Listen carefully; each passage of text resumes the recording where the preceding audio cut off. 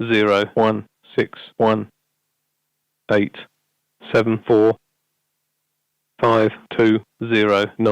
Dialing 01618745209. Trying broadcast call. Connected. Searching. Framed.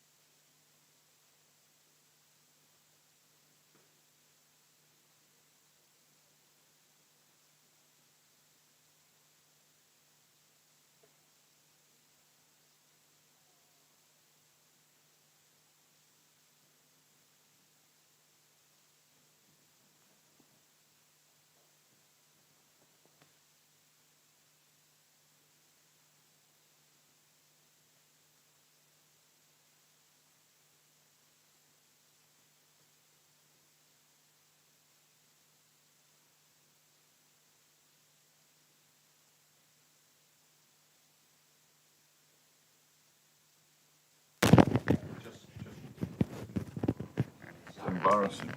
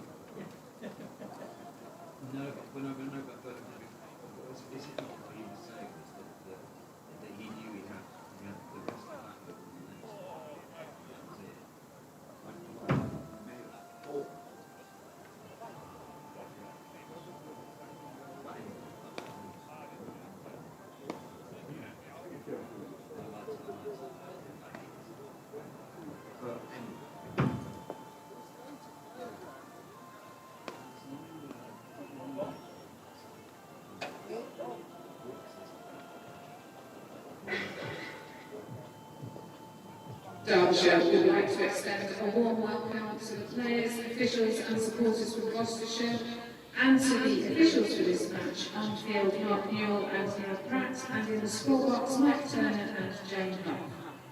Catering is available from outlets around the round, while members can also take advantage of the facilities in the members' lounge, including hot food served at lunch. At lunch, supporters are welcome to come onto the outfield, however you must remain off the square. Any spectators who do not respect this request will be removed from the field. The Central Co-op County Ground is a venue for everyone. To find out more about our inclusive and accessible facilities, please contact info@derbyshirecccc.com or visit the main reception. Craig Miles has joined the game as an injury replacement for Henry Brooks, who will play no further part in the game. Derbyshire members are invited to a special book signing with 125 Summers author Peter Cox in the Monarch Security Pavilion today. Peter will be signing copies of his 125 Summers, a 2-volume history of the county championship, during play all day and during lunch.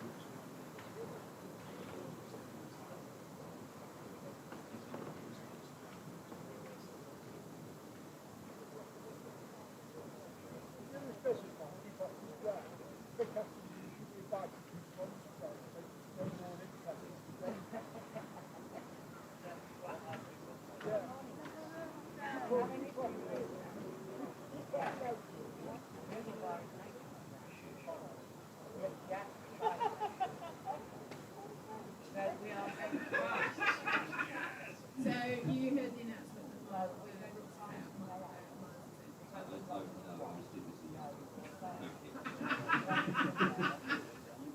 Thank you very much. That's what I thought was probably going to happen last night. No, yeah. Thank you very much.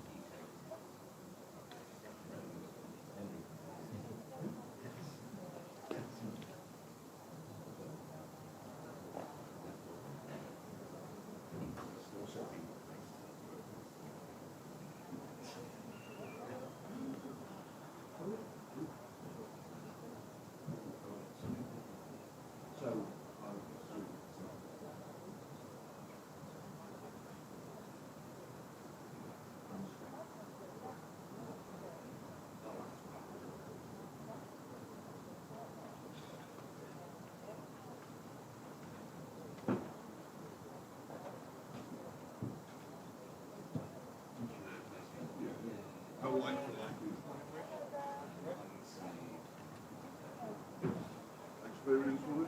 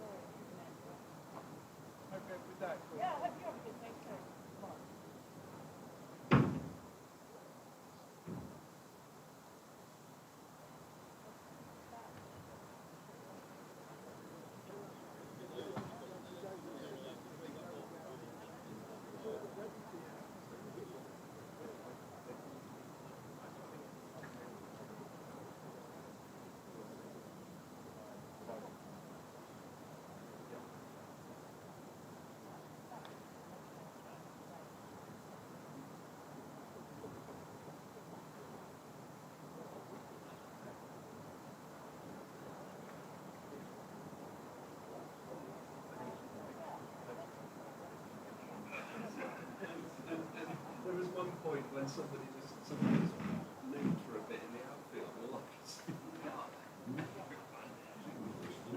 It was shifty. Yeah, exactly. That's why she came up. That's right. Can we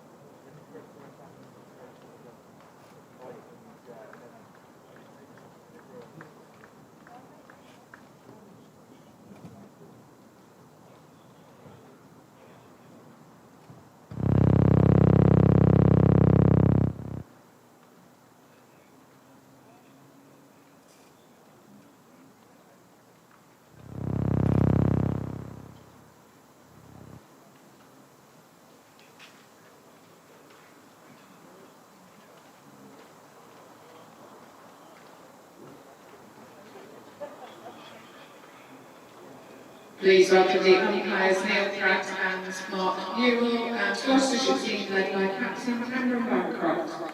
The returning batters are Martin Anderson and Wayne Matson.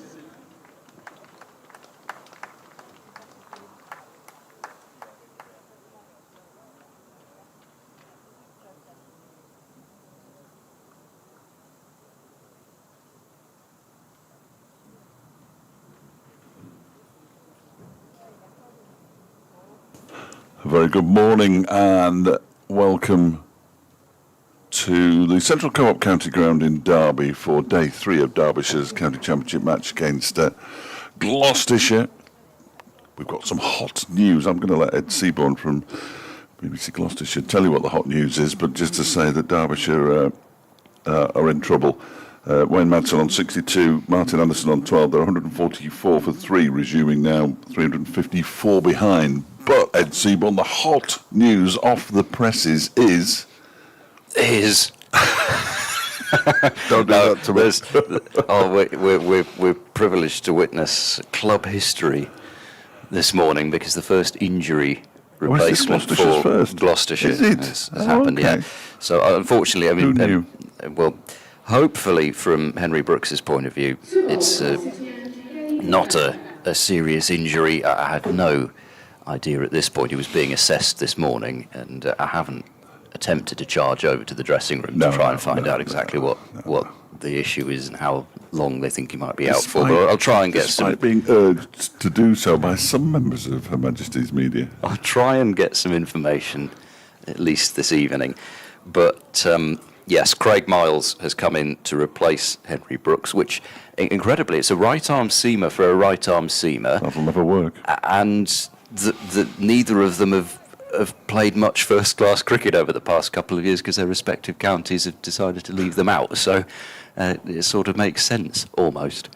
Gabe Bell, first ball of the morning, and Anderson is almost playing on first ball, I think. Almost bowled, certainly. I'm looking to my left for help, well, we need and it's no help is coming. Well, you're in charge of the remote. Where's the control. remote It's gone? there. You must have put it there yesterday when I wasn't here. Oh, it's behind my laptop. Right. Sorry, we're a bit of a shambles here today. Power button. Listener. Anyway, it was a good start from Bell. He's bowling from the city end with the keeper up to the stumps. He's bowling to Anderson on 12, and this is pushed into the offside. And there's no run. We've got pictures, but it's too late for... Oh, there we go, the walkie-talkie's on again. We hear this noise every time the walkie-talkie is on. Walkie-talkie? Interference Well done from the for walkie-talkie. working that out. So Excellent. I don't know if anybody can hear it at home, but we can hear it. Yes. I'd never have got that. I'm just going to nip off for a moment. Here comes Bell, and bowls bounce there. Anderson's feet possibly not moving so much, given that it's first thing, given that the keeper is up to the stumps as well. Just about rode the bounce there, but it looked awkward the way he played that one down. So Bell won for 61, but it should have been 2 for... There was a chance to remove Madsen on 38 off his bowling, as there's some width, and that's cut away by Anderson. I don't think anybody's catching that one. It's bounding off towards the boundary. Ooh, well, actually, the ball's held up. It's the early morning moisture, I suppose, which has just caused that to hold up. And then I was temporarily distracted because James Bracey's decided to kick the stumps over before the throw came in. And the upshot of all that is 3 runs. So... Derbyshire underway for day 3, now 147 for 3. Anderson on 15. Madsen will take his first ball of the morning. And the deficit, 351 runs. So you would imagine it will take the majority, if not all, of today to knock those runs off, and then Derbyshire might be able, if they can do that, to put Gloucestershire under some pressure on the final day as Madsen works this one into the onside out to Middleton, and there's no run. But that is a way off, and from a Gloucestershire point of view, if they can get rid of especially Madsen early on, just a couple of wickets, the bottom four for Derbyshire, Chappell, who can certainly hold a bat and play a big innings, Aitchison, Abbas, Bashir. You wouldn't rule anything out given what we saw from Henry Brooks and Will Williams yesterday, but Gloucestershire would want to get in amongst them as, Madsen inside edges. It's a good first over from Bell. He's going to go for 4 runs from it, but Madsen in a bit of a cross wire there for himself, and that's inside edge for a single down to fine leg. So 4 runs from the first over, 148 for 3. Good start from Bell, and Gloucestershire are going to go double seam. I wonder whether they'd go straight to spin, but I suppose it's potentially, even though this ball's quite old, potentially a time when you might think with, well, it's not exactly overcast either. We've got some hazy sunshine, but first thing in the morning, give the opening seamers a bit of a go. So Will Williams, 1 for 19 from 9 overs and 98 with the bat. I spoke to him last night, and he told me that they were going to declare. The way I interpreted it, there were multiple different interpretations of what he said. The way I'd interpreted it was that they were going to declare at the end of that over. So he felt he had to get back on strike, and then he'd have had, 2-3 deliveries.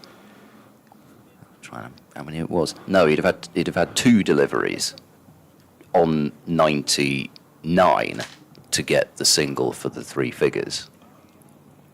Because it was obvious when they were both in the 80s that it was right. You've got to accelerate now. Williams to Madsen, who is getting a leading edge on that one as he tries to turn it into the leg side. It goes out into the off, very squared. He rubs the edge of his bat. Yes, a double seam and double Williams. Very good. Yes, they love on the Gloucestershire social media feed, they love the LBWW. Yes, no, I like that as well. So good they named him twice. Here he comes again, Will Williams. Slipping a gully, and Madsen just pushes that back towards the bowler. And there's no run. Now, I was watching from afar yesterday. I was basically looking at updates because I was concentrating fully. My full focus was elsewhere, of course. And it was alarming. From a Derbyshire perspective, I have to say, I got a couple of messages yesterday, including one which I will go back to. Actually, I thought it was quite amusing. As in comes Williams again, and Madsen turns this into the leg side, but straight to Craig Miles, who is on the field and in the match in place of Henry Brooks. He's fielding at square leg. So I got a couple of messages. This one was marvellous from Mark Beck. And it's apposite, given that Miles has replaced Brooks as well. I'll get to it in a moment, but I've only just found it. As Williams goes in and Madsen gets one down the leg side. And really, really nice take by Bracey, as you would expect. It was from Mark Beck. He says, I fully realise you're at Burton. But surely, it didn't stop him. It didn't stop him. This 9th wicket partnership, which at the time had just been broken, has highlighted the folly of not replacing an injured bowler with a fit bowler. Good point. Well made, I would suggest. And Anusdal was the first change bowler for Derbyshire, and yet was replaced by somebody who can't bowl, as Williams bowls. That was just a foolish delivery that Madsen turns into the leg side. But I suppose at the time that the substitution was made, or was being thought about, to be clever. Well, I think they were doing rather well in terms of Gloucestershire wickets at that stage, weren't they? So they were very much trying to be clever. I wonder. I say that to my list of questions for Mickey Arthur at the end of the game. Mickey, were you trying to be clever? He's in the change room, and I'm sure they're listening now. As Williams bowls, and that one is driven but not timed by Madsen up towards Miles Hammond at mid-off. I mean, it's a mountain of work that the other seamers had to get through. 30 overs each for Abbas and Aitchison. Chappell 25 overs. Even Anderson got through 19 overs. Yes. I mean, they'll It's just be hoping they've got a bowl again at some point as well. Yeah, bank on it. Yes, no, they have. They have. If they bat all day today, they'll be okay. The trouble is they're already 3 down, but I just feel sorry for Ben Charlesworth. Look at the size of his name on the scoreboard. That's not fair, is it? It's in 2 point. It's quite a long name, but it's not.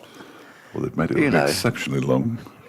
Here comes Bell, bowls to Anderson. This is defended away out to cover. It's not Sadira Samarawikrama or something. So I better hope you don't sign him on. I hope you don't sign him as an overseas player. Well, they are, of course, restricted in the signings they can make by the length of the surnames. Because Abbas, perfect. Well, but Derbyshire didn't used to fit. The name Derbyshire didn't used to fit on the old scoreboard, so... Well, I think Gloucestershire tends to go on the scoreboard as Gloss, as this is turned into the side by Anderson, and it's fielded at short mid-wicket. There's no run. Anyway, I was Freddie yesterday. I only heard a bit of him. He was all right, was he? That was terrible. Absolutely good. terrible. That's what I wanted to hear. Thank you. Well, I'm hoping he's listening. So. No, he did a sterling job yesterday. I let him know yesterday evening. I spoke to him this morning. He seemed quite pleased with himself, as he should. Bell to Anderson. Anderson forward and defending up the onside of the pitch. And this is good news for some people and bad news for others, and I'll let you make your own minds up now out there who it's good news for and who it's bad news for. But Freddie will be at Leighton Orient on Saturday and I will be at Canterbury. I think it's bad news for me. No, it's good news for me. I love Canterbury. Freddie will be at Burton Albion's final game of the season. Yes, you'll be able to watch all 4 days of the Canterbury tale unfold. Yes, indeed. I think we'll have a game on our hands there. Here comes Bell. Bowls a inside edge from Anderson onto his pad. Bell continues to feel that he's a little hard done by. He gave off that air of the disgruntled fast bowler yesterday evening after he'd got, not only had he got Madsen to edge to Bancroft, it went very quickly, but it was a definite chance. And also Madsen played an indescribable waft, which got the inside edge. Inside edge past his leg stump for 4 as well. Driving Anderson, finding a gap through cover point. The ball's running towards the boundary but won't make it. Craig Miles, that is not Miles Hammond, is after it, and they take 2, so it's 150 for 3. Could have a little task for David Griffin then at some point. It must have happened before. I'm certain it would. When was the last time somebody with the first name Miles and a different person with the last name Miles played in the same game? Probably the same 2 in a previous Gloucestershire Derbyshire match. Other than for Gloucestershire. Bell is in, bowled him! He's got through, middle stump has been uprooted, and that is the first wicket for Gloucestershire this morning. Martin Anderson, I think, maybe got another inside edge there onto his stump, so it didn't look as though the ball was targeted for middle stump, so I think it must have been a drag on, but it felt as though it was possibly just going to be one of those innings for Bell where pretty much everything that found the edge either missed the stumps or missed a fielder, but he's finally got one through, and Derbyshire 150 for 4 as Anderson goes for 17. Yes, that is a blow. Anderson's been in pretty decent nick all season. I think it's fair to say. As Brooke Guest comes out, as Ben Aitchison's going for a bat, he might have to hurry back. He will be the number 9 in this Derbyshire batting lineup, but he's going out to the outdoor nets away to our right-hand side. So Martin Anderson, who got the double century against Worcestershire, is now back in the pavilion. In fact, just looking up the pavilion steps, Zach Chappell is walking up, having been for a net as well. So they're all preparing themselves. If they roll them over quickly, see, this is where substitutes. And I need to caveat this by saying I'm not having a go at Gloucestershire, because I thought I don't like the idea anyway. I think this is first-class cricket, and therefore it should be 11 versus 11, and you name them. I'm happy for the life events substitutions. Now we have concussion substitutes, which I'm entirely in favour of. The other sport that I covered simply doesn't take concussion seriously. I'll get back to that in a moment because Will Williams is coming in from the racecourse centre ball to Madsen, who turns this off his pads down towards long leg for a single, which will bring Brooke Guest onto strike for the first time. But Henry Brooks, he only bowled 5 overs, didn't he? So he's not going to be tired after 5 overs anyway. But there will be a situation. Well, there already has it was been. highlighted at Trent Bridge, yeah, wasn't that it? one, wasn't it? By Glamorgan, Kieran Carlson, I think it was, who made the comments that a bowler had sat in a changing room or wherever he was with his feet up for 4 days and then was subbed in for the final day of a county championship match, nice and fresh, with the other bowlers having either been in the field or bowled or batted. And it just doesn't sit right with me, certainly, as Williams is in to Guest, who pushes this out into the outside. They're very excited now, and understandably so. The Gloucestershire fielders, why wouldn't you be? They've got Derbyshire 151 for 4 and trailing by 347, so they only need another 200 runs to avoid the follow-on. Which is, a long way off. A very long way off, certainly with 4 down. Although they do have, again, part of the whole dislike of this substitution rule as Guest pushes the ball up to Graham Van Buren at mid-on, is that what they have now coming in next is an opening batter by trade, replacing a very much lower to middle order all-rounder in Anuj Dal. So in that sense it might work for them, certainly if he can stick there, and he stuck there against Lancashire when all around him was crumbling in the 4th innings at Old Trafford, as Williams bowls to Guest, pushes this up to Van Buren. I don't think that was quite as exciting a delivery as they're making out. Actually, the Did it just jag delivery, back? that wasn't an inside edge. It was an Aitchison delivery from yesterday morning, then presumably. Yeah, although that's come. It was quite Anderson, short of a Anderson length. didn't leave it, of course. No. No. Back of a length, it's jagged in, probably kept a little bit low as well. Anderson's feet weren't really moving yet. Quite settled, but still. Williams bowls and he turns it into the leg side this time. Brooke Guest, where it's fielded by Ed Middleton with the floppy sun hat on. Tall figure, very tall figure. He looks even taller now that he's fielding than he did when he was batting, actually. He's huge, isn't he? He is, yeah. He's huge. He is. How do you interview him? Well, I've At only full had- stretch? I haven't had to, I think, since Leicestershire 24. He's grown since then. That one is beating Guest on the outside and taken by Bracey standing up. That's another good over. 151 for 4 at the end of it. Madsen 64. Guest faced 5 dot balls there from Will Williams. Because he didn't play a single first-team game no. last year, but yeah, I'm sure I've spoken to him quite a lot anyway, but I'm sure I interviewed him, in 2024 when Gloucestershire had the 700, and then they had to try and bowl Leicestershire out twice, and I think they got 16 of the 20, but Leicestershire put up some resistance in the second innings. Bell into Madsen, and that's defended into the onside. There's no run.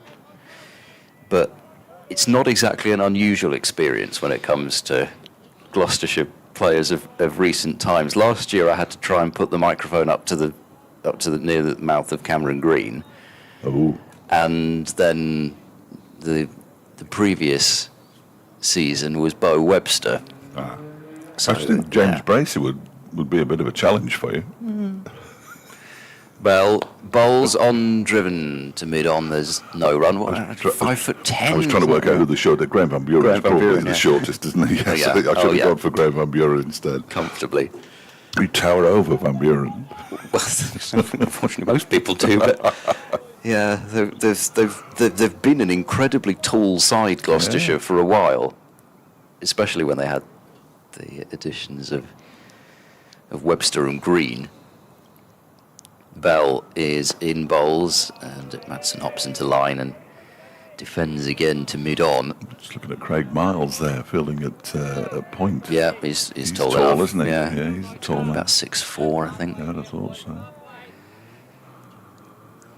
Yeah, I mean, Bell himself, he's 6'3", I reckon. I think he's listed as somewhere around there. He's a bit like me. He doesn't look as tall because, well, there's no hair there. Just imagine with an aggressive quiff.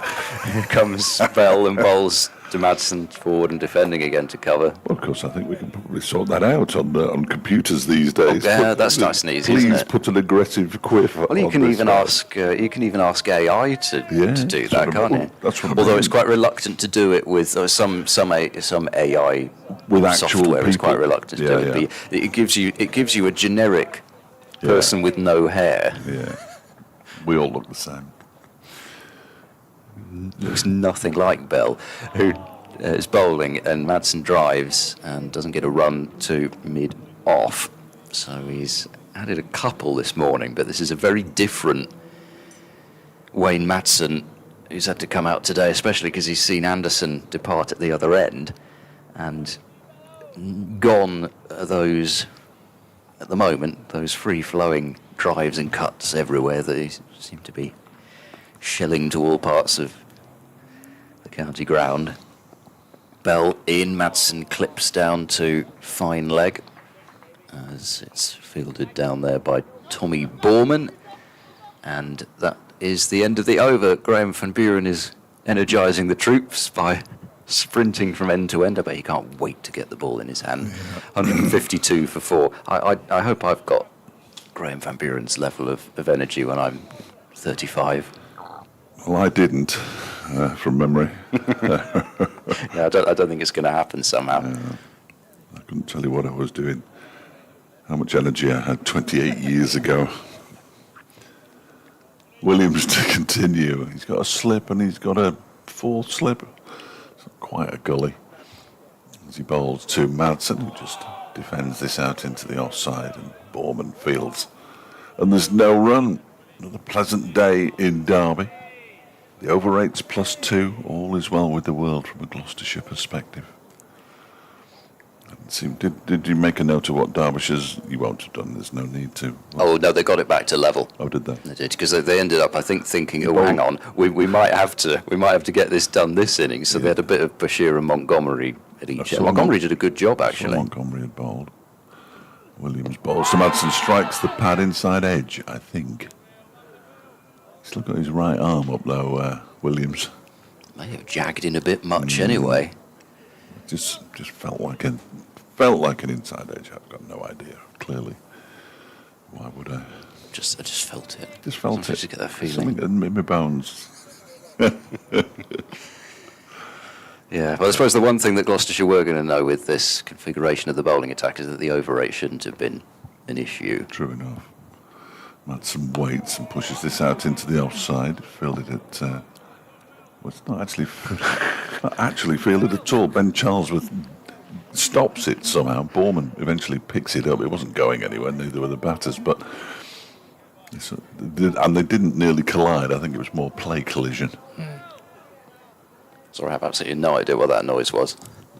No, it was interesting. That. I don't think I could No, do it again if I again. wanted Don't to, do it which I again. don't. Because Williams again, that just pops a little bit on Madsen, who looks surprised as he plays it up to Van Buren at mid-on. This is all rather pleasant, though. Yesterday afternoon, there was a period of play when I don't think I stopped talking very quickly for about 5 minutes and was absolutely exhausted by it. This is far better. Was that around the equaliser or towards No, the end? I think it was in the first half. I sort of peaked a bit early, really.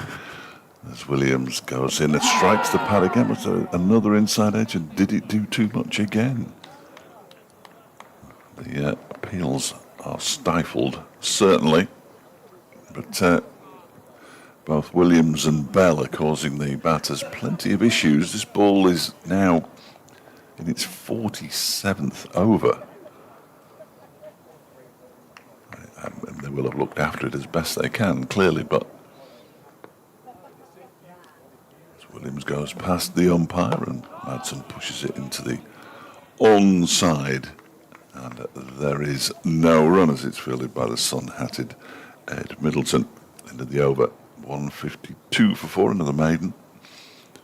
Williams' fourth maiden, 12 overs, 4 maidens, 1 for 20. You see, these figures, this innings is not quite mirroring, but the figures are really good again. Good economy rate and all the rest of it, a little bit higher, the overall run rate. But this is really how Gloucestershire's innings went. Steady and reasonably slow progress and losing wickets. I mean, Derbyshire probably lost wickets slightly quicker, but they were sort of losing wickets every 30, 40 runs. Yeah, weren't that's they? true. Yeah, it's felt like a pitch that everybody's been able to get in on. But until Well, obviously there was a slightly longer partnership later on yesterday. Yes, Miles Hammond scored a few runs as well. Bell is into Guest, and that's another defensive stroke out to the leg side. Middleton fields, Guest yet to get off the mark. I mean, they didn't quite get 3 centuries, but it was near as damn it 3 centuries in the first. It was a 98. Yeah, I'm sure you could 99 take away a few of Hammond's runs and give them to the other two. I think that's how it works, isn't it? Yes, absolutely. But if you've got 3 near centurions, 1 centurion and 2 who were very close, well, the opposition has to match that. And Wayne Madsen's got 65, but there's been little evidence that anybody else is going to join him at this early stage of day 3. Well, Madsen, Guest out there, Reese. You sort of wonder actually as Bell bowls and Guest is forward, playing this one very square on the leg side with quite a straight bat, hence some of the gasps from Gloucestershire.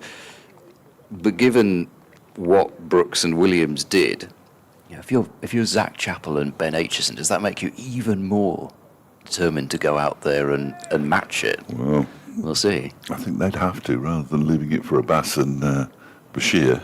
I thought maybe I'd better select Chappell and Aitchison. I think you've gone for the right 2 there. Bell in, bowls, Guest once more, plays very square leg side, just a little roll of the wrists on it. I also love it's very cricket, this, because you don't, what on earth is Ollie Price doing? He's doing a jig. It's a Monty Python effort, that one. Was it a jig or a reel, something like that? Anyway, I've never seen anything quite like that. I just needed the. It wasn't the Irish. It was more Irish because it was legs rather than upper body, wasn't it? Yeah. River dance. That's the one I was trying to remember. Defended straight back. Because by he's Guest. American, the bloke. He was Irish descent, but. Oh, they love hijacking that, don't they? It's like the Canadians with everything Scottish. Yeah, he was very much American. Anyway, I think. 4 strands of thought ago. What were you talking about? Yes. Well, I quite enjoyed, because I overheard a little bit of Derbyshire's interview, the close of play with the batting coach. Bell bowls, punched by Guest off the back foot up to mid-on, and there's no run. I was listening to that interview, and the question was asked something along the lines of, could the...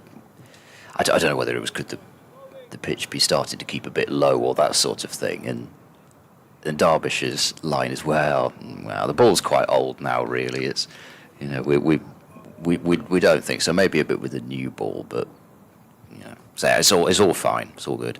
Bell bowls, edged pitch well short of second slip. He was never going to have that one carry with Brooke Guest. Played it down well, but it was smartly fielded by Bancroft. On the bounce, end of a maiden over from Bell, 152 for 4. Whereas, of course, Will Williams, the pitch is starting to play a few tricks. Yeah. It's great. I mean, it's almost there must be some sort of analogy in other sports. I have no idea. I don't care about cycling. I think the different sort of surfaces that might suit different cyclists. I don't know. The football one is that if you lose 2-1, you scored a superb goal, and the opposition's goals were really bad goals to give away. Really, all very preventable. But I suppose in terms of the conditions. But no conditions-wise, this next deliver, the start of a new over from Williams is defended by Madsen into the offside. Yeah, I'm trying to think of conditions. In terms of the 22 yards, so important how that plays in in cricket. There must be something else. I mean, I don't know. Like, it's not quite the same sort of clay court tennis, because some players like it very slow, and others like a slightly quicker, bouncier clay court. It's likely to be the same for both Exactly. players, isn't it? Oh, sorry, it was me. Williams bowls to Madsen, and he just clips it to mid-wicket. Just clips it to mid-wicket. Absolutely remarkable. If I'd have been on the ball, I'd have been able to describe it at the time, and I do apologise. That was not a good shot. And Derbyshire now find themselves 152 for 5. Madsen goes for 65. Middleton with the catch. And they're in a whole heap of trouble here. Well, it wasn't the same exactly as Bancroft's dismissal in the first innings, but it's, both. I don't know whether you would say, I don't know whether you'd say best, but you'd certainly say in terms of test experience, Bancroft, as you look down Gloucestershire's side, and then you look down Derbyshire's side, you tend to pick out Madsen automatically. And both of them have got out with just flicks into the leg side somewhere that have not quite dollied to the fielder, but you couldn't ask for them to come too much nicer to that fielder. Bancroft was trying to work it off the hip and clipped it to square leg, and that one was just a flick. He did it quite wristily and exactly. It was a great shot in the net sort of thing, and Middleton was just right there. We didn't move. Would have hit his head if he'd not caught it. Might have heard somebody in the background groaning. There are two. That would have been me. There are two batters now who haven't scored out in the middle. Just a bit more on the substitution symmetry. That Madsen gets out to be replaced by the substitute Rees, and he replaced Dahl, whose number is 65. Madsen makes 65. Spooky. It is. It's slightly uncanny, isn't it? It's slightly uncanny. If I could do Dame Edna Everage voice, I'm sure you'd be more than capable of doing it, but I'm not going to attempt it. Remarkable. So a left-hander and a right-hander now. Lewis Rees, who didn't bowl, only arrived after tea on day one to replace Anuj Dahl, is out there batting. I don't think he was expected to be batting this weekend, in all honesty. And Ben Aitchison is now hurtling back towards the changing rooms as Rees goes back and forces this out into the offside. That was the shortest net Ben Aitchison's ever had. He's making his way up the steps now to don his whites and sort himself out, because Zach Chappell's next, and then it is Aitchison as the I hesitate to say the word in case Ian's listening, but the Derbyshire tail is in view. And with Abbas and Bashir, it's lengthened slightly as this next delivery is left alone by Rees to go through to Bracey. I'm all over this now. It's my turn from this end, from the race course. Do you know, for one awful moment, as nothing happened, I thought, this isn't my end, is it? Because I was commentating from this end nearly all of it. I was just watching. I was just sitting there watching a game of cricket and going, "Oh no, what's happened there?" Oh, I know. Let's tell everybody. That'll be really good on the County Championship highlights. feed. This next delivery's left alone again by Rees. Now they leave our commentary in on the highlights packages. Not a big fan of that. And quite often wickets happen when you're talking about something else, because more often than not you're talking about something else over the course of a day. So we're just keeping you company, really. A soothing couple of voices to ease you through a nice warm Sunday. Just think of it as that. As Williams is in, and that's defended by Rees. Williams is down on his haunches. I've no idea why. End of the over. It's just he does something at the end of every over. 152 for 5. They're still trailed by 346. This is not what people were expecting, certainly in this part of the world, to be happening during this game. Well, I think there were hopes from Gloucestershire's last match against Lancashire. There were given signs of recovery, that weren't there? they fought back from a position where Lancashire were trailing by 16 runs and had 9 wickets in hand, and they fought back to a point where they came into the final day. You know, it was probably, well, it depends who you talk to, 60-40 Lancashire that they might chase, or somewhere around there. Bell bowls was caught on the crease there as Brooke guessed and struck midship somewhere. He's still looking for his first run. 12th delivery he's faced, and Bell continues to show that. Well, he got Josh Bohannon on the third evening of that match in a sort of similar way to how Montgomery was out, that if he can get the ball to come back in through the gates of these right-handers, and too far off there. Oh, that's a good ball from Bell, and whilst Guest is holding the bat well inside the line and near his body, I just was able to flick to the monitor quickly enough to see that as the ball passed it, it was pushing a little bit out towards it. It certainly did beat him there, did Bell. And Bracey up to the stumps for him. I think you just sort of get the assist, if you like, on the Anderson wicket as well, even though Bracey doesn't get the dismissal. Just trapping him on the crease. There's a bit of bounce, but Guest rides it, turns it into the onside, and there's no run. It's pretty much the ideal start for Gloucestershire, with the first half hour they'd have hoped to get some sort of a strike, and Madsen back in the pavilion especially, and Anderson has been in such good form. But now they've got to do what I suppose Derbyshire had a terrible time yesterday trying to do, and finish off the innings as Guest comes forward and defends towards straight. Gloucestershire were, what were they? They were 142 for 5. Oh, Derbyshire in front then. Yeah, exactly. Derbyshire very much in front here. And then then Van Buren got that rank short delivery from Shoaib Bashir, and I think he's still trying to work out exactly how he was caught at short leg. 167 for 6. Bell bowls, straight delivery. It's a good looking defence from Brooke Guest. Straight back to the bowler. Still absolutely remarkable. And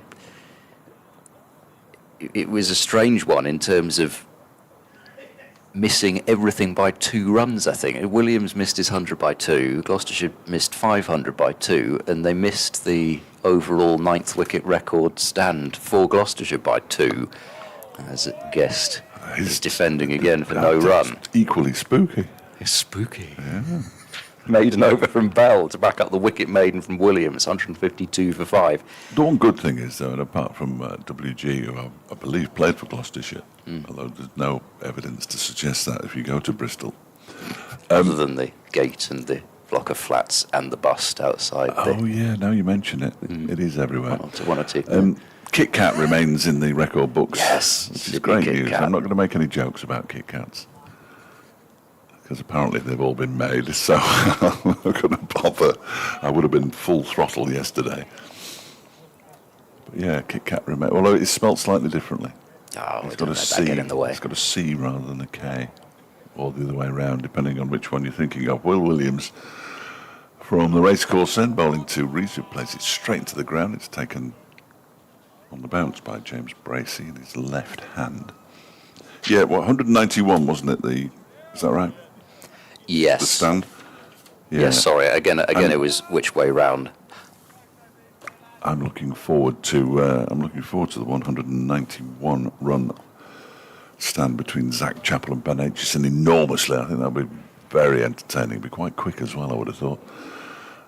As Williams is in, and it's defended by Rees up towards mid-on this occasion.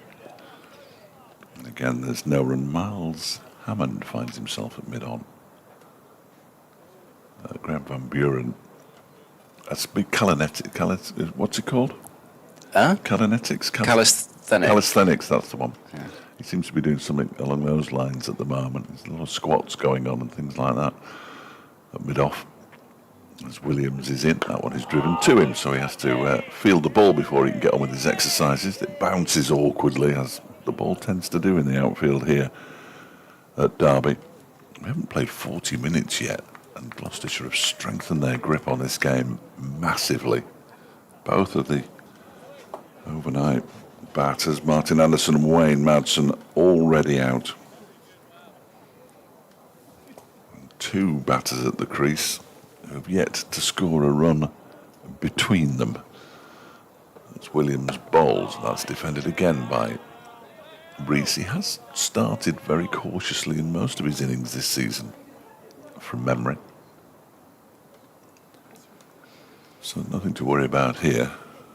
Well, there's plenty to worry about, but nothing to worry about in terms of Lewis Rees not having scored. He's faced 8 deliveries. Brooke Guest has faced 17. And has yet to score. And the 14-run partnership is worth 0. Spooky. As Williams is in again, that one's turned into the leg side. That's Borman there, isn't it? Who does the fielding at mid-wicket. I'll get used to them at some point. Sorry, I've been very, very quiet this over because I was enjoying it. Noted, I'm sure. Sure. Well, I was quite enjoying it as well, actually. Well, I was enjoying the fact that I was quiet, but not enjoying the fact that our subscription to a well-known cricket software.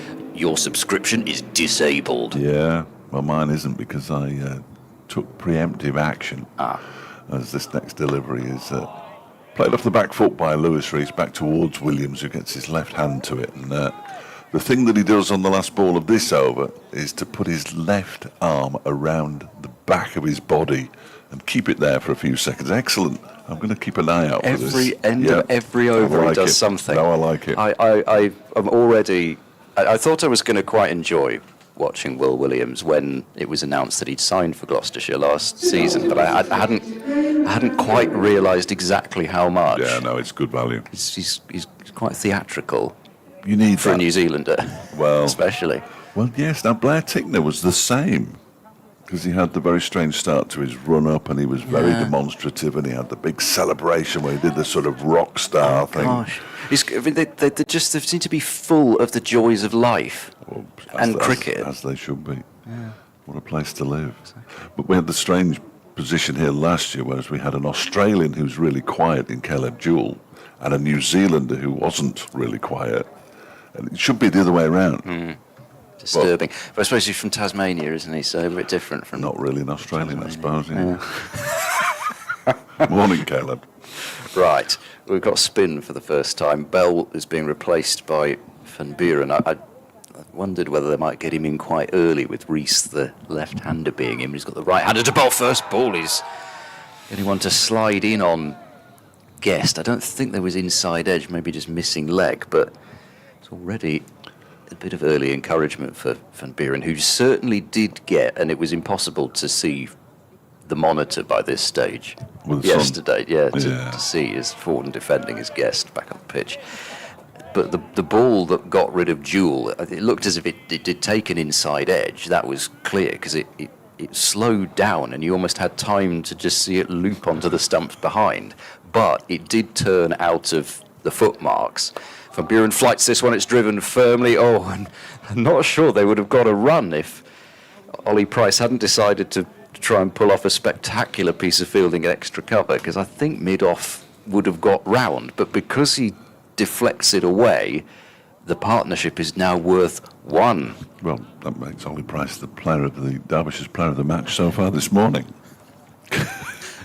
Player of the match so far this morning. Player of the day, perhaps. 153 for 5. I think that's going to need some brainstorming. Well, Dave Fletcher's champagne moment of the day. We'll come back to you. We'll come back to you after lunch. Van Buren to Rees, who plays a strange-looking sweep shot, barely gets bat on it. The ball dribbles to Ollie Price at short mid-wicket. Borman under the helmet at short leg. Bancroft at slip.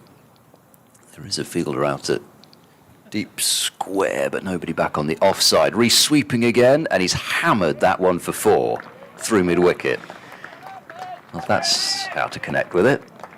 And that gets him off the mark. 157 for 5. So we have seen that there's a little bit of turn out of the footmarks. We can't really see them from here, but that may be partly because of the hybrid pitch that show up so well. But yeah, that had Tommy Borman ducking for cover, but because of what happened in the match already, I was expecting that one to smash into Tommy Borman. I expect he was as well. Back into his crease is Reese prodding to backward point, and that's already the end of the over. We even had a boundary in it. It felt as though that lasted about 80 seconds, and That's how we like it. Van Buren's got through one already, 157.5. Let's get spin about things so we can rattle through the day's play. Both of the counties' women are playing today. Derbyshire's women are taking on Cheshire, and Gloucestershire's women are taking on Cornwall in the T20 County Cup. Knockout. Yeah, the toss has already taken place. It's a 12 o'clock start at Bristol. Gloucestershire have won the toss and decided to bat. I think Derbyshire are playing at Denby, but it must be kicking off slightly later. Oh yeah, 2:30. Is it? Thank you. In comes Williams and bowls. That one is pushed out into the offside by Brooke Guest. I only know that it must be starting later because one of our camera operatives, Luke, is going to the game, and he's just been next door.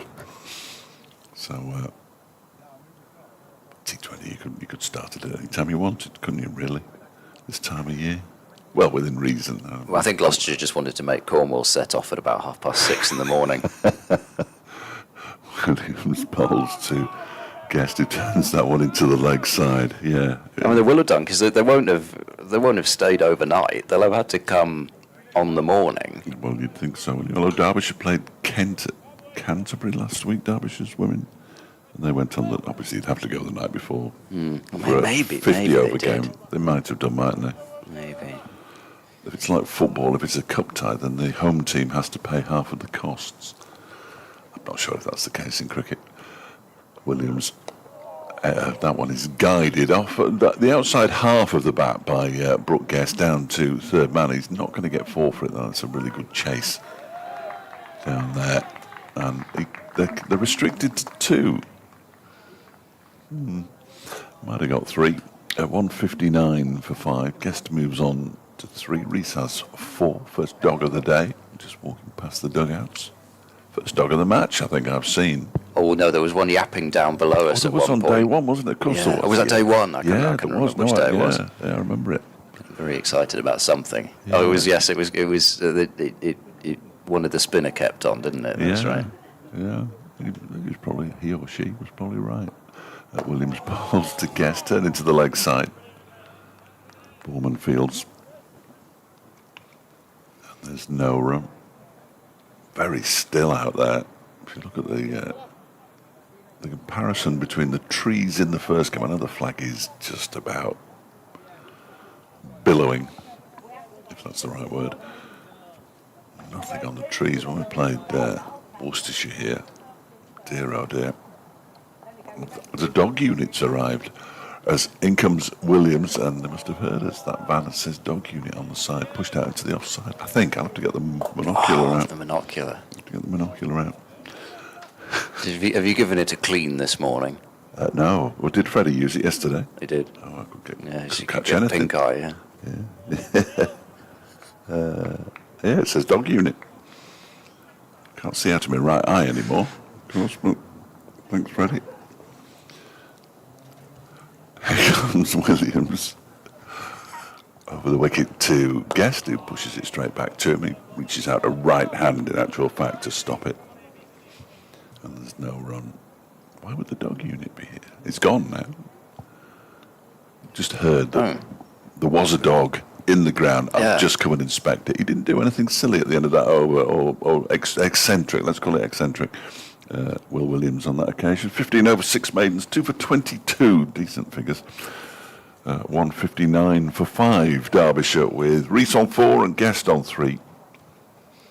Having to rebuild, having lost Anderson for 17 and Madsen for 65 already this morning. Well, there's been a thrilling start at Chestley Street this morning with Lancashire 11 for 1 after nearly 10 overs. Ooh.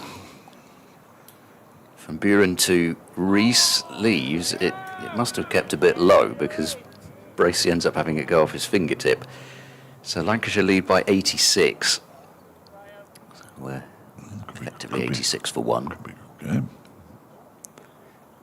Buren bowls swept in the air for a bit from Rees. Watch the spin and watch the bobble. That's good work from Miles. They want a second run, which they're going to take, but I think Miles doing the important job, which was stopping it going to the boundary. So 161 for 5. You'd have heard the cry of catch as the ball sped away along the floor. Well, perhaps, I mean, it was in the air when it passed short leg, so... Well, So Tommy Borman had a chance there, yeah. Defended by Rees into the ground, and there's no run. Kent 26 for 1, trailing by 225 at New Road after Worcestershire made 447. Worcestershire take on Kent next at Bristol. That's looped right up there from Van Buren. It's clipped away by Rees to deep mid-wicket. Miles in action again, as he was yesterday evening, but this time as now a permanent injury replacement rather than a temporary substitute fielder. It's 162 for 5, with Rees moving on to 7. The rest of the games are all boring. I wouldn't look at them. No, actually, a couple of them do look fairly in need of a collapse from somebody to liven them up. Van Buren bowls inside edge, and that loops in front of where Borman's standing at short leg. It wasn't in the air for too long, but it was an inside edge onto the pad, which would have excited Gloucestershire, and that short leg is certainly in business. Van Buren bowls, another grunt of effort, this time rolling the wrists on it, Guest, to play it down into the onside. So Van Buren zipped through another over, 162 for 5. Nottinghamshire are following on against Warwickshire. Ooh. Warwickshire bowled Notts out for 279. So they missed the follow-on by, 31 runs, and Warwickshire have decided to enforce it. It's nice and aggressive. I like that. Notts 4 without loss in their second innings. Leicestershire 240 for 2 after Glamorgan made 440. Yorkshire 220 for 2 after Sussex made 502. And Surrey 234 for 3 after Essex made 409. So Too many those runs. are the other ones. Far too many runs.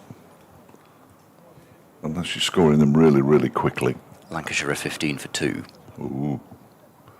Will Williams to continue from the racecourse and bowling to Lewis Rees, who pushes this one out into the onside. Once again, Division 2, far more exciting than Division 1. Never in doubt. Never in doubt. Craig Miles is doing the sideways press-ups now. Very much in keeping with what Zach Chappell was doing. Which one's the plank? I'm not reading which player. I I'm wouldn't talking call any about of them that. yeah. It would be far too rude. Yeah. Here comes Williams. Ball's cut away into the ground, but not timed by Lewis Rees.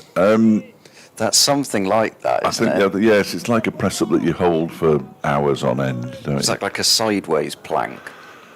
Could have been. Yeah, could have been. It's a bit like hairstyles with me. I'm not sure what they're called. And exercise is completely beyond me. I should do more, I know. But I'm not going to start now as Williams bowls. That was turned into the leg side by Rees. They'll get one run here as it's chased down by Ben Charlesworth, and that's all they will get. And Rees moves on to 863 for 5. I'd suggest not now anyway. That heavy breathing on the mic is never a good thing for the listener. I've had requests. You'd be surprised. You probably wouldn't. How did I tee him up for that one? The broadcast is on strike. This next delivery from Williams is whipped away into the leg side. He might get 4 for this, out to the backward square leg boundary. He will get 4 for it. Absolutely no chance that Bell could get there. And another boundary. They're piling up now. That's 1 each. 167 for 5 as Guest moves on to 7. Rees has 8. Partnership, a very healthy 15 as they close in on that 191 that they need to get them back in this game. More than a tenth of the way there. As Williams bowls, defended by Guest out into the offside on this occasion. He did 17 wickets at the start of the day. Gloucestershire 17 wickets in 6 sessions in theory, although I've seen that the forecast is not quite so good for tomorrow Is it? evening. No. I don't think it's a definite it's going to rain, but it possibly might rain, so we'll have to see on that one. But 17 wickets in 6 sessions, you've got to take roughly 3 wickets a session.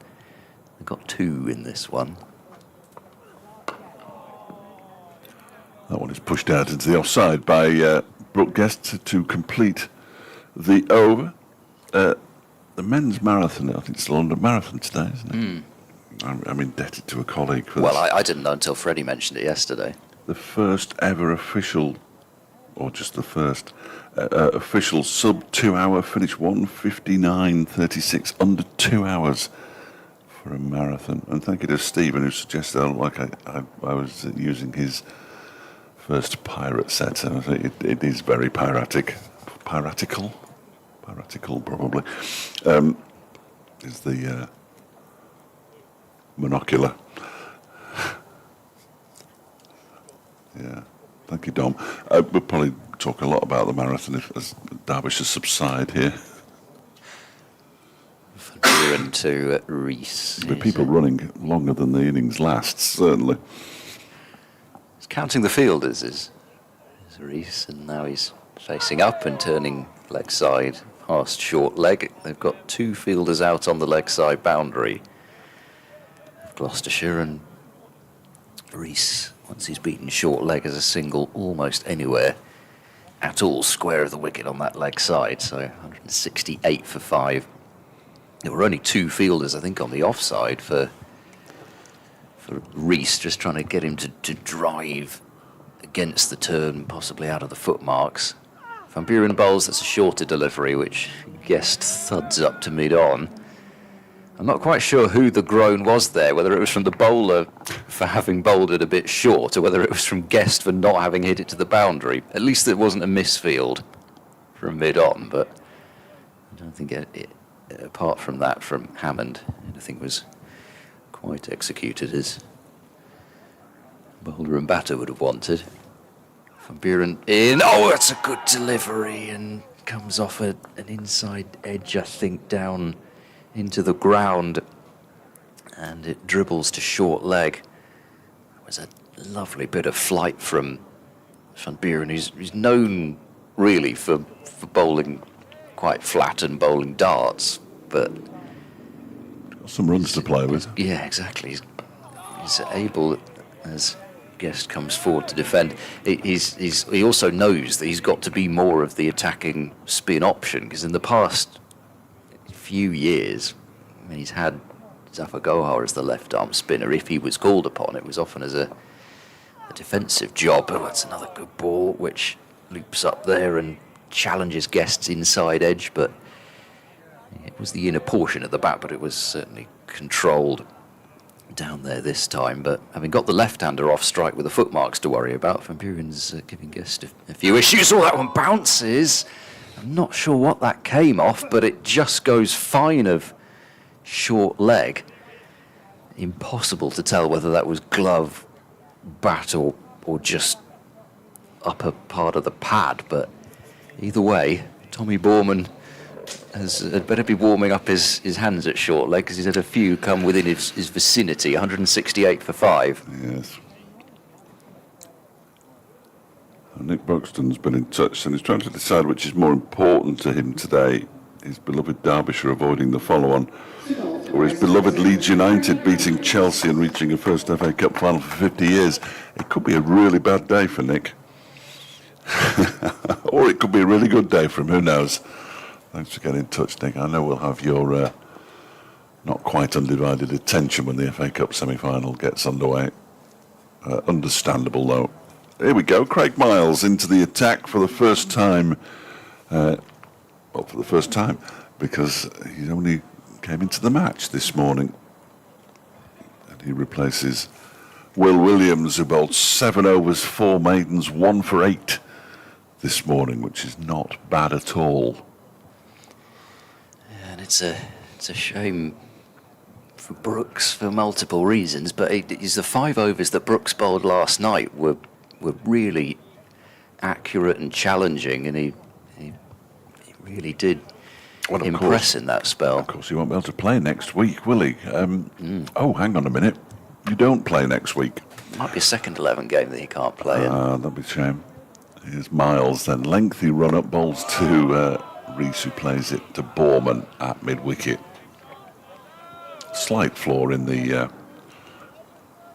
one of many slight flaws in the substitution rule, the fact that you're out of action for 8 days, but that doesn't take into account the fact that you don't play. And as far as I'm aware, it doesn't cross between competitions either, so you could, right? Apparently you could play in the last round of championship matches, be substituted out, but play at the start of the T20, for instance. Interestingly, as Miles bowls to Rees again, he just plays it into the leg side, and Borman does the fielding once more. It was almost like they were introduced rather hastily, the substitution rule. It was announced so close. A week to before the start of the you season was the first time that I know that the clubs were told about it. Now, whether they were being formulated before that, I don't know. But I'd love to know when they sat down and went, it's county season's coming up soon. I've had an idea.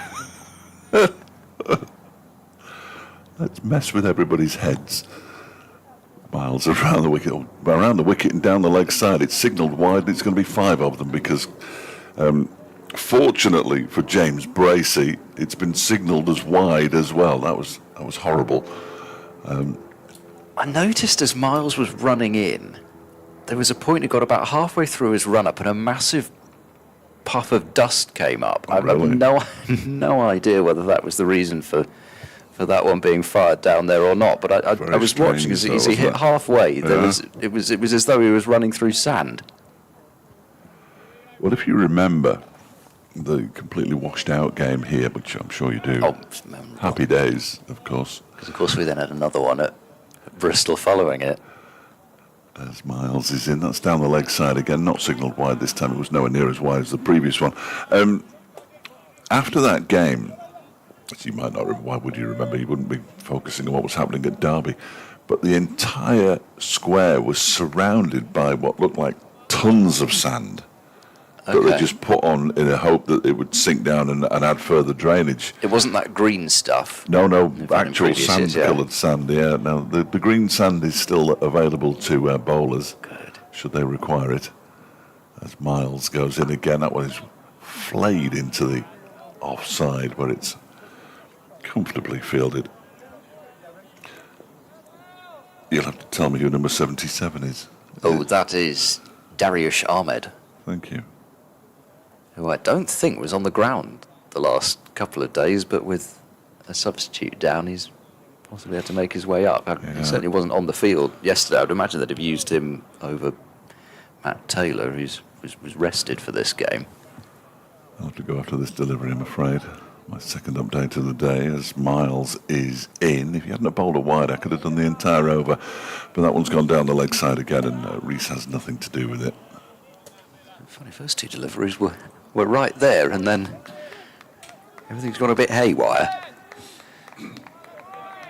And, the noise levels are still high, as they would be. 2 wickets in the first hour, but how important this partnership is.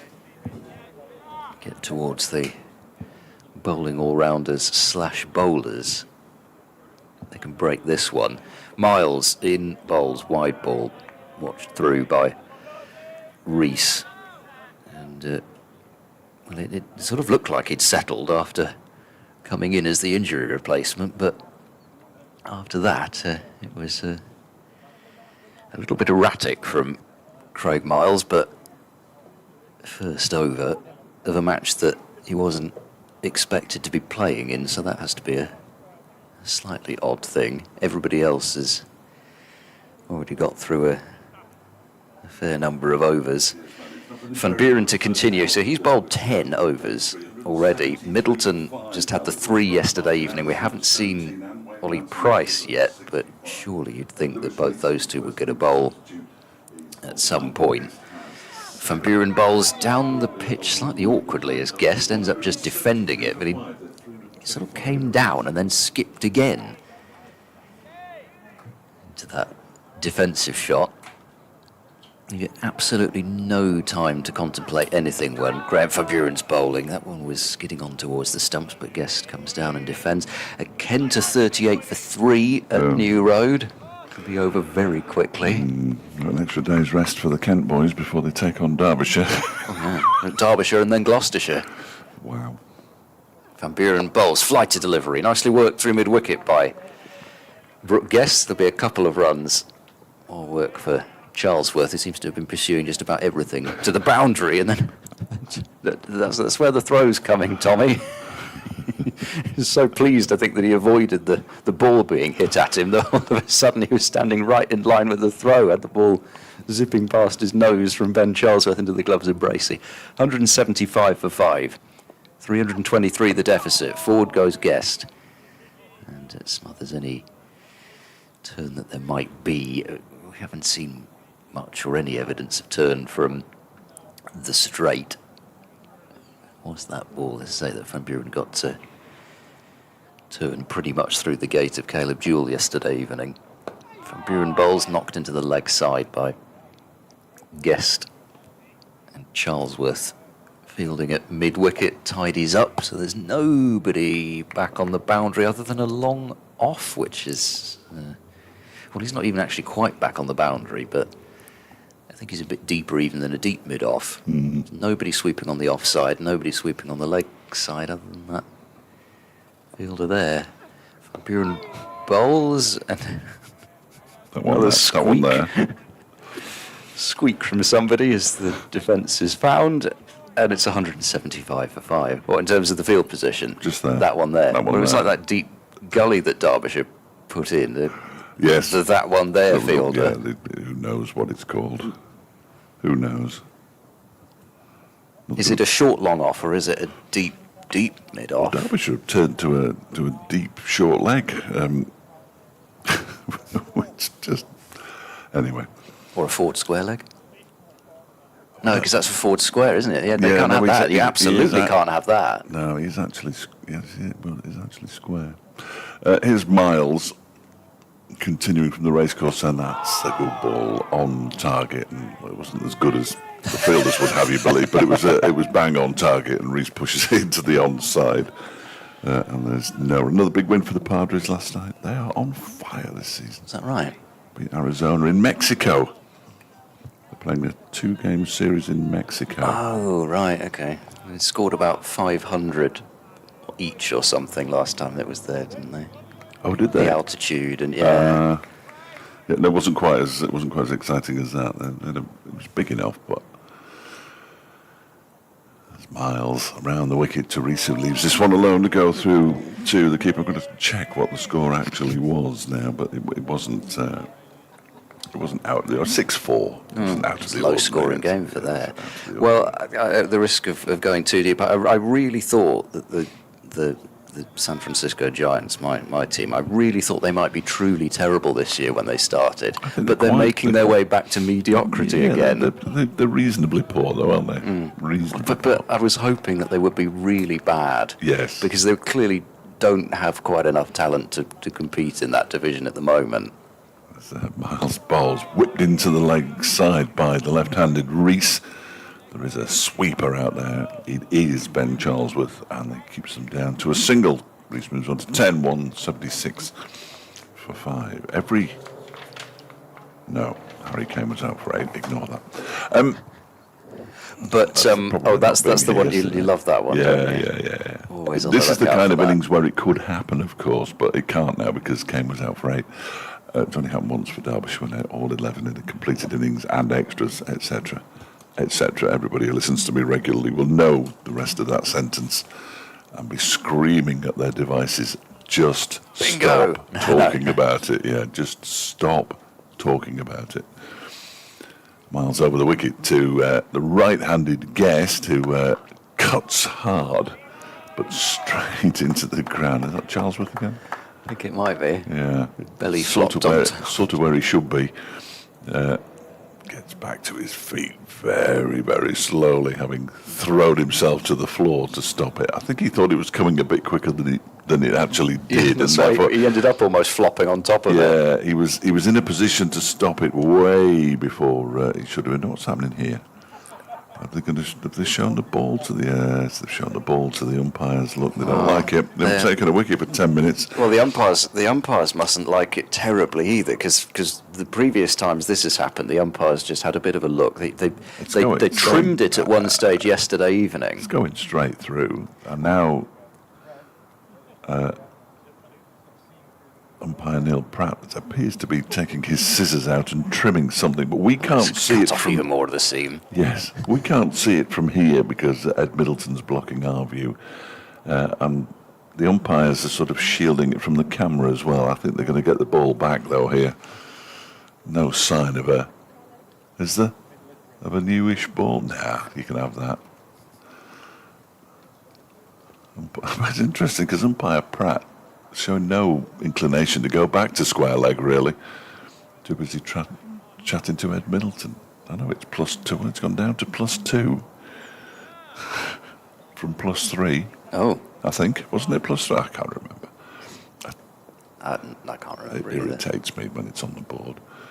As Miles comes in with the same ball, bowls a Yorker length delivery that's pushed into the offside by Brooke Guest, and there's no run. Borman with the fielding. Lots of shorts in evidence today, not only in the commentary box, but out in the wider world, which is good to see. Yesterday was a very rare occasion when I've worn shorts to a football match. That's a highly risky strategy. Sitting in the shade for 3 hours before you can move. Worked out okay. Miles bowls pulled into the leg side, obviously by Reece Ahmed. There's a little juggle, substitute fielder, but he gets there and gets it back in time. Guest picks up a single. He moves to 10. Derbyshire at the end of that over 177 for 5. Reece has 10 as well. They still trail by 321 runs. So even if they have their 191 run stand, they'll still be a long way behind. Oh dear. So I was going to tie in I'm sure the baseball chat everybody was terribly interested in with cricket, because I mean with the situation that Gloucestershire had with pretty much all of their bowlers, that if they weren't homegrown, they were pretty much, in terms of when they signed them, as Van Buren bowls to Guest, defended leg side for no run. I mean, Ajit Singh Dale, for example, wasn't a Gloucestershire product, but equally he'd played a couple of first-class matches before he came, and Gloucestershire turned him into a player who's played for the Lions. That bounces, but it's turned past short leg by Guest to backward square. Zaman Akhtar as well. Turned him into a player who's good enough to play for a big team. Well, And I say that ironically. yeah.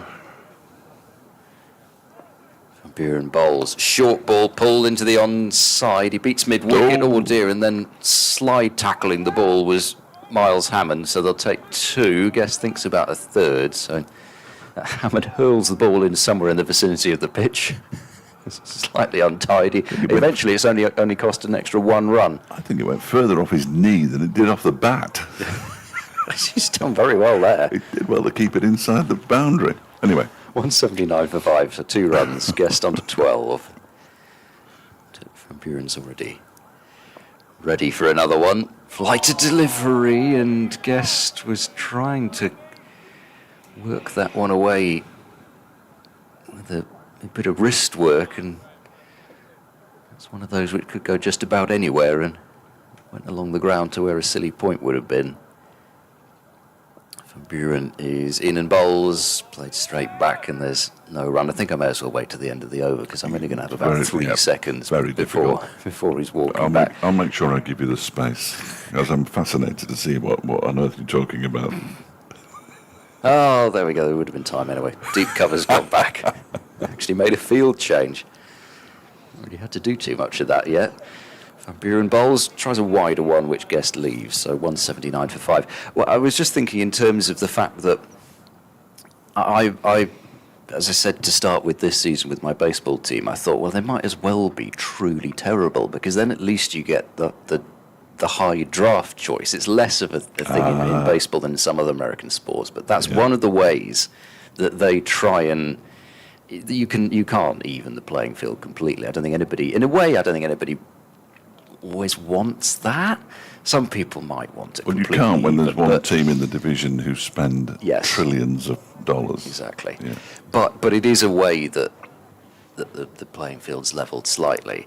And in the same way, if you've got a load of people who are out of contract who've got some value, you can trade them in the final year of their contract and get something back. Yeah. There's just nothing of that in county cricket. Miles bowls is driven by Rees up to Van Buren at mid-off. Now You are both punished in terms of not having the on-field success because you have you don't have the on-field success, and then you're also almost punished for producing players by then having to fill the gaps that are created when they leave. And it becomes almost a downward spiral, isn't it? Because then you're backfilling with more players and so on and so on, and it's very difficult. As Miles bowls driven back and pad together, Rees looks down at the ground, having just moved his foot back into the crease at his front pad to suggest that it was some way outside the line of the off stump. I think that's what he was doing. Yeah, I think it might have been pad first, but as you say, it was a long way outside the line. Sort of trying to make sure the umpire realised that was outside the line. Yes, and the problem with the system is that the bigger clubs get more and more players, the top players, and the smaller clubs continue to have to fight to find new ones, as that one is flicked off his pads by Rees down to fine leg. For a single, he moves on to 11, 180 for 5. But I mean, this is almost what, I'm afraid I forget which of the Richards, Gould and Thompson it was that talked about the pyramid system. This is almost what is being created. Yeah. That you may have promotion and relegation still, but yes. you sort of get know your place. Yes, well, they become yo-yo clubs, don't they? And it only becomes an issue as Miles bowls. I almost call him Hammond. Miles bowls, and then he's driven out to the cover boundary. He's going to go all the way for 4, is it? No, what a stop with his foot out there. That is magnificent. Fielding. Who is that? He deserves a special mention. Was that Williams who kicked it back? That was proper old school. Yeah, if it was Williams, I think it was. Old school, fast bowler, outfielding. No slide involved, just the right boot. And he sort of back-heeled it and stopped it from reaching the boundary. And as a result, Guest only gets 3. He saves a run. Marvellous effort from Will Williams. He's to be applauded. It's like going back and watching Ravi Rampal all over again. This next one is driven by Rees out into the offside. Portman in his Middleton rather in his floppy somehow does the fielding. There's no run. Was it Bell actually did a bit of footwork on the boundary yesterday as well, going around to I don't find mind kicked it. it. I don't mind it. Yeah. Goodness knows if after some of the dives that we've seen in recent times. Safer, Saw what happened to Luke Wells last week. Yeah. Horrible. It's a lot safer. Speaking of Lancashire, they're 33 for 4. Oh dear. As he comes Miles, that's wide of the off. Someone signalled wide for the second time in this spell, he's not quite. I mean, when his radar's right, decent at the moment though.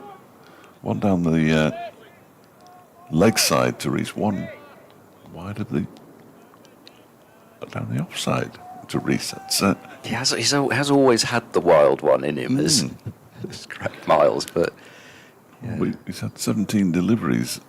He's had 19 deliveries. 2 of them have been wild. And he comes in and bowls. That one's down the leg side this time, not wide enough to be signalled wide by umpire Mark Newell. And the over does come to an end. 3 overs for 11. Craig Miles. The substitute 183 for 5. The one person who'll be complaining most, I would suggest, will be Henry Brooks, saying, well, it's not like for like this. I don't bowl wides in first class cricket. Come on, what's going on here? It's supposed to be like for like. He'll sort himself out. He wasn't even expected to be playing, let's face it. And that must be quite tricky. I don't think you have to get up to the pace of the game, as we always say. Well, it's got to get to the pace of the whatever. I've no idea what it means, but the substitute takes them a couple of minutes to get up to the pace of the game, whatever that pace may be. Because everyone starts incredibly slowly all the time in football, don't build they? up to a real proper pace, and it's difficult for the substitute to get at the pace of the game. Graham van Buren is into bowl, and that's driven back to the bowler. I feel we could probably fill most of the rest of the morning session on football cliches. Oh, yeah. And everybody's got their own pet cricket one as well. Can't stand. Defended by Guest, along the ground to short leg. Well, now that we have seen both sides bat on this pitch, I think the Gloucestershire are indeed very much in the ascendancy. Derbyshire's still ahead of the game. Buren bowls, and Guest defends cautiously back.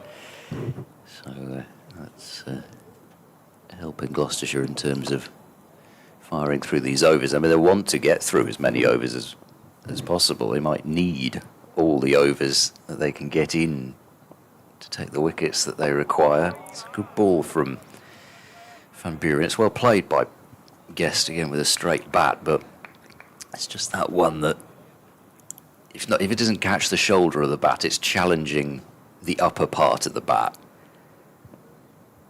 Van Buren bowls. That's a back foot drive, which Price at extra cover has to allow to hit him. Quite know exactly where that's going to hit as it hits that used pitch that's a couple across. Ahmed's still on the field at backward point as Guest defends once more. Not for long, he's not. The over. Oh, there he goes.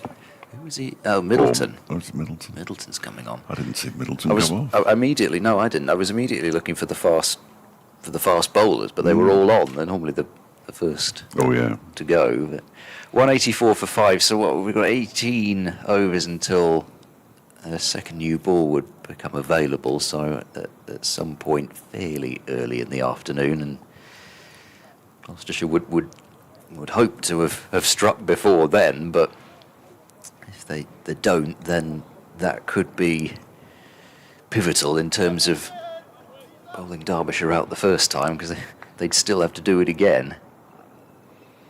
Yeah, it's only 62 overs old, the innings, though, as Lewis Rees pulls away. Not ready, I don't think. Hammond covers. Well, got his palms out. It's almost as if you're saying it wasn't me. I think Lewis Rees has probably suggested that somebody was talking, but you don't have to be completely silent, do you? Perhaps you do. Anyway, we get the pointless signal of dead ball. The ball was never alive at any stage, so it can't possibly be any deader than it was before Miles bowls, and that's good leave by Rees. That was a decent delivery, just outside off stump, hoping it would just nip back a touch. Just sort of faded away, and that Miles at his best is not a massive mover of the ball either in terms of swing or seam, but it's just that little fade that he gets, almost a sort of. I mean, I think even in his early career there were comparisons being a tall, blonde, fast bowler to Stuart Broad, but It's that sort of similar thing that Broad could do. Next delivery short, and Reese tries to pull it but gets a bottom edge on it, and he's only going to pick up a single down to long leg. 95 for 5. Reese on to 12. Middleton is going through his bowling. Well, he's not at the moment. He's going out to the point, the square leg boundary. But he was going through his bowling action. I certainly wouldn't mind seeing a bit of Price before the lunch break, just to get the ball Well, turning the other way as well. Did I hear you say in the commentary on the last match, underbowled? I think he has been this season a bit. Miles in again to Guest this time, who clips it nicely into the leg side. They'll take one, they'll come back for the second as Middleton comes in off the square leg boundary to do the fielding. Because I'm trying to think. I'm trying to look back as well. Not claiming that I'm. You're thinking. Not claiming that I'm remembering all You're this. thinking I'm and thinking as I'm looking back. looking. That's very good. He bowled 11 overs as the 7th bowler in the Middlesex game and took 2 for 40. And then he came on in that Lancashire game when they pretty much had to get the over rate from -1 to 0 after lunch, and got a wicket pretty quickly as well. Miles bowls leading edge off Guest's bat. It was barely 6 inches off the ground at any stage, but he was playing quite an aggressive shot there towards the leg side and got it wrong. Took the leading edge. No hint of a chance, but encouragement. Put that one in the encouragement. Not quite a moral victory, but encouraging for the bowler. Encouraging.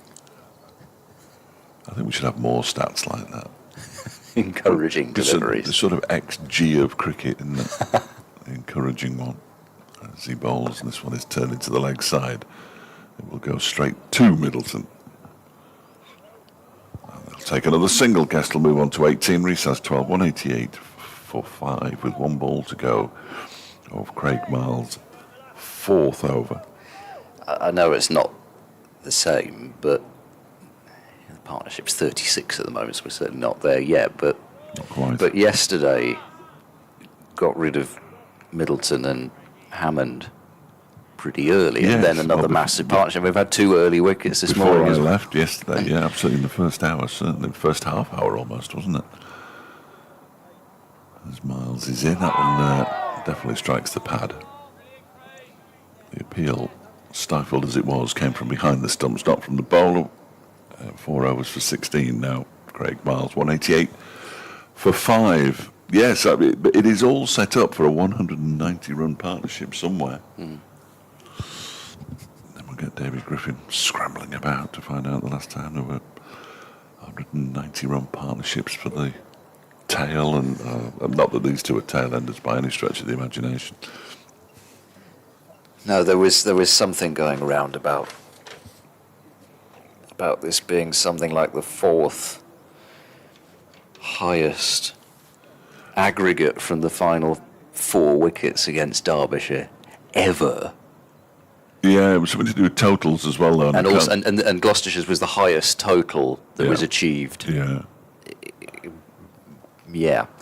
Van Buren bowls all flicked into short leg. I think that bounced, but Borman has tipped it with his fingertips off to mid-wicket. Van Buren almost like Bashir did once yesterday when he, or was it the day before yesterday, of course it was, when he just pointed to somebody. Van Buren just pointed at Borman. Cut by Guest, and Middleton misfields at backward point. It's not easy with the ball bobbling about, but he didn't rather take his eye off that one, I think. It allows Guest to move on to 19. 189 for 5. That'll definitely go down as an error, though. Yeah, well, -1. Gloucestershire repositioning this leg side field that they've tinkered with quite a bit. They're pushing Middleton back to the fine boundary. Not sure that Reese has hit a ball there yet, but this could be a cunning plan. Deep mid-wicket, backward square. Just want him out of the way. Short mid-wicket, long on. Slip, Van Buren bowls. Well, that's why he's there. Paddle sweep, quick single taken. Borman with the cap on rather than the helmet at square leg. Gets the throw in, but they're through for that single. 190 for 5. I quite like it when the fielder just goes, right, I can't be bothered to keep switching between the cap and the Well, the helmet here. helmet out and the- yeah. Miles Hammond last season, I'm sure at some point wore a helmet at mid-on. Yes. Van Buren bowls, and it's a gentle shot out towards mid-wicket. Roll the wrists on it, no attempt to try and score.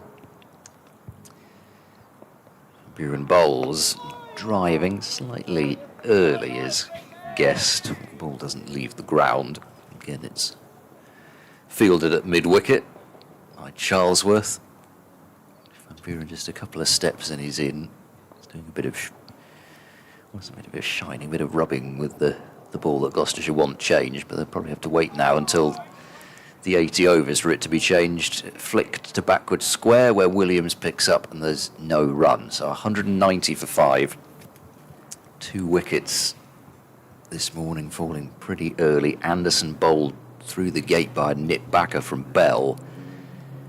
And he added, well, again, there's eerie similarities. He added 5 runs as well to his overnight score, just like both Middleton and Hammond did. You see? His spookiness continues. And Madsen, I think you have to use the word almost inexplicably, just clipped a ball from Williams straight to Middleton at mid-wicket. Fairly gentle catch. Madsen, he didn't add 5, unfortunately. He added 3. So inexplicable that nobody commentated on it. 65. Even though it was my go. Gabe Bell is back. He's going to be bowling from the racecourse end here at the Central Co-op County Ground. 2 for 68 from his 18 overs so far. He's bowling to Lewis Rees, who turns this into the leg side. There are 2 mid-wickets now, a fairly straight one. Cameron Bancroft has placed himself there, and a more orthodox one. The more orthodox one is doing the clapping. No examining his fingernails. As Bell sets off once again. Just the one slip now.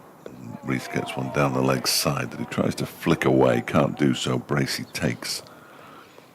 It does sort of look like that's, I mean, it's not the plan to bowl far down the leg side, but No, just so he just clips it. Yeah. A la Wayne Madsen, straight to one of the 2 mid-wickets.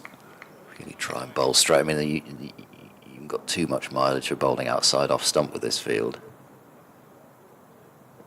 This one is sort of on the stumps, but far enough away from his legs to be able to push it into the offside. Lewis Rees, he's got 13, Guest has 19, 190 for 5. Very exciting moment in the bonus points situation, I'm sure. Oh gosh, I'd forgotten about it. You see, I always like to talk about them, as this next one is turned into the leg side again.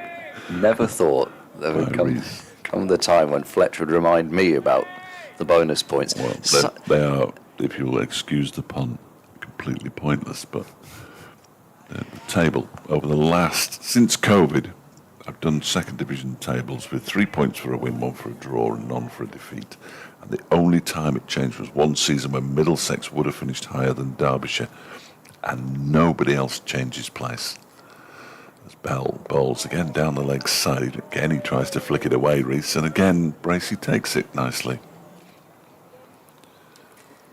But play tends to grind to a halt when you get near a bonus, but it didn't do so much yesterday morning, largely because Gloucestershire was some way off another batting point, and Derbyshire needed a wicket and we're just going to carry on bowling normally anyway. It's the batting side that tends to get wrapped up in them. This one again is down the leg side, and again it's taken by Bracey, as again Rees tries to flick it away and misses. 190 for 5 at the end of a maiden over. I think Bell's probably bowled better maiden overs than that, though, in his career. I'd be a bit surprised if he hadn't bowled a better one this morning. But they have a plan, as the batters have a chat. About what, I know not, but it's half an hour till lunch, so that might be it.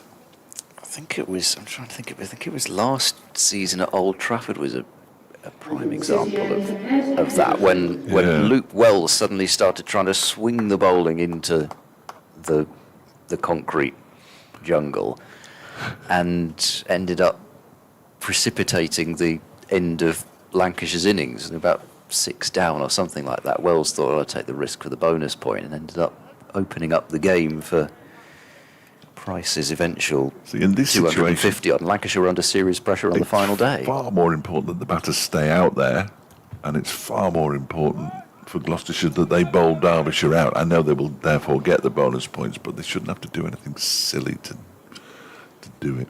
Change of bowling. Yes, time for mid-o. Excellent. 3 overs for 13 for Ed Middleton. He flights that one up, and that's blasted on the drive along the ground by Guest right at Tommy Borman, who's not standing with the helmet on, but is continuing to have everything fired at him at some pace. First time I've seen Middleton's hair. Yes. Excellent. Middleton bowls, defended by Guest, back to him. Yes, it's a sight, isn't it? I think it's almost an attempt at a Jacob Bethel. Yeah. It has faded a little bit in colour since I saw him for the first time this season.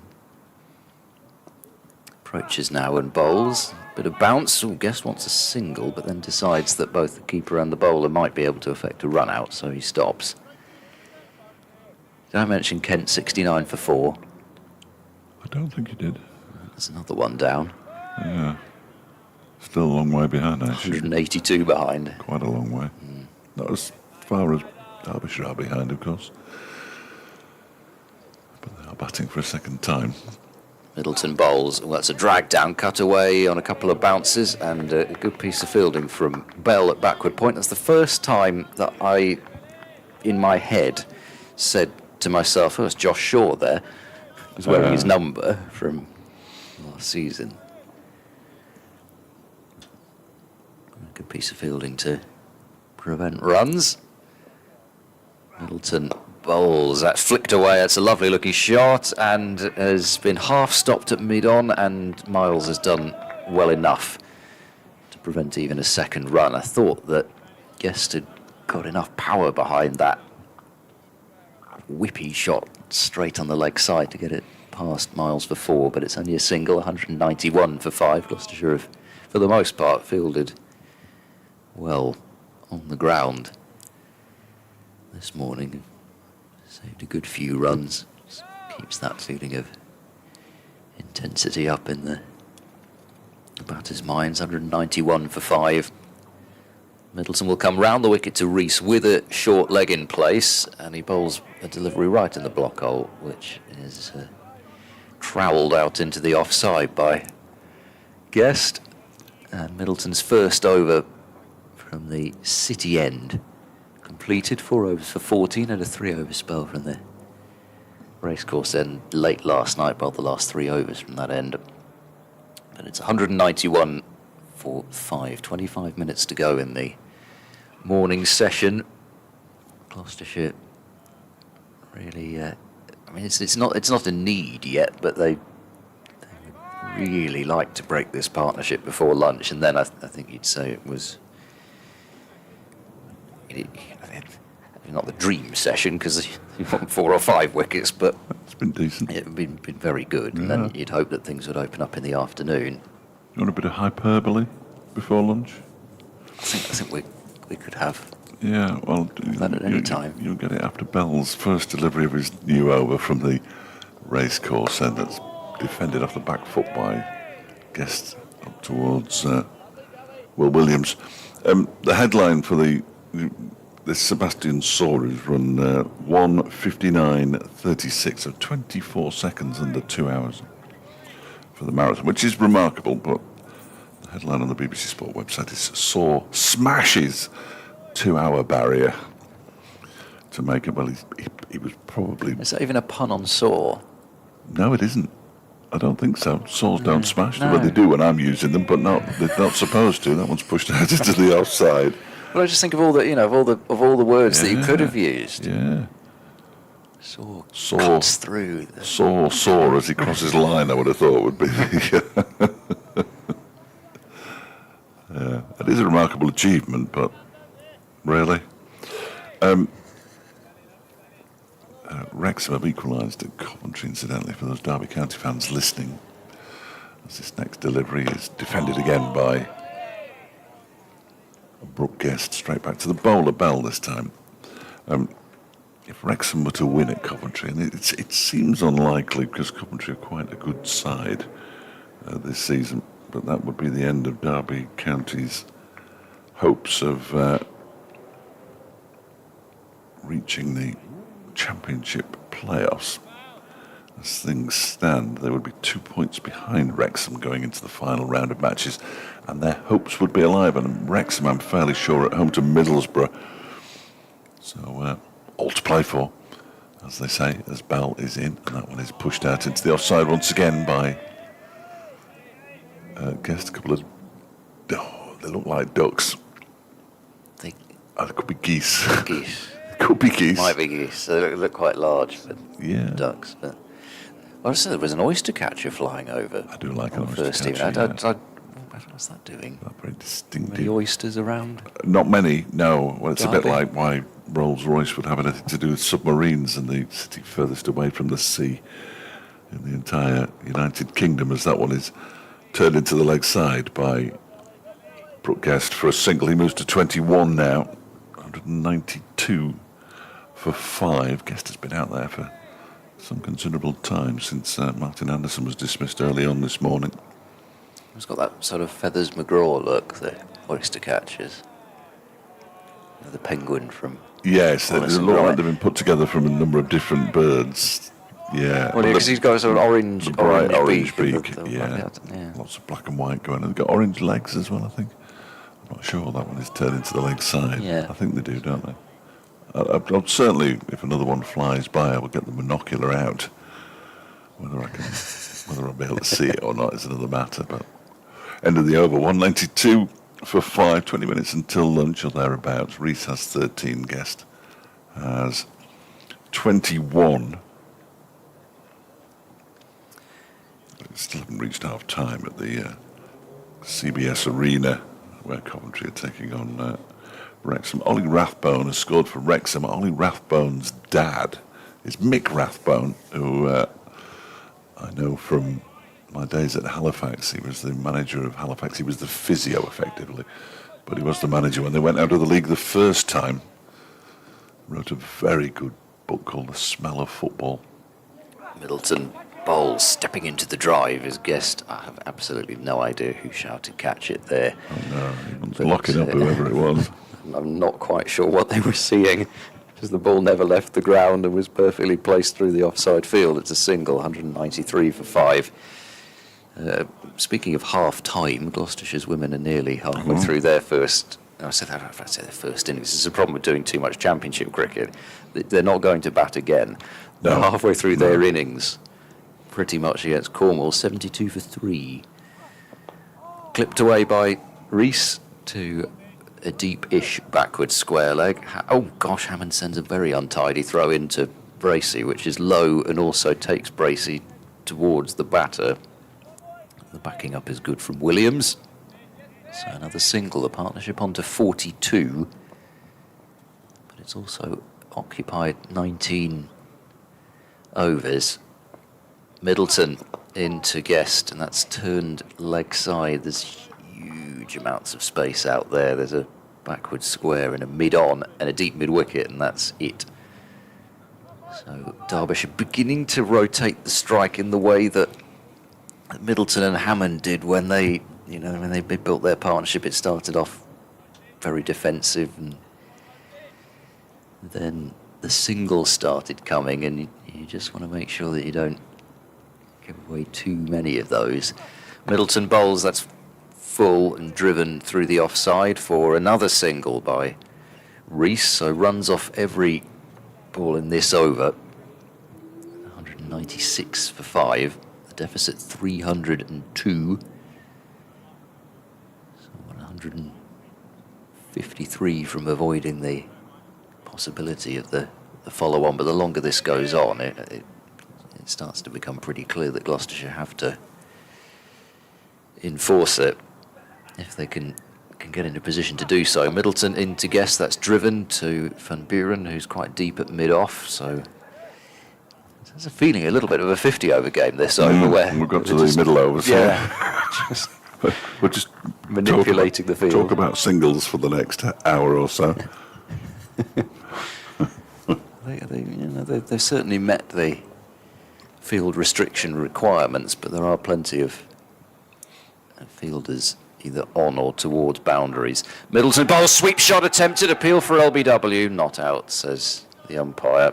Reese again, I mean, actually, now that I've switched to the monitor, I can see that all three stumps are basically visible. Yeah. It tends to happen with the left-hander sweeping. It's a fairly safe shot as long as you can get that front pad outside the line of off stump. Yeah, I mean, even from the reverse angle, you can see all three stumps there. Well, you could have done if the replay had been played early enough. Come on, Phoebes.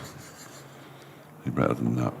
197 for 5. I'm sure she missed this yesterday. I bet she did, yeah. She doesn't listen to me anyway, and she's quite right not to. I just looked up this. Staffordshire are playing Norfolk to see if there were any former Derbyshire players playing for Staffordshire. As far as I can tell, there aren't.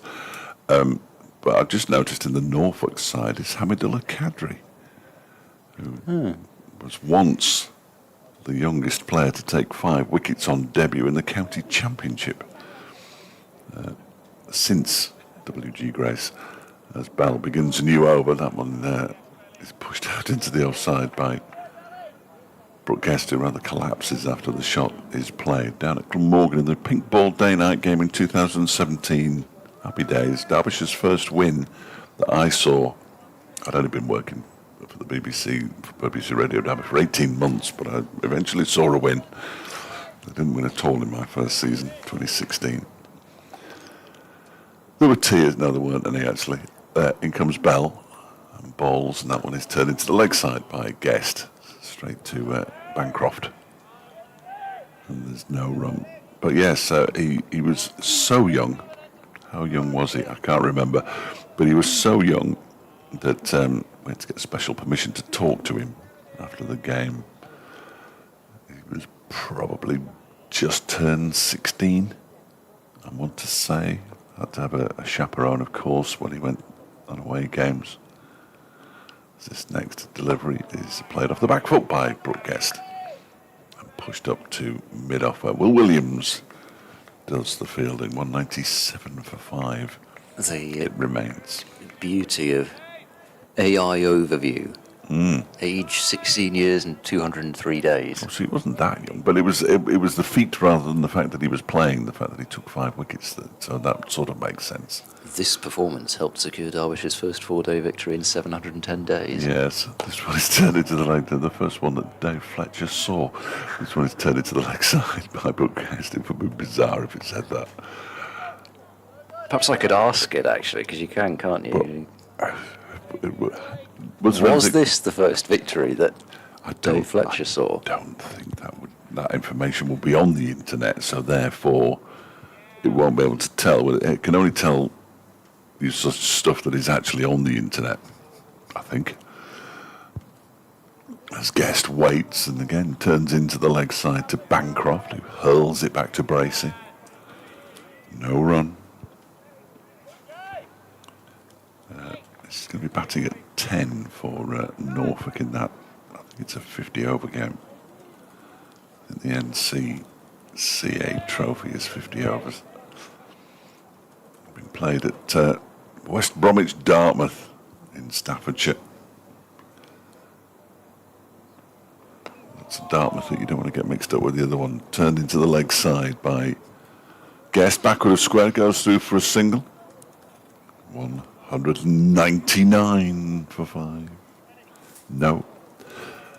The run had already been added. It was the last ball of the over. 198 for 5. It doesn't say it, does it? No, it was not the first win Dave Fletcher saw. No, it doesn't say that at all. It does. That's exactly what it says. Though it was a particularly historic one during his early tenure. Well, they must have played one-day cricket because they did play one-day cricket early on. It was the first Oh, championship. there you go. The win was the first county championship victory Fletcher covered. And that's on the internet. That's on the internet. That is very scary. It's true as well, Yeah. but that's ridiculously scary. Dave Fletcher began his role as the lead cricket commentator for BBC Radio Derby at the start of the 2016 I think season. we can do away with the word lead, can't we? Here comes Middleton bowls. He's given that one a lot of flight, and it's driven to cover. It's a smart piece of fielding from Tommy Borman, but ultimately a futile one because we're going to get the comfortable single anyway with Hammond standing behind him. 199 for 5.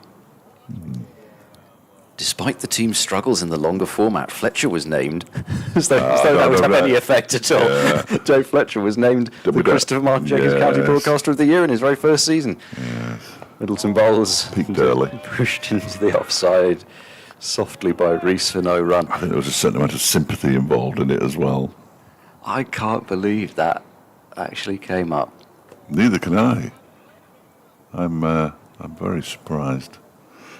I mean, hammering away at the internet, putting that kind of information up there, it's paid off. Middleton in and played away to short mid-wicket by Rees with whatever turn there might be. I don't think we've even really seen one do anything out of the right arm over foot marks for Middleton, so he's going to have to work hard for his first wicket back in the side, having had a pretty significant impact starting Gloucestershire's fight back with the bat. Paddle sweep from Rees, and he'll send it to Charlesworth, who's positioned right there for that shot. Single is added, brings up the 200 for Derbyshire, 200 for 5. Yeah. Ripple of applause suggests that they were already very much primed and ready for that one. And they really wanted to beat the scoreboard. We knew already, thank you. Yeah. Middleton bowls, guessed back and in line defending. There's always that one person who wants to be the first one, isn't there? See, I noticed the 50 partnership straight away. I tend to be alerted by the crowd to those kind of things. Final ball of Middleton's third over of this spell in now. And again, cries of catch it, but there's nobody at short leg. And even if there were, they weren't catching that one. So the partnership continues to build in terms of time and steadily accumulating runs as well. It has 48, the 6th wicket stand. Derbyshire 200 for 5, just over 10 minutes left until the lunch break. Here's Ollie Price. Here he is. You're going to see him before lunch. Yeah. Bill's 21 overs already, and he's going to have to take that second new ball, isn't he? Well, they want to use him sparingly, but they want his ability to take wickets to come to the fore as well. It's a tricky one. It's a really fine balancing act, and then it depends how close Derbyshire can actually get.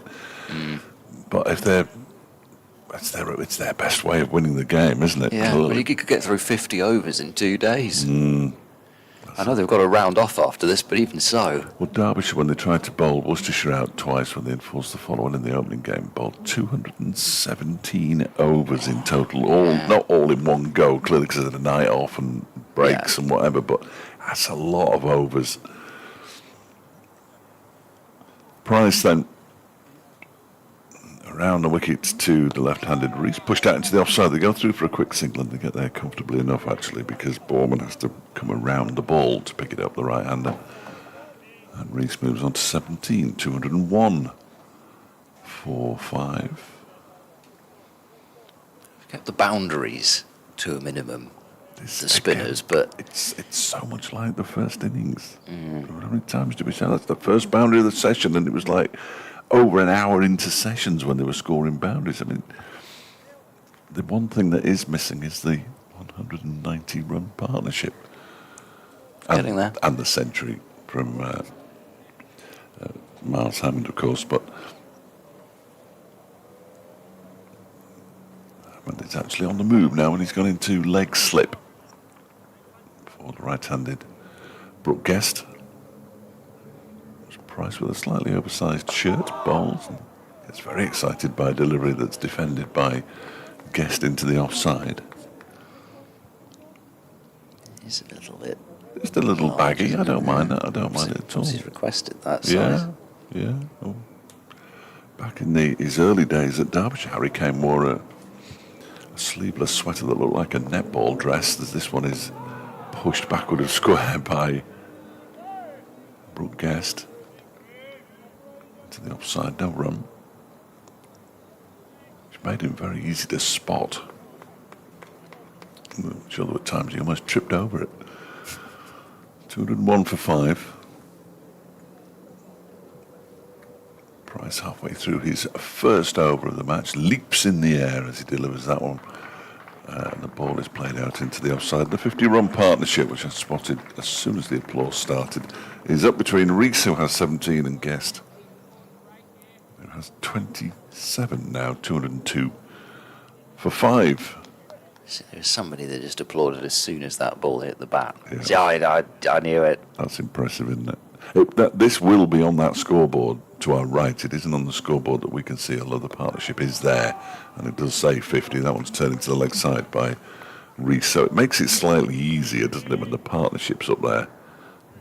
The number next to the word partnership. That's the clue. Final ball of Ollie Price's first over, then Rees on strike, and he struck on the pad. Rees didn't look in any way as though that would be given by umpire Mark Newell, and indeed it was turned down immediately, and the over comes to an end at 202 for 5 with 7 minutes to go until the first interval of the day. I've just noticed that Cornwall's opening bowler is called Oakley. I think that's quite good for presumably a seam bowler opening there. Is it? From the ball, well, it's sort of Annie Oakley, in terms of accuracy. And, Wow. I quite like that. I quite liked it. Is she called Annie? Well, I don't know. She might be. I doubt it. No, she's called Lucy. Well, it sort of takes a bit away from it, doesn't it? Middleton and bowls and Guest back in defending. We're about half an hour into the afternoon session that the second new ball would become available. Oh, Stephen's just sent me a photograph of the numbers that the Worcestershire women are wearing on the backs of their shirts. who's sanctioned that? I don't know, but they need shooting. Middleton in, driven to deep mid off, where Van Buren fields. Another single to Guest. 28. It's been hard work for him. 28 from 93. He's just hit the one boundary. Now so has Rees in his 17 from 56.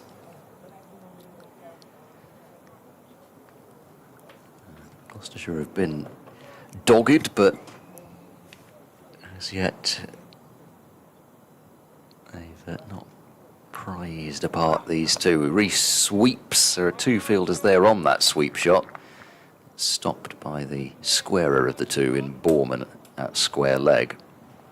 Price is at more 45, so they've put one of their best catchers in that position, so they decided that Rees might just top edge one of these sweeps.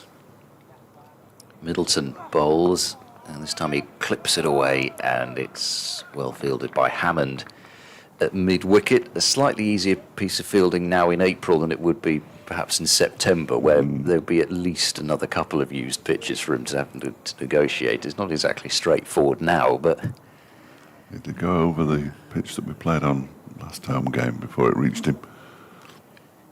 Middleton bowls to Rees. It's a low full toss, I think, just about, which is driven back to him, so he's gone away with that one, and there's only one run that's come off this over, but Derbyshire must have a bit of an eye on lunch.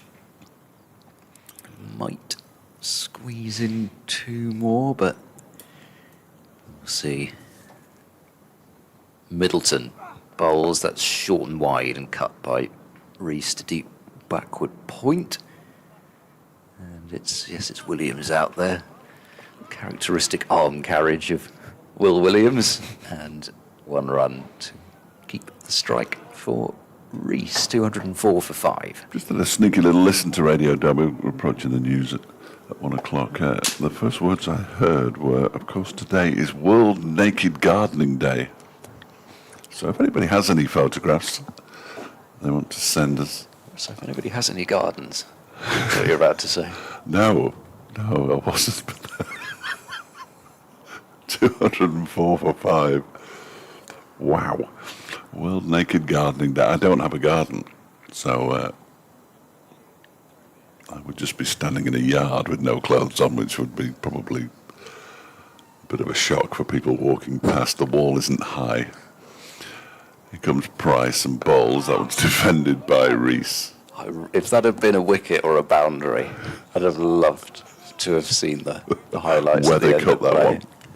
I'll just keep saying World Naked Gardening Day for the rest of the over before each ball is delivered and see what happens. Batters will have eyes on lunch now, and Rees defends this one back to Price again. Traffic's quite heavy out on the Sir Frank Whittle Road at the moment. It's unusually heavy, possibly for a Sunday. A lot of people will be out and about, aren't they? Nice weather. Why wouldn't they? Price ball's a bit flatter this time, pushed out into the offside. Hammond ball shy at the stumps, having fielded it. Misses, but Rees had to get a bit of a hurry on there, just in case. Picks up another single to move to 19, 205 for 4. 293 behind now. There was no applause, as far as I'm aware, for the deficit going below 300. Perhaps that's not a thing. There's no reason why it should be a thing, but it's a bit like applauding the 150. This one is defended by Guest into the offside, and there's no run. Do you think that game in Cardiff's going to end as a draw? Glamorgan made 440 and Leicestershire 314 for 2. Possibility. That's Price Bowles, Fuller in length, driven by Guest, and Price races back to his mark. They're desperate to get another over, and it's 12:59 now, and this is the last ball. It's when the umpires are in position, of course. As Price bowls, it's pushed out into the offside, fielded by Craig Miles. It was almost in a starting position for a 100 metres runner when he picked the ball up and raced to the other end to make sure that we will get one final over from Ed Middleton before we go to lunch. And I think that means we'll get one more over in than the allocation 33 this overs? morning. I think we're going to. Wow. When was the last time? Look it up. AI. Let's ask it. Let's just ask him. It's a bit new. When was the last time? What do we want? Just here or anywhere? Just here, I think. We won't have time to do it because Middleton's bowling. There's no gaps. Middleton into Rees. That's a full ball. Rees is smothering it out into the covers. And they take a single, 206 for 5. There's no way I'm going to be able to type and describe an over. Just heard the first sub-2-hour marathon runner being introduced, and his name is Sawe, not Saw. I apologise. Okay. S-A-W-E. It sort of makes sense.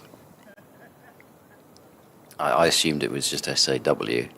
Middleton bowls, Guest drives, doesn't time it at all, into the ground. It ends up in the hands of Hammond at cover. Lancashire are 53 for 5 now at Chestley Street. That's a lead of 128. Could be enough. Could be, yeah. Could be enough. Imagine Martin if it is enough. Oh dear. Middleton bowls driven up to mid-off. It's just deep enough to allow Guest the possibility of the thought that he could have had a single, but possibly not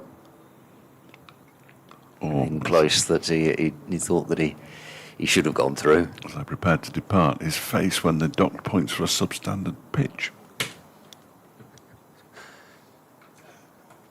Middleton in now, driven getting pretty much straight into the ground, and back to Middleton, who's possibly just rubbing the dust off the ball. I can't imagine there's much shining going on. Ball in its 74th over, but Just cleaning it to get the best grip on it. Rather important for a leggy, as Guest turns this one into the onside. And there's no run, so a session which started off in pretty much the perfect fashion for Gloucestershire. They removed Anderson very early. They got rid of Madsen, adding, what was it, 5 and 3 respectively to their overnight scores. But in a similar fashion to yesterday morning, there's been a frustrating partnership that has built up. They've kept the runs down, Gloucestershire, with Derbyshire trailing by 292 runs, but this partnership worth 54 will make it to lunch as the last ball. Guest attempts some sort of a drive and doesn't get a great deal on it as Hammond fields at extra cover. So 206 for 5 are Derbyshire with that 292 run deficit. And we'll be back in 40 minutes. Lunch will now be taken with play due to resume at 13:42. Supporters are invited onto the outfield for the duration of the lunch interval. However, you must remain off the square and no food or drink can be brought onto the field. Any spectators who do not respect this request will be removed. Please be aware of players warming up and flying balls when you enter the playing surface. The Central Co-op County Ground is available for everyone. To find out more about our inclusive and accessible facilities, please contact info@derbyshirecccc.com or visit the main reception. Derbyshire members are invited to a special book signing with 125 Summers author Peter Cox in the Monarch Security Pavilion today. Peter will be signing copies of 125 Summers, a 2-volume history of the county championship, during the relay today and during lunch.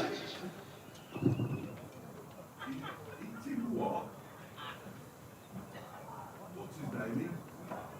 I don't know the name of the author. Eating. Oh, Peter Cox. I thought it said eating.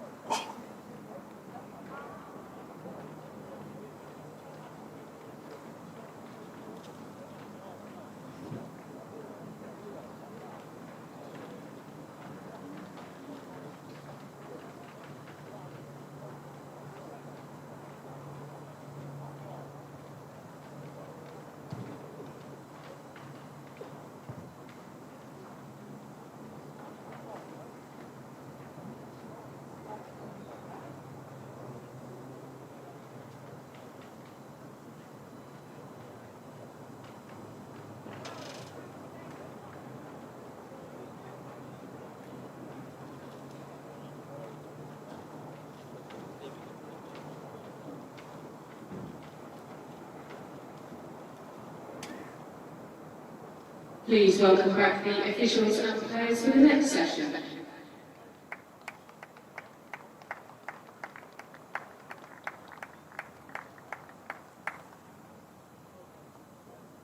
The returning batters are Lewis Rees and Brooke Guest.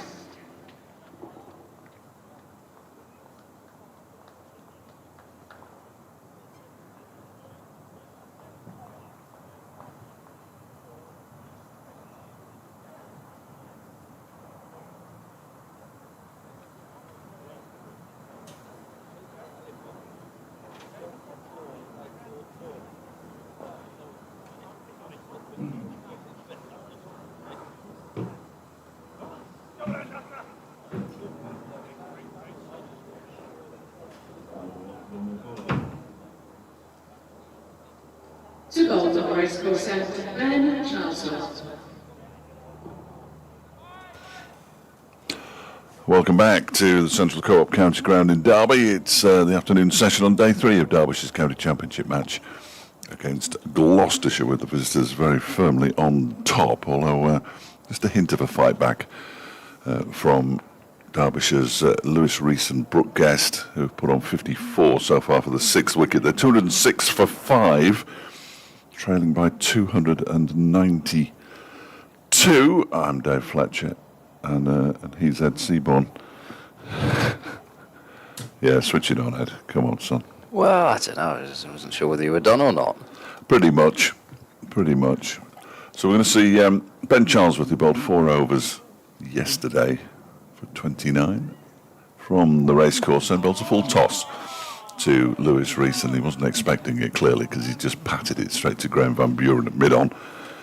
A lot of work for Derbyshire to do, quite clearly.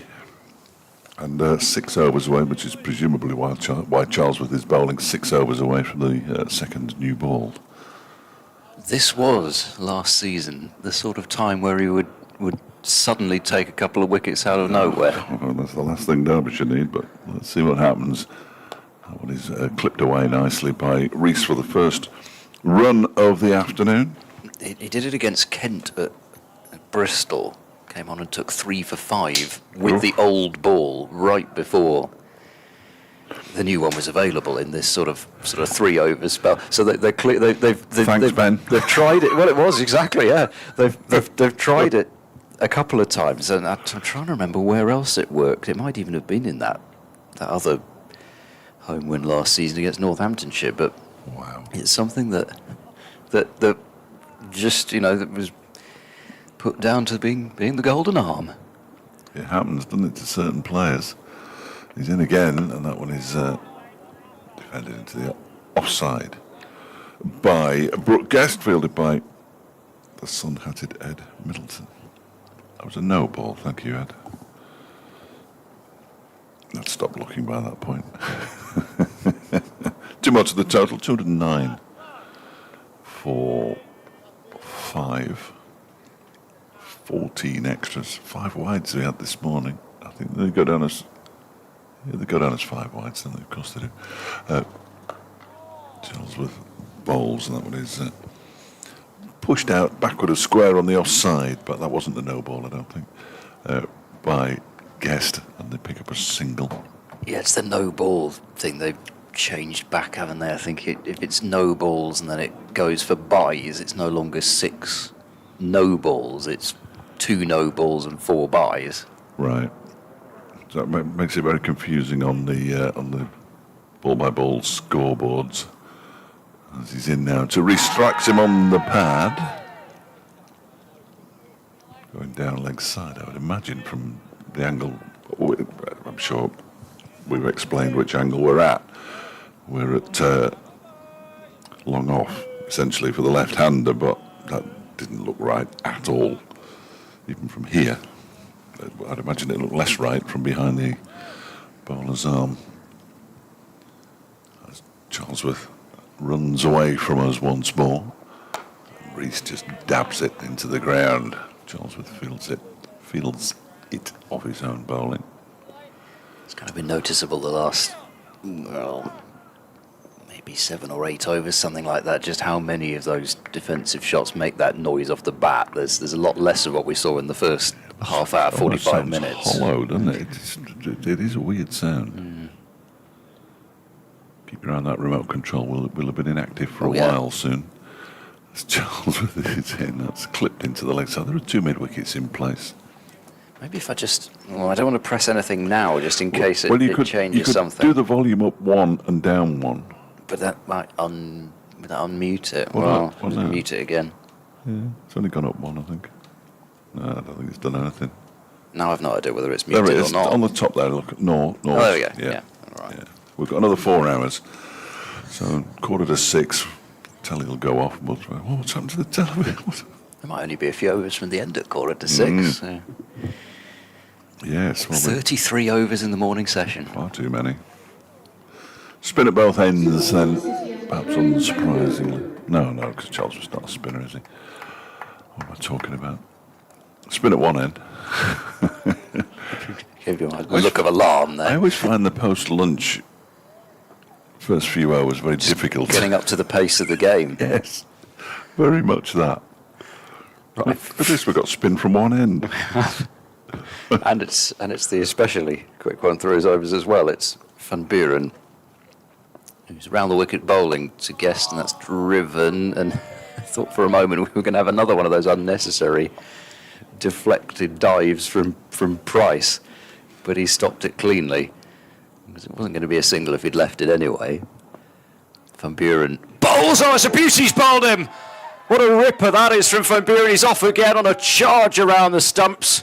He's almost tackled by Will Williams. A bit of Springbok All Black action behind the stumps there, but that is a ripper from Graham Van Buren. He's got his second wicket, and the session break has perhaps helped break that partnership. They've gone back to Van Buren. The second ball that he's bowled after lunch, Guest just came forward, and the way that he's been defending, I just expected to see the ball drop down in front of him, but this one nips the top of the off stump, and it's 210 for 6. The partnership is broken at 58, and also Gloucestershire have broken that partnership before the second new ball.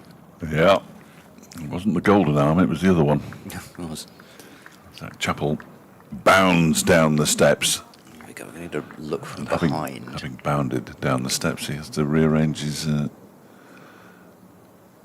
pads. I understand we don't have replays from the city end, which is slightly disappointing, but nothing anybody can do about it. It's hard to Technical issue of some description. hard to tell exactly. It looks like it maybe pitches middle and it's off, so it's not turned a mile, but it's clearly just turned enough. Defendable, though, you'd have thought. So, into the bowlers. Zach Chappell, Ben Aitchison. Shoaib Bashir will come in ahead of Mohamed Abbas. I have absolutely no doubt. He has in every other game so far this season. They have averages of 8 and 6 in first-class cricket between them. So I don't think anybody really wants to be depending on those two, with the greatest of respect to both. But at 288 behind, this is going to have to be this one and the next one, and then that's it, really.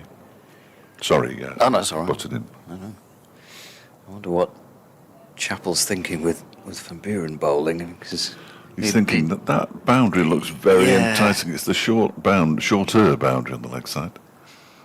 Van Buren to him. Is it turning it on the bounce to Borman at short leg first ball?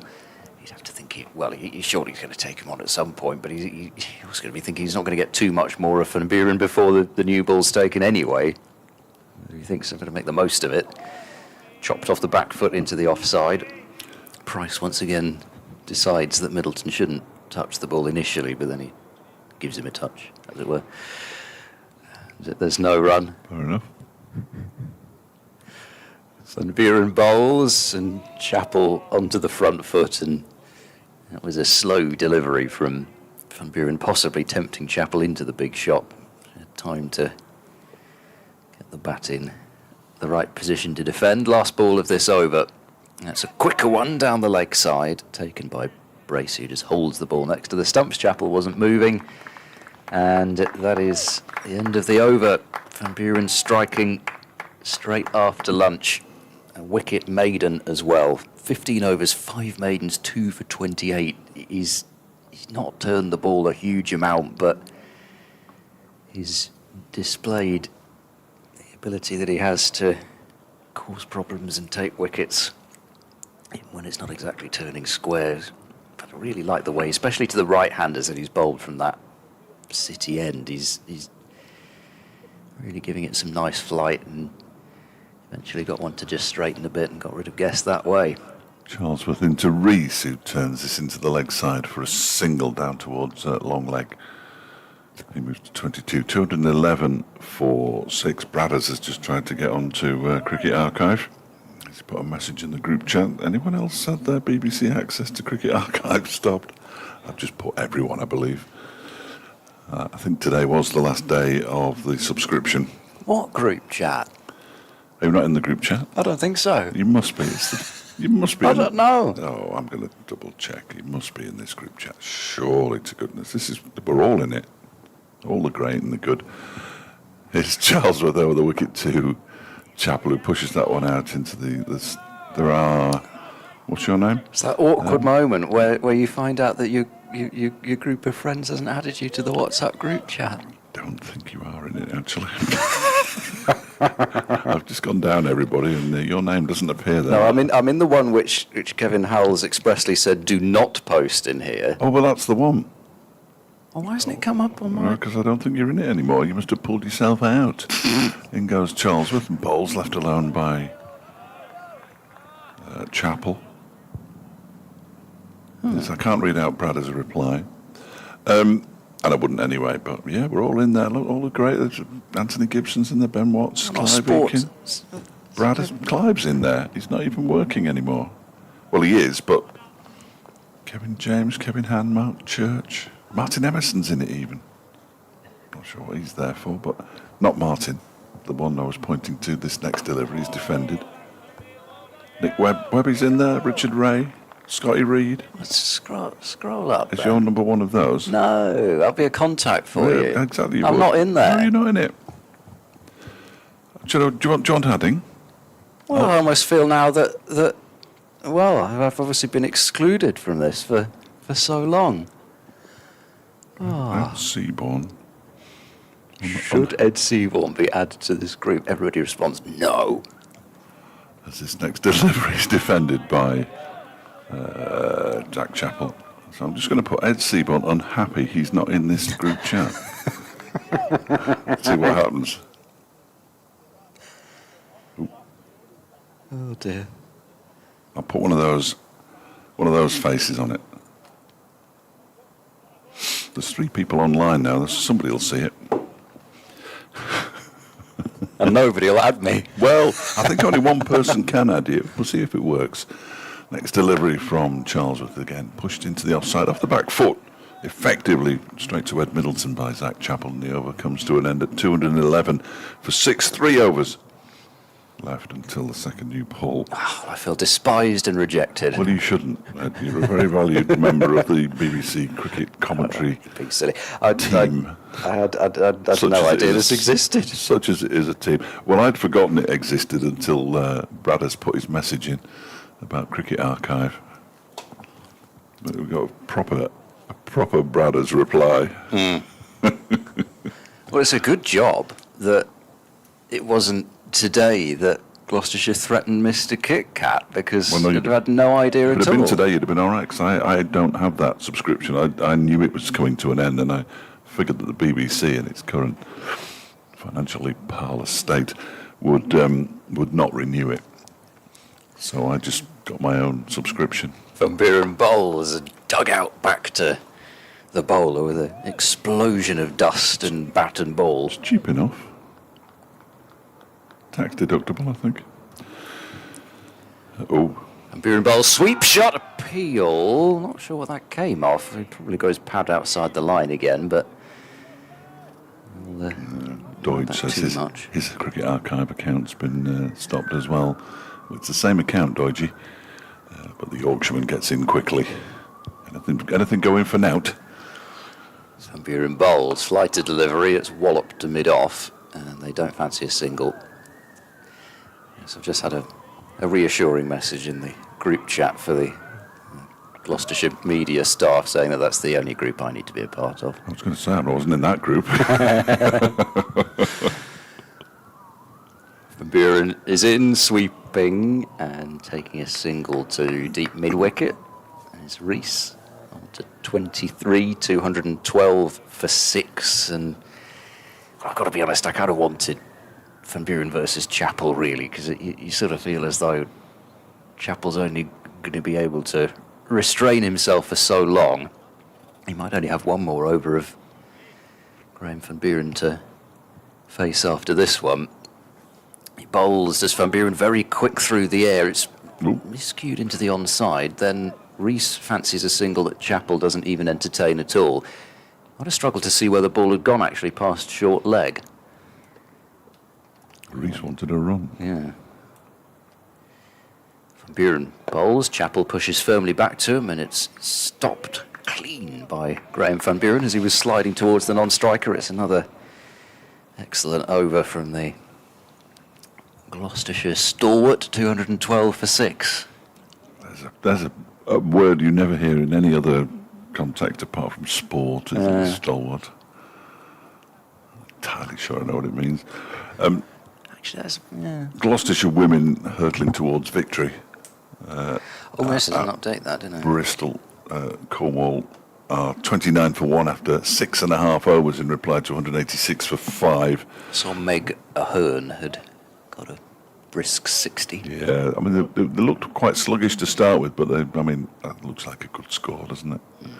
Here's Charlesworth in and bowls. That one is defended by Rees. Yeah, they need 158 more runs to Cornwall off 13.5 overs at 11.6 7 and over, which is asking a lot. Seems unlikely. Yeah, asking a lot. So Stalwart. through to the next round. It sounded old English, and I'm not going to attempt to pronounce what the Staleworthy. As it says in the Doomsday Book. Although that would have been in French. That one is defended by Reese, I imagine. Normand. Normand.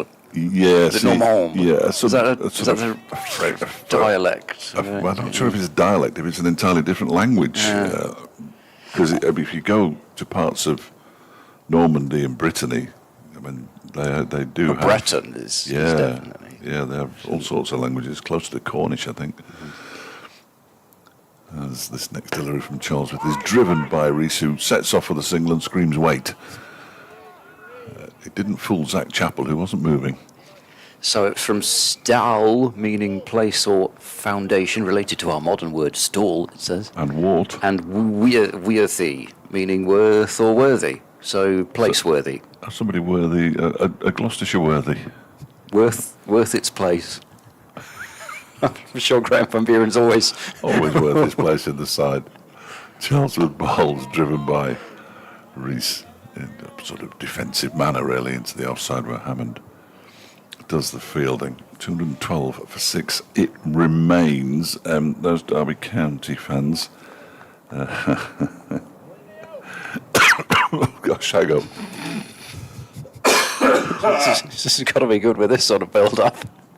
No, it's not that good. I just got a message off the sports editor as well. I know, I'm keeping an eye on it. Here's Charlesworth in and bowls, it would appear. That's defended back to the bowl. Coventry City scored 2 goals in the last 10 minutes and have beaten Wrexham by 3 goals to 1 this afternoon at the CBS Arena. And what that means is, this will be the last time I mention it, I'm sure, is that Wrexham are on 70 points in the playoff places. Hull are on 70 points outside the playoff places, and Derby County are on 69 points below Hull, but have a better goal difference than either of the 2 teams above them, which is interesting to a point. That one's turned into the leg side and fielded by, now tell me, Cameron Bancroft. Yeah. Thank you. So next week, Wrexham are at home to Middlesbrough. Hull City are at home to Norwich, who are in pretty good form at the moment, and Derby County home to Sheffield United, and you'll be able to hear all the build-up, I'm almost contractually obliged to say, throughout the course of this week, because Burton are already safe, so, you know, we don't need to worry too much about them anymore. On Sports Scene, there'll be the talking tomorrow night for a start, following the win over Queen's Park Rangers, and then on Saturday, it's a 12... Oh, I knew I shouldn't have started that. I think it's a 12:30. It's a 12:30 start. Van Buren to Chappell, and it's straight back towards the bowler for once. Van Buren doesn't field off his own bowling, but there will be a run. So Sports Scene will begin at 11, which is good for those of us who don't like doing timed updates, and go on till the wee small hours. It's a round arm fired in delivery from Van Buren, which is fired back at him by Chappell. That's quicker than I can bowl.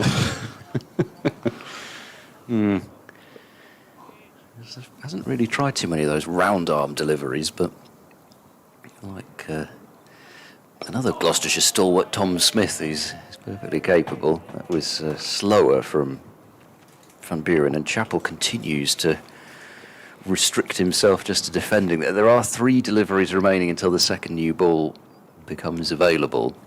Van Buren to him, bounces, shouts of catch, although I don't know that actually did anything other than take Chappell's hip. But there are 3 fielders round the bat, with Bancroft at slip, Price at leg slip, and Borman at short leg. Van Buren to Chappell, clipped away, finds Williams at backward square, so Van Buren, I mean, this is really, even by his standards, this is miserly. Basically going at 1 3/4 and over. He's got 2 wickets and he's about to complete his 17th over. He bowls now to Chappell, and that's clipped to a wide and deep-ish mid-on in the form of Bell, so he won't get a maiden. Chappell is off the mark. and has the strike at the end of 80 overs, Poor 213 counting for from 6. Zach Chappell there, wasn't there? Some really poor counting from Kept the Zach strike Chappell. for the new ball. Yes, Zach. But at the other end, you've got Lewis Rees, who is an opener by trade, and you're going to be facing Will Williams. Are you sure? Yeah, okay, we'll have a single then.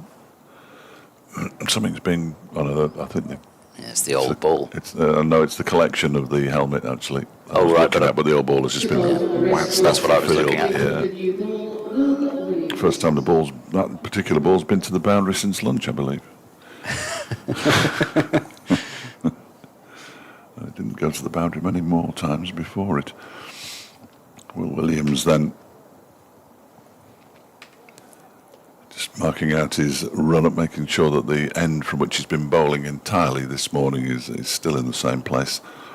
Derbyshire's women have won the toss and decided to bowl first at Denby against Cheshire. Cornwall 30 for 4 Yeah, they're, after 8 overs. I think that one's pretty much done and dusted, isn't it? Is it an open draw after this? The draw's already been made. Oh, is it? and There are brackets then? Yeah. Oh, excellent. I like a bracket. 2 slips in place, and the first ball from Williams is wide of the off stump and left alone by Chappell. But it's almost 3 slips, really, because it's 2 and then a 4th. And Bracey is standing up. He's just looking at his hands there. I'm not surprised standing up to Will Williams, but I'm sure he knows what he's doing. He's a better wicketkeeper than I'll ever be. Indeed, an England international wicketkeeper. As Williams sets off once more, 213 for 6, bowls to Chappell, who gets bat on ball to one that, if it had thudded into his pads, might have caused him an issue. Pushes it up to Van Buren mid-on. The easy-to-find bracket. Well, unfortunately, all I've got is that fixtures will be confirmed following the completion of round 2 ties. But last year it was very much a fixed draw. Don't come here with all your So maybe it's last year's ideas. Last year's ideas. I think it had changed. Craig Miles isn't playing in this game, is he? It's a whole different world.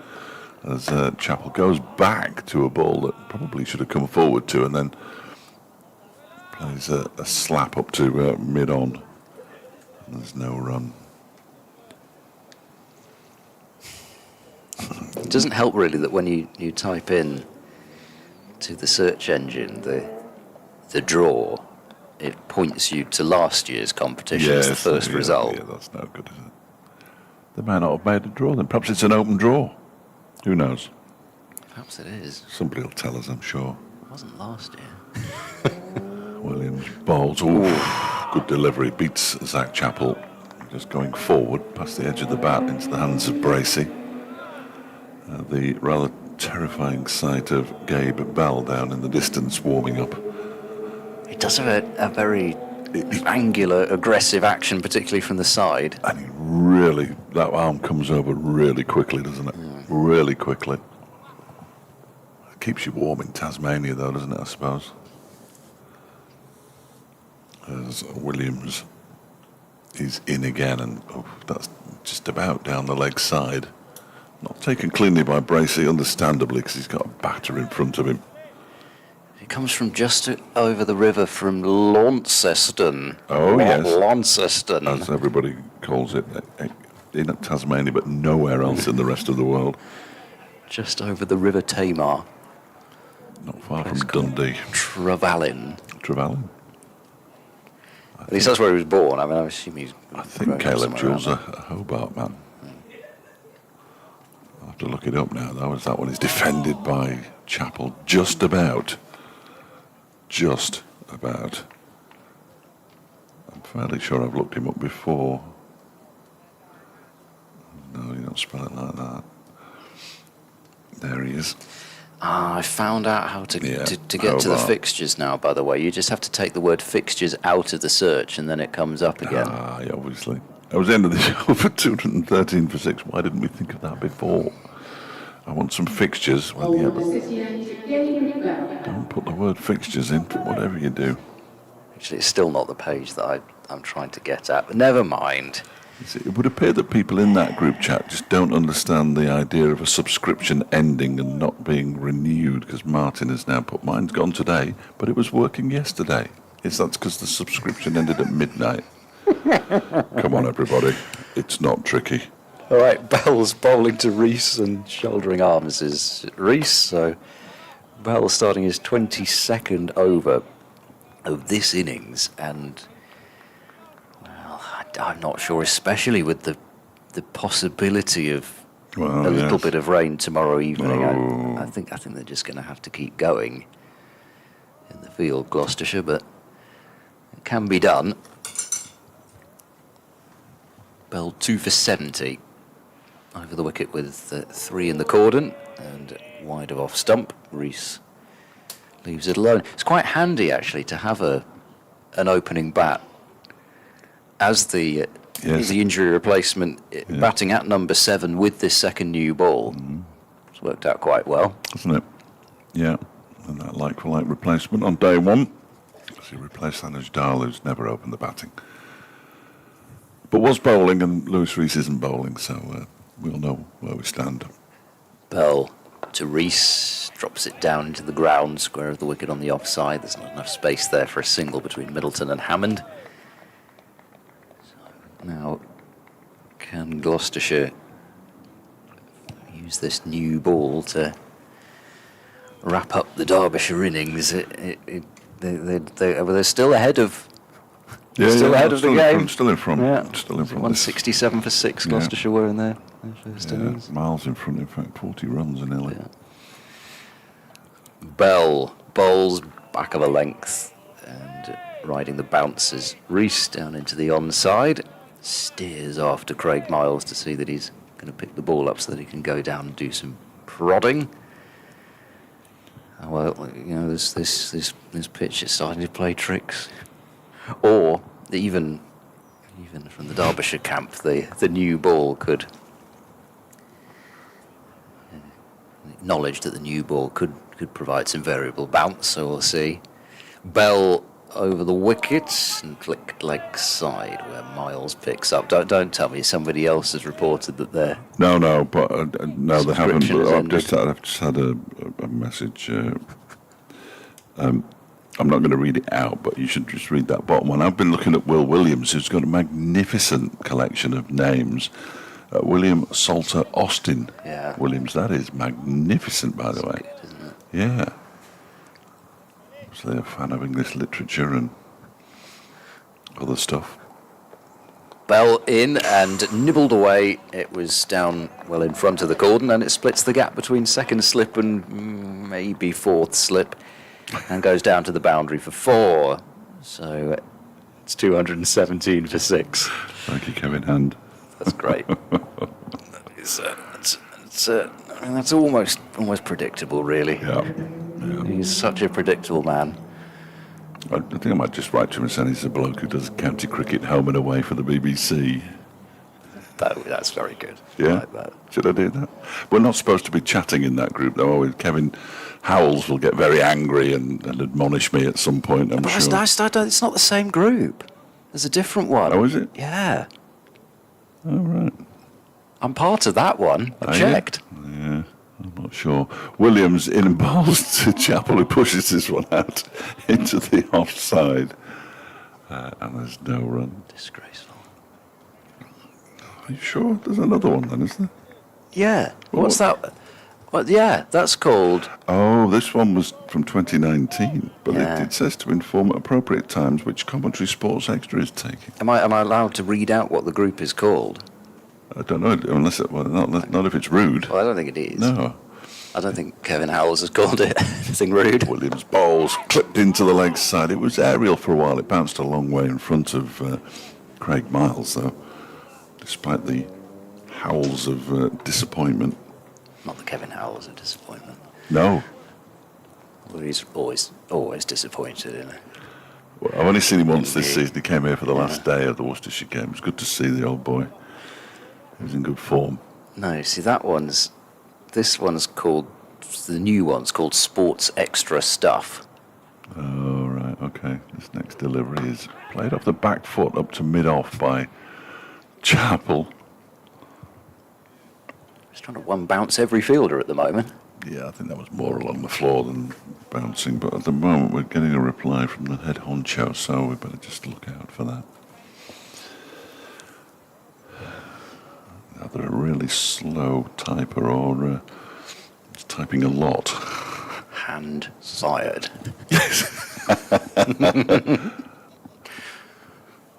Now we've lost the fourth. Well, we haven't lost the fourth slip because we sort of gained a third slip. First and third now with a man. It is. It comes Williams and bowls to Chapel, who gets a full-length delivery and he gets down on it really quickly. He does really, really well.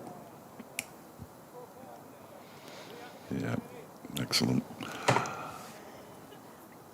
What's Williams's economy rate now? Not that it matters a huge amount, but it just it starts to please you when it's inside two. Don't tell me. I'm going to try and work it out just from the scoreboard. I'm going to suggest it's about. Well, I can't see your screen, can I? As Williams bowls, and that's pushed out into the offside.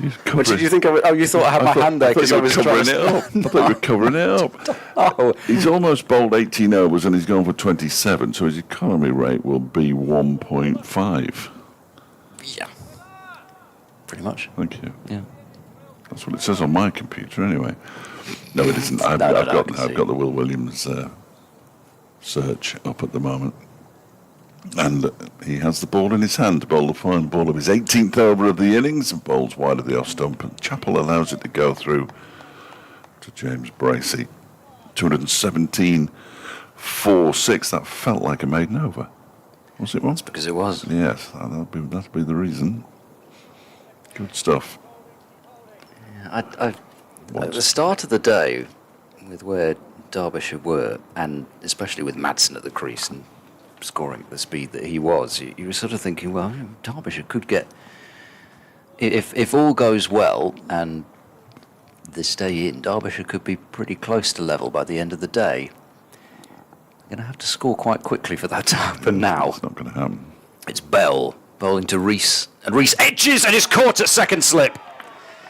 Bell has his third wicket, and the new ball strikes exactly what Gloucestershire wanted. It's Rees, the established batter, taken by Bancroft at second slip, gone for 27. Derbyshire 217 for 7 now, behind by 281 runs. I don't know whether that straightened at all or whether it was just that right arm over angle across Rees. He felt he had to play, got the edge, and it was taken. So Rees's resistance for now is at an end. 87 deliveries he batted for his 27. Of course, they could still be level at the end of the day, but there might be a considerable number of wickets down in their second innings by that point. That's disappointing, and it very much is the end of the recognised batters as Ben Aitchison comes out to bat. He made some runs up at Lancashire. I'm going to have to look back and see how many it was. He was at the crease when Derbyshire, from a position where they were charging to victory, Aitchison ended up getting sent out in that game at Bristol last year, and Aitchison was able to block out the last few overs. Oh, okay. He made 13, actually. I thought he'd made more than that. At Old Trafford, in the second innings, the ill-fated second innings. What did he make in the first? He must be on this page, I would have thought.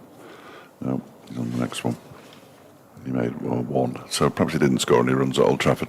I felt like he'd made some runs at Old Trafford. He's bowled beautifully all season, but that's going to help him here. That's a first-class half-century to his name. Well, if he's got one first-class half-century, he can easily pull off a Will Williams. Williams only had one. Yeah. Zach Chappell's got a high score in the 90s that he made on his Leicestershire debut on this ground back in 2016, I think. Well, they're going to have to do something. Try and do something like that, yeah. And I wonder what Chappell does, really. He's 1 off 29, but he doesn't have Rees to bat for anymore. It's Aitchison on strike, though. Bell bowling to Aitchison and opening the face and steering it down to Miles at point. And there's no run. Well, what they need to do, and they don't need me to tell them, and I'm sure it's ringing in their ears, is try and tire out some of these bowlers. Now, just stay out there as long as you can, which will give the top order, should they be asked to follow on, which they surely will be at 281 behind, a chance to face some slightly more tired bowlers. Bell to Aitchison, squared up, leading edge. Which goes back towards Bell, but nowhere near carrying. At the same time, Aitchison, who was itching to try and find a bit of open grass square on the leg side, try and get off the mark, but that's particularly with the newer ball, that variation in pace and bounce can catch you out like that. Bell into Aitchison, thumps into his thigh pad and deflects off into the leg side. Borman, energetic there, gets to the ball, not that they ever thought about a single at all. Derbyshire scored 62 runs in the morning session, 62 runs in the 33 over session. And they've scored 9 runs since lunch, about 40 minutes. Bell bowls Aitchison, I think, inside edge onto pad. It was probably too high anyway. Trickles off to Miles at backward point. But they've got exactly what they wanted now. They might have hoped for one more in that morning session, but another session that has started with 2 relatively quick wickets. And now that new ball in hand.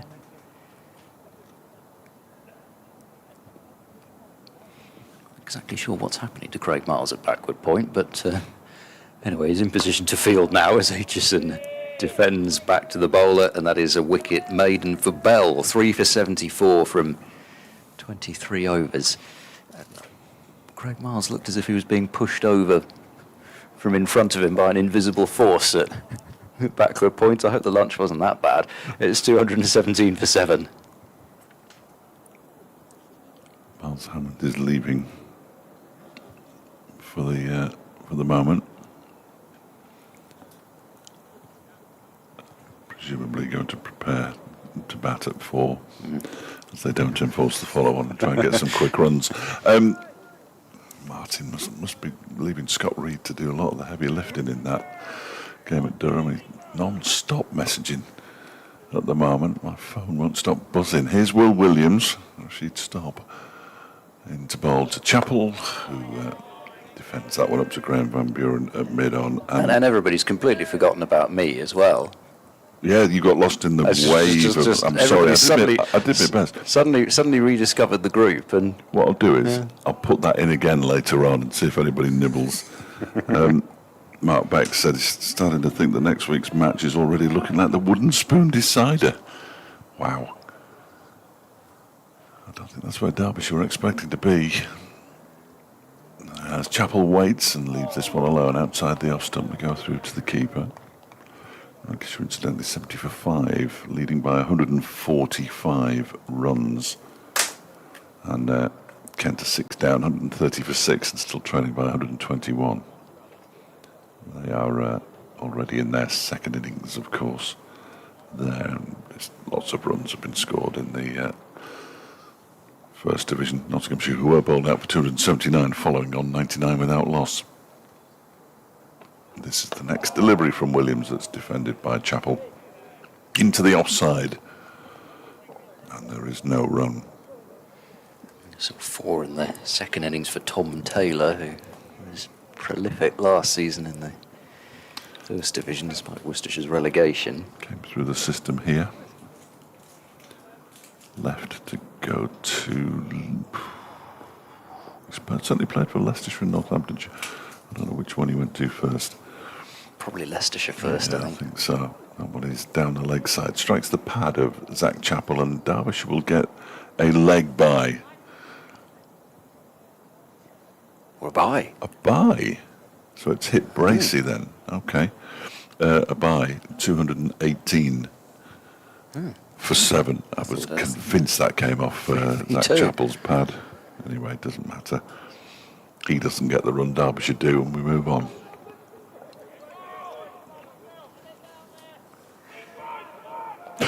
sorry. Wow, it's loud now.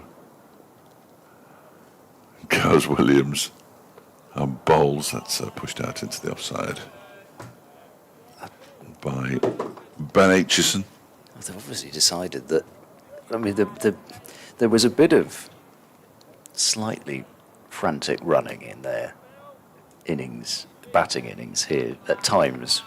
Gloucestershire from the top order on day one, and they were doing that a little bit against Lancashire as well. It's almost so they decided, right, we're just going to pile in. Just going to turn the ship around by everybody just pile in and. Not many gaps in the field on the offside for Ben Aitchison to exploit here. And he misses the ball anyway as it goes through to Bracey. Final ball of the over indeed. 19 overs. Williams has bowled. 23 Bell has bowled. 218 for 7. Chappell 1. Aitchison yet to get off the mark. Derbyshire 280 behind. Yes, 280. Down as another maiden as well. No. Williams. Just that bye. Yeah, I'm not sure about that. Quite half his overs maidens. That's also when it gets very exciting. Was it? Over half the overs Yeah, he bowled okay. maidens. Or So- exactly half. So like Brooks. Yes, it's only 5 overs though. Got to be a cut off somewhere. Bell tries a bouncer Where to the Chappell. threshold is. Give me a chance.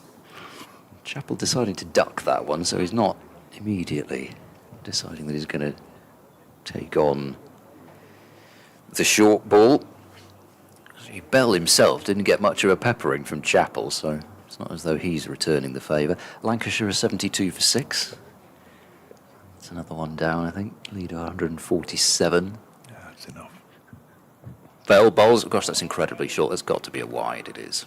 In fact, it almost the way that Bracey went scurrying away to his left possibly could have been a wide on both counts, but it was certainly a wide on height, which is a remarkable effort given how tall Zach Chappell is. Yes, yes. And that it was so obviously over his head that we could see from our There's position only here. one player taller than him in this team.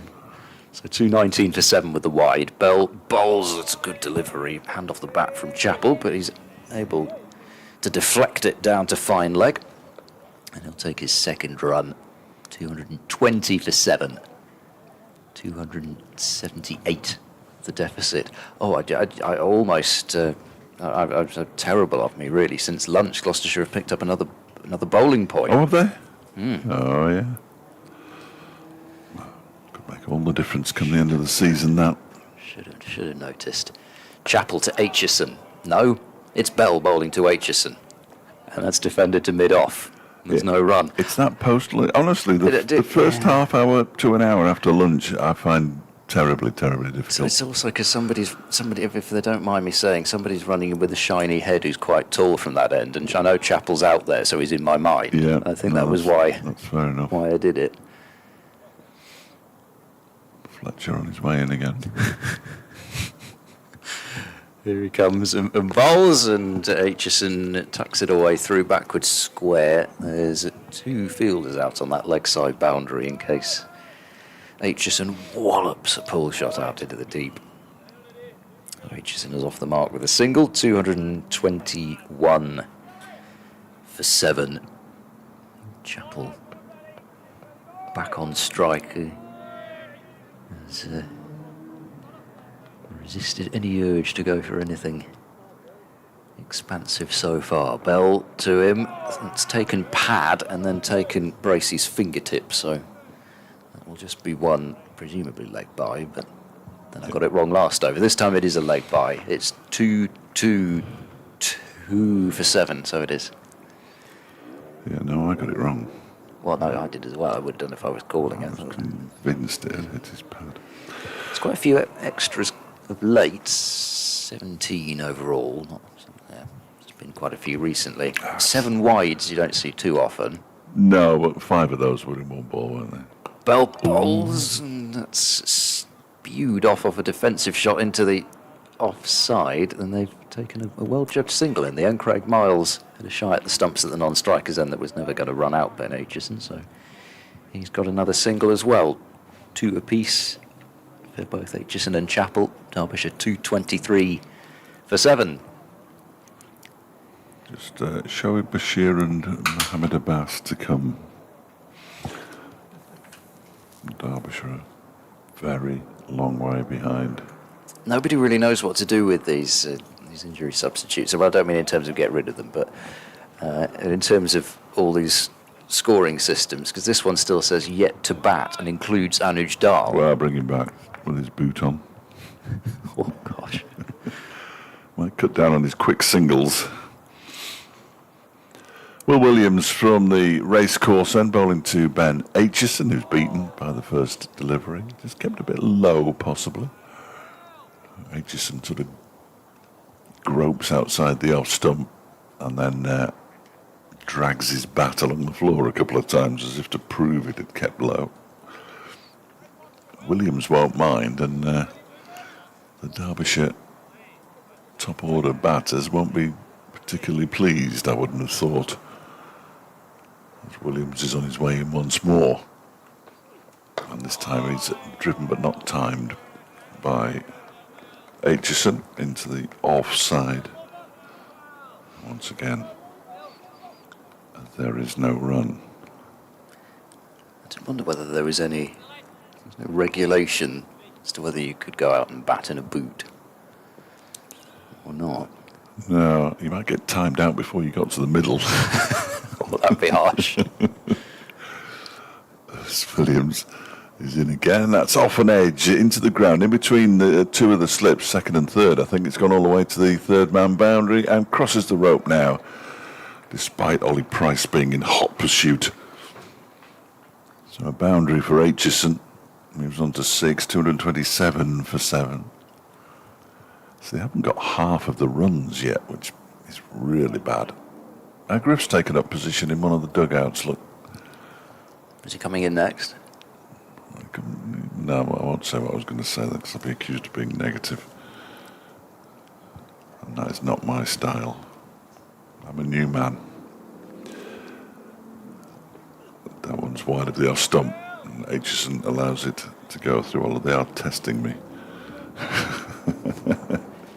I was really looking forward, and I still am looking forward to this season. I mean, it does matter clearly whether teams win or lose, but you can still enjoy cricket for what it is.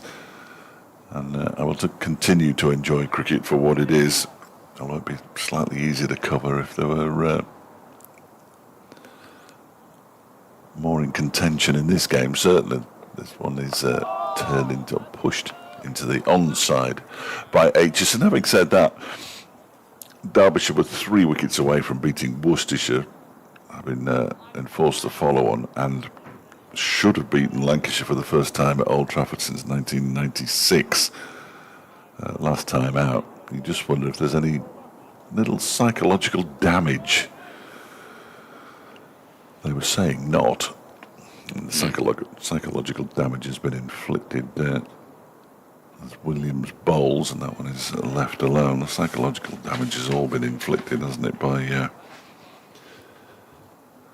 Brooks and Williams, quite frankly. Especially so. Although I did think just, whilst we're sitting here and I can be critical, I did think I was quite surprised at how the intensity dropped on the first evening. Yes. 287 for 6. I mean, you come back the next morning and you think you wrap up the innings quickly, but there was a lot of that. It seemed that to evening tire session in that last hour, certainly. Yeah, didn't it? Yeah, I'd agree with that. Especially coming off a round off as well. Yes. I was a bit surprised by that, I have to say. I think you're right to be surprised. Here comes Bell, keeper up to the stumps, bowls, and there's a forcing shot out through the covers for 4 by Zach Chappell. Nice looking shot, just pretty much the first time that Bell has really offered him up any sort of width at all, and he seized on it. 231 for 7. Chappell gets his first boundary as well. And, just a bit short and quite wide, and Chappell gets those levers free. Well, they're no mugs with the bat, these two, and if the ball is there to be hit like that one was, they will hit it. Yeah, I mean, scoring runs is still important. Mm. You take the attitude of, mean, I'm not saying that they would, but if Chapel took the attitude of a quick 40 or 50, would still change the game in a way. I don't think he's going to, but be forgiven for doing that. Bell to Chapel, defending straight for no run. Kent's subsidence at New Road continues. The 7 wickets down now for 140. That really is a bit of a walloping there. It's a troubling scoreline for anybody who might be playing them next week.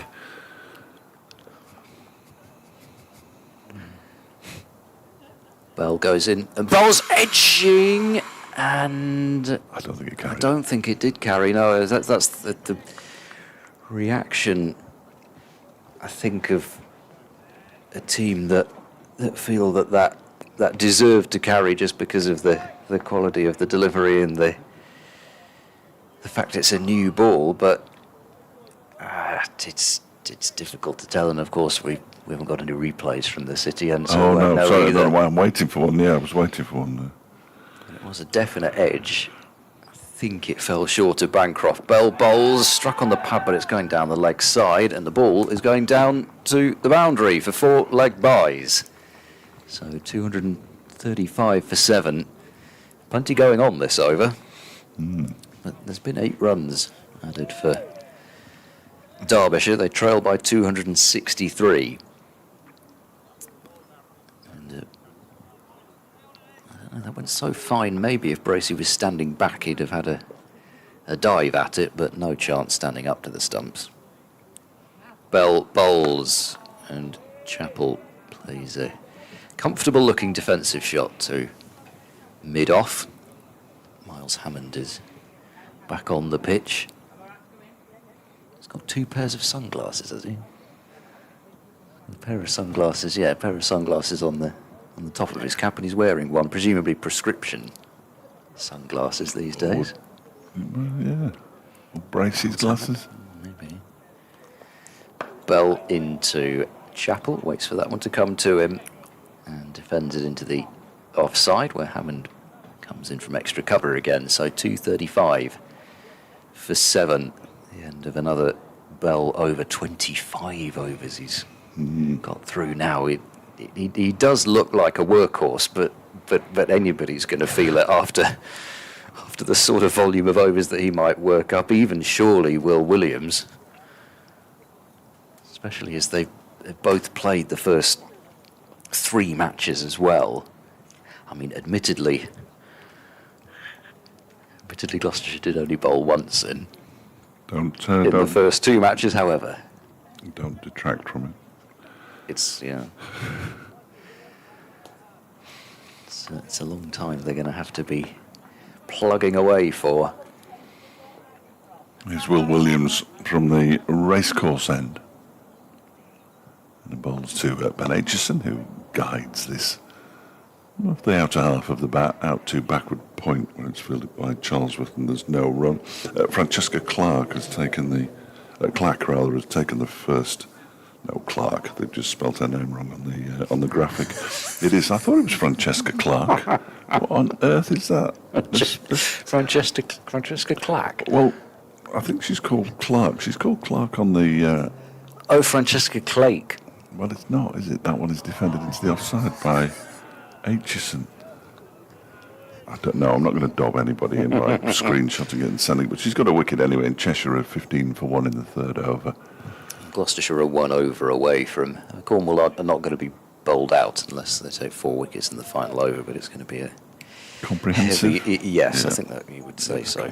Victory for Gloucestershire in their first round of the knockout County Cup. That's the one. Williams bowls. That one's whipped into the leg side. It's in the air. Is it going to be a catch for Van Buren? No, it drops just over his head and his shoulders. He races back towards the long on boundary. They get back for 2 runs.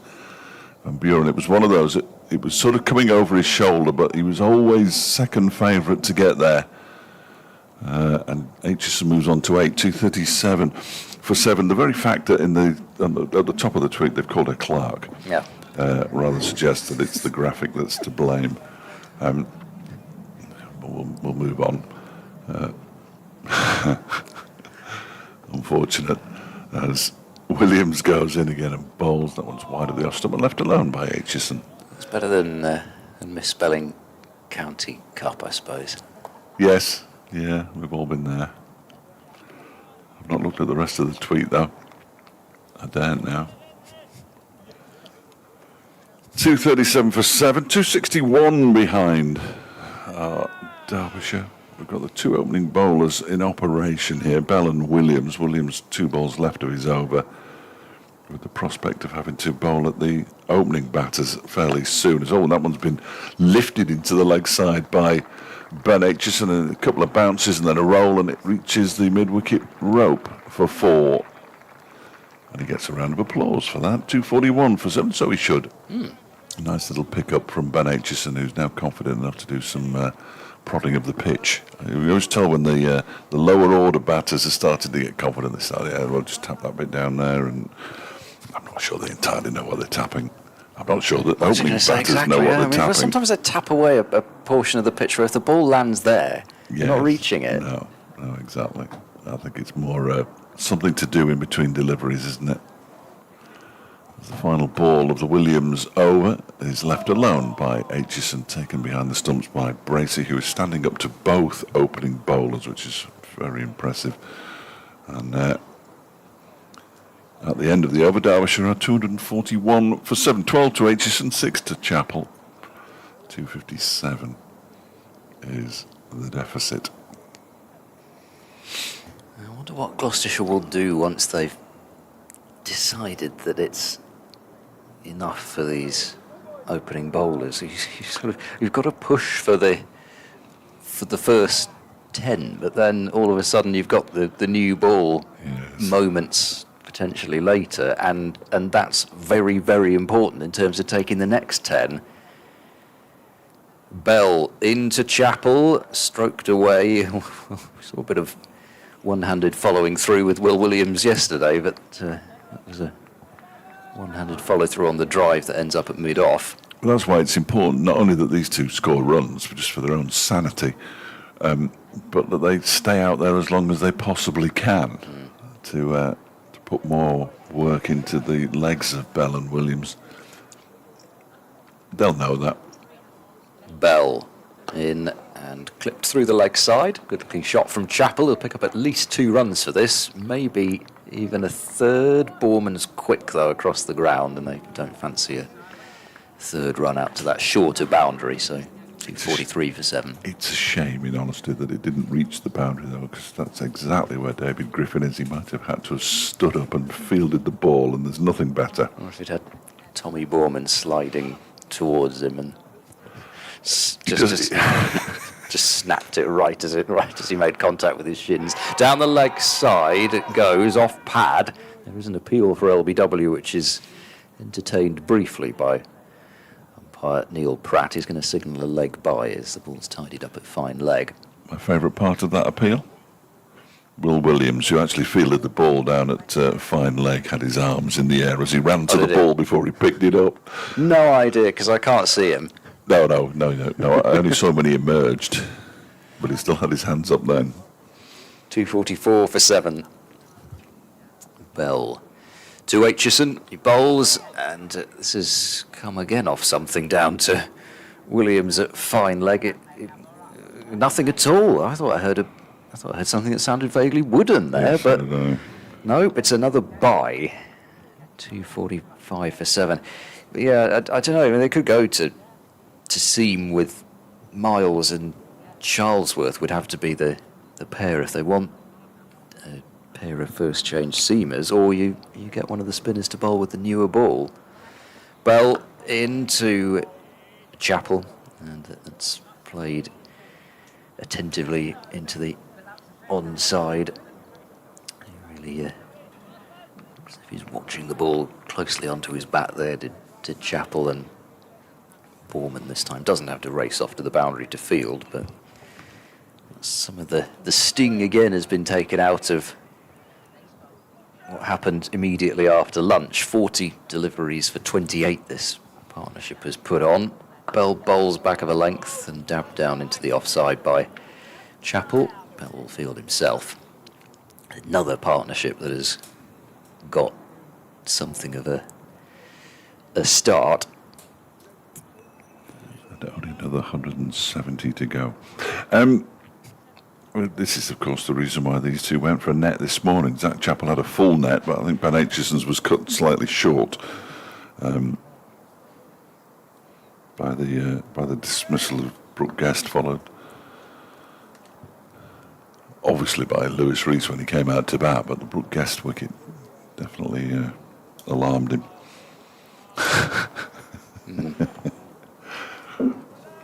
As he hurtled back to the changing rooms to don his whites. Will Williams to continue. This will be his 6th over with the new ball. Bowls to Aitchison, who very watchfully plays it back to the bowler. And these two have done a pretty good job so far of, I think Blunting might be over-egging it, but keeping out the two opening bowlers and forcing them well into the 20s now in terms of numbers of overs they've bowled in this innings. They don't look particularly tired, I have to say, as Williams bowls. That one is played on the crease by Ben Aitchison. Now, Zach Chappell does that a lot. He's removed his gloves and he's drying his hands on the dirt. Now, if a top order batter gets any dirt on his gloves at all, that's new gloves, need new gloves, and he's actually putting dirt inside his gloves, effectively. I find it slightly strange, but each to their own. Williams bowls, and it's defended again by Aitchison, this time up to Hammond. Oh, so I don't like that. I don't like gloves off in one hand. No, But, you know, well, it must change the way you run. yeah. For And a then start. if you dive, what do you do? Yeah. I mean, you see sometimes the gloves sort of get dropped or flung off. You don't have to have them with you, but Yes, I know what you mean. Aitchison waits. This next Williams delivery is driven into the offside. It actually isn't fielded cleanly, which is unusual, by Tommy Borman. They're going to come back for the second. And Aitchison will move on to 14, 247 for 7, 251 behind. They're almost halfway there. oh, I thought you were about to say they're What? almost at a batting point. No, I couldn't care less about that, as you well know. They're almost halfway there, which gives hope that they might be able to do slightly better second time around. Who knows? As Williams bowls, and that one is played off his pads down towards fine leg by Aitchison for his 15th run, 248 for 7. No. 101 runs to remove any possibility of a follow-on. Craig Miles is jumping about at deep square, so at least go to him with this newer ball by the looks of things. The history maker. Williams' next delivery is defended by Aitchison back to the bowler. That's another maiden. He's getting there. 22 overs, 9 maidens, 2 for 40. Excellent effort from him. Decent effort from Bell as well. 26 overs, 6 maidens, 3 for 84. Bell has bowled 5 overs, and that's the end of him from the City end, whereas Williams has bowled 6 with the new ball from the racecourse end. And that's was it Craig Miles who was warming up? Did you say? It was, yes. Yeah. I thought that's what you'd said. I just need to. Oh no, I don't. I was going to nip next door, but I've decided against it, just for the time being. He's getting his binoculars out for some reason. Well, Jane was looking through her binoculars before at the crowd, and now Nigel appears to be doing something similar. I think there's something especially exciting. Yeah, I can't spot anything especially exciting, I have to say. I'm sure there is something especially exciting happening out there. What we're doing at the moment is waiting for the next over to start, essentially. Aitchison decided to fill the time in by really sure how to describe what he was doing. He was sort of dangling a fishing rod out to the middle of the pitch. We're ready for some cricket again. Here's Craig Miles into Aitchison, and he'll take a quick single, and that may well have been out with a hit. I think it would. I think it would as well. Miles Hammond is letting out some sort of exasperated roar to the floor, and but you know, the way they set off for it, it looked as though they thought it was the most comfortable of singles, and then I think it was that point where Chappell pretty much felt that he wasn't going to get there, so he gave it up. Hammond had maybe a stump and a half to aim at from cover point and missed the stumps. Chappell would have been gone. 2:49 for 7. Yeah, I think he was a goner there. Oh, halfway there. So yes. Get the Bon Jovi. No, Get the no. Bon Jovi out. T20 styly. Miles bowls and flicked to deep square by Chappell. Gloucestershire still with 2 fielders back there. It's the 250, and it's 4-3. That'll help. Gloucestershire 4, Derbyshire 3. Yeah, I think that's slightly more on top than that, so it doesn't really reflect, No, does it? not really. And they can only get one more bonus point, can't they, Gloucestershire? Yeah. Gloucestershire got 2 batting points. It'll make no difference in the long term. Miles bowls a short ball which flies through down the leg side, and Aitchison did have a bit of a flirt with it, but then Bracey had to move quickly away to effect the take. Miles having a first bowl from the City end, coming in as his injury replacement for Henry Brooks this morning, who pulled up yesterday evening. Pursuit to the boundary. Looked like a hamstring issue. Miles bowls another one down leg side, which It's really Aitchison misses. Bit of negative bowling. Chat with his binoculars, and he's probably looking to see if he can find out why Henry Brooks is, or what his injury is, I would imagine. Seems slightly obsessed by that. Has it got sort of MRI imaging capabilities as that's binoculars? Exactly what you get. Diagnose what's going on with the legs of Henry Brooks. Middleton was doing a few practice deliveries at backward point. Miles bowls down leg side again. There might have been a little bit of a noise, but if it was pad. The batter didn't seem to be very close to it at all. So that's Well, Miles 3 in a row down there. didn't really look interested, did he? No, Which is often a giveaway. I don't think anybody did, No. particularly. Which in this situation where Gloucestershire have been, understandably so, but have been really quite excitable today. Nobody goes up. Yeah. Miles in and bowls. Edged and caught! Craig Miles has a wicket. That's the end of Ben Aitchison. Bancroft, it turns out, in the perfect spot at that, whatever it was. It wasn't really gully. It was maybe 3rd or 4th slip, something like that. Went almost straight to him, just moved down and to his right.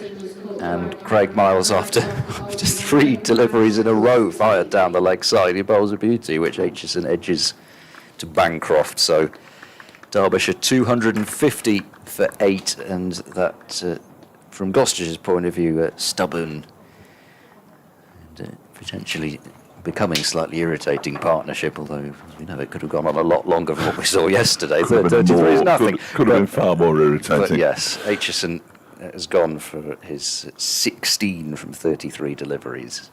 I didn't realise that was the final ball of the over. That's another one, the final ball of an over. No, it was just I was going to say that if there had been 2 balls left, he could well have finished it off without me having to say another word. Derbyshire, this is going. He's rapidly becoming everybody's favourite cricketer at Derbyshire, but not really in the side for his batting, I think it's fair to say. In fact, it'd be unfair to say that he was. Ben Aitchison making 16, just slightly above his first-class average. Zach Chappell's just been to the gents. Yeah, there is one down there. I'll tell you who uses that particular facility quite a lot. Caleb Jewell. Almost at the end of every time a wicket is taken, Caleb seems to dash off. I mean, I'm not suggesting that he needs to... It's overhydrating, perhaps. Yes, yeah, let's call it that. So Derbyshire won't be facing, and Zach Chappell, who's been out there for 49 deliveries, is going to have to face Graham Van Buren. They've decided that's it for both of the opening bowlers, so I think we can safely assume that unless Derbyshire get 100 runs from here on in, or thereabouts, that they will be batting again before too long. There will be a 10-minute gap between innings, of course. If you want the bowling figures, they're all online. Would be my advice. Unless you want to read them out. Van Buren bowls to Chappell, who places straight. Will we have time? Straight back to, well, there are a lot of bowlers, that is true, actually. Yeah, I don't think we need to round up what's happened this afternoon in too much depth. As Van Buren is in, defended by Chappell again. Is he going to take a single off the last ball or the penultimate ball of the over? That'll be interesting. I'm not sure how much difference there is between Zach Chappell and Shoaib Bashir. In fact, he's going to take a run off the third ball of the over, and Bashir will come on to strike. Surely he's not going to just defend, is he? Well, He likes to play his shots in but most situations, they doesn't need he? to stay out there. I mean, staying out there isn't going to help Derbyshire in the long run, you wouldn't have thought, but it might just help a touch. Especially if Chappell can score a few at the other end. Van Buren just waits for Bashir to settle himself. He's now over his bat, short legs in place and a slip. Van Buren bowls, it's turned into the leg side, backward of square where there is a fielder. And there's no run. Disappointingly, cricket perhaps seems to have stopped working. To just double check what Bashir's career average was. Oh, he's swept, he's been trapped straight in front and he's out. Well. That is possibly not what Derbyshire were looking for from Shoaib Bashir. Second ball, leg before wicket to Graham Van Buren, and now Derbyshire 251 for 9. There you go. Thank you. And the end is nigh, I would suggest. That was was it irresponsible? It was probably it was possibly not. It was not what I was expecting in terms of execution, but it was the type of shot that I would have expected Shoaib Bashir to play, because I just don't think he's the sort of player, especially when he sees the opposing spinner coming on, that thinks, yeah, I'm just going to shut up shop here and block it. He's going to try and prove that he's good enough to play his shot. I just think he's that sort of tail ender. He's a first-class career batting average of 8. Here's a man with a first-class career batting average of 6, coming to join Zach Chappell. Oh dear. You shouldn't laugh, really, but sometimes you have to. 39 for 2 now, Cheshire in the 8th over. My favourite Mohammad Abbas batting moment was when Hampshire, despite being way on top in a game down at the Utilita Bowl, decided to use 2 night watchmen. No? And they sent out Mohammad Abbas, I think, as the second night watchman. He was facing his former Pakistan teammate Mohammad Amir, and Amir bowled him this. I mean, it really was the definition of a toe-crushing Yorker. Smashed him on the front toe. I think it may have struck him outside the line, but when you've seen the perfect in-swinging Yorker, the umpire's finger's probably likely to go up. And then, unfortunately, the less funny end to this story is that Abbas broke his foot. I don't know if it was broken, but he didn't take any part in the rest of the game. And of course, there were no substitutes in those days, so he'd have been straight out. They couldn't replace him. Although I have no idea who would have replaced Mohammad Abbas with his experience. That's a good shout. Although I suppose you can't have an inexperienced player for an inexperienced one, the other way round. No. So you might have been able to have somebody. Anyway, that was a slightly bizarre episode with Mohamed Abbas batting. Abbas on strike now as Van Buren around the wicket bowls to him, and he gets a full-length delivery that he just taps into the onside. It was the final ball of the over at Van Buren. 18 overs, 5 maidens, 3 for 31. Ludicrous. 251 for 9. Abbas yet to get off the mark. And Chappell has 10. Derbyshire sent out the batting coach yesterday. What are we going to send out today? Actually, the ECB Reporters Network ended up talking to Wayne Madsen. Yes, I don't know how that happened. I've genuinely no idea how that happened, but anyway. Bowling coach today to describe or to tell everybody what the deficiencies in the batting lineup were. Having seen the bowlers get panned all round the ground for 190 plus, they send the batting coach out. They know what they're doing. Right, Craig Miles with a fairly scattered field, really. There's a slip and then that wide slip that took the catch in Bancroft. Miles bowls to Chappell. That's dabbed down into the leg side, and he's got no interest in running through for the singles. So we're going to enter one of these. Well, I don't think Mohamed Abbas has got any interest in facing any deliveries. I think that's part of it. I think he's pulled seniority here even on Zach Chappell, who's played plenty of cricket. You get on with your job. You just face these 6 balls and we'll see where we are. I mean, it's almost at the stage with it. I know Derbyshire have got past halfway in terms of the runs, but you just think, well, if Chappell wants to go for some wild just get 50 slogs over the top, then just Miles bowls, Chappell blasted into the offside. Middleton was quite slow setting off there, but he'll get to the ball. They've run a couple of runs. I say they've run a couple of runs. Zach Chappell has run a couple of runs, and Mohamed Abbas has just about walked 2. There's a certain amount of ambling going on there. David Griffin starting to attract a crowd over on the... Oh, God. Which he tends to do. Holding court over there from the dugout. He tends to attract a crowd after a while. Leaning over the barrier there to try and get closer to him. So closer to the greatness. Yeah. That's what it's all about. 253 for 9. Chappell has 12 with that 2, and that's even caused cover to move back a fraction as Miles bowls and Chappell plays that one down into the ground off the toe end of the bat. Your puff of sand has gone to the other end. There was a puff of sand in his run up there. There's just something about Miles's run. One particularly heavy down Just have a look at the net. Just follow him in. I mean, I know we don't always follow the bowlers in. 3 wickets now, incidentally. Derbyshire have got against Cheshire there. Rhiannon Noling-Davis has got one, and Prisha Beatty's picked up one as well. Miles pounding in. No, bowls now. No, I didn't see any. Short, and that's been biffed by Chappell up to long off the back foot. He doesn't run. 2 balls left, Chappell and Abbas. Right now is the time to have a bit of a discussion. What do you think?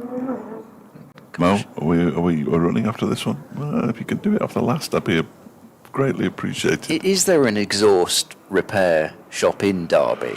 No, and I thought it was a motorbike, and when I left at 12 o'clock yesterday to go up to Burton, I pulled onto the Sir Frank Whittle Road, and this other car came screaming down, and it was a car that made the sound of a motorbike. They need to grow up, really, don't they? Well, there must be an exhaust shop over there. As I was walking in, I walked past the car wash. Miles in down the leg side, flicked on its way. That'll be 4 runs. That's not what they wanted. No, almost would rather have had 1, but and take 4 runs off the deficit. Abbas's shoulders slump. Sorry, go on. No, 257 for 9. Well, I got a bit of a free shower as I was walking by with a bit of the spray. It suggested that it was a business that was good for taxis, taxi apostrophe S, but not for lorries apostrophe S. I-E apostrophe S. Yeah, disappointing really. Miles bowls a short ball pulled in the air. There's a fielder back there. Williams stretching out, but he can't get there. Did that go for 4 or 6? It looked like it went for 6 from my point of view. Had to be 6. No, we're still not going to signal it. Yeah, It's six. nothing. No, it's 6. There we go. It looked like 6 from here. It didn't run, so it's nothing. Well, when I 6 stood up and runs. saw the fielder it's Will Williams, and who was running round the boundary, and he sort of flung himself into the air a foot away from the boundary, and it cleared him comfortably. The umpires couldn't see that though, so we move on. Well, worth a try. I mean, it does concede 6 runs, but it was a top edge. But I suppose I don't know. 235 runs. Take 6 off to bowl at a Bass at this stage. Probably you would. 263 for 9. They're not going to change the bowling, so But they are going to face to spin. crowd Mohammed Abbas. They've got 2 slips and a short leg. Actually, I thought they were going to have another player on the offside behind the bat, but they've decided Ed Middleton should come up to mid-on.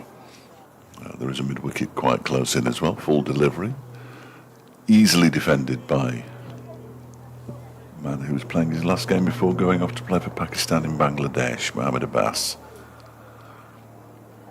Van Buren, it's been good practice for him, facing spin. Defence. He's going to face an awful lot of left arm spin. Yes. Well, he might only bowl like 5 or 6 overs per innings. Yeah. I mean, it's almost hardly worth him going, really. As Van Buren's in again, defended once more, this time to short leg. You might get to take the first new ball, but even the second new ball could be taken by even both spinners. If Bangladesh can get that far. This next delivery's really whipped that one down. That was a sharp delivery, and Abbas is beaten outside the off stump. Little chance of turn at that pace, I would suggest. He really did sling that one down. Yes, yeah. Arm at 45 degrees. He's in again now. Much higher arm action this time, and it's pushed out into the offside.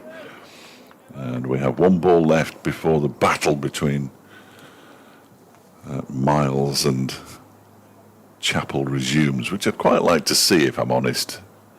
As Van Buren is in, and we are going to see it because that's wide of the off stump, but it's left alone by Mohammed Abbas. So the cheapest of cheap maiden overs for Graham Van Buren, 19 overs, 6 maidens, 3 for 31, 263 for 9. Have I just commentated on a full over in about 75 seconds? Yeah, he Remarkable. bowled. I think there's still a think in Gloucestershire in terms of just getting in as many overs as possible. I think we are pretty much going to do today on time, not overs. It's only ever happened once in 10 years to me, and that was when Sussex were bowling. And then they're going to bring Spin from both ends. I think I called this some time ago.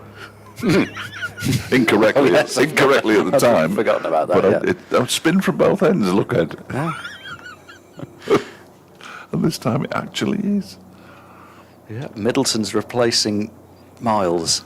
Miles will be a bit miffed. He's they're probably thinking about saving even their third seamer for the next innings if they can now, and they might get Chappell to smack one in the air off Middleton as well. But Miles was, even though the top edge went for 6, he wasn't that far off removing Chappell with the last ball of his previous over. But anyway, it will be Middleton with everybody back on the boundary apart from Bracey, of course, and a slip.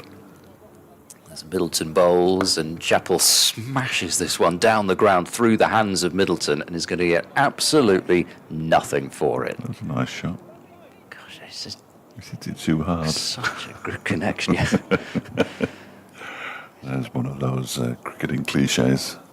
Never left the ground. Oh yes, that's what that gets me. He's hit it too hard.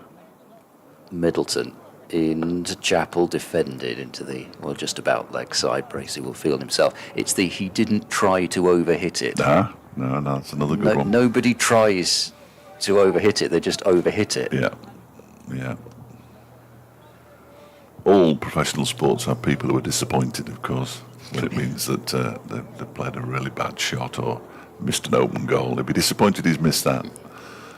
Middleton in, and a delivery which is very wide. There was a bit of turn there, but of course it was probably bouncing into some footmarks there. So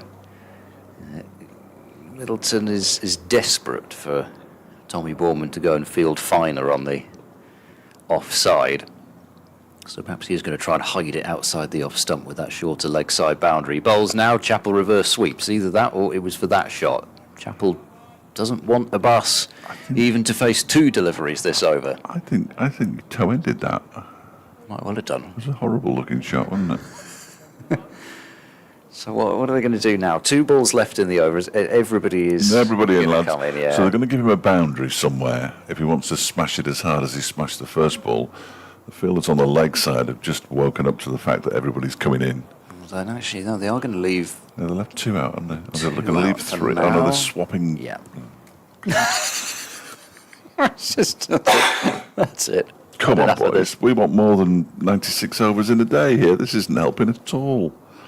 +4 the over rate. Which means we should finish in plenty. That's ridiculous. I did find a new pizza shop last night, though, so in Long Eaton. Or Sawley, I think it probably is technically. I had a prawn curry made with rum. Ooh. Nice? It was very nice. Good. Quite fiery, but very nice. And it's served with the tails on of the prawns. Crunchy tail. Oh, okay. I'm not really a prawn man, but I think I could probably do that. Yeah, that was lovely. So decided in the end for nobody back on the leg side after No, all that. yeah. Oh, there is somebody there. He's in front of David Griffin. Yeah.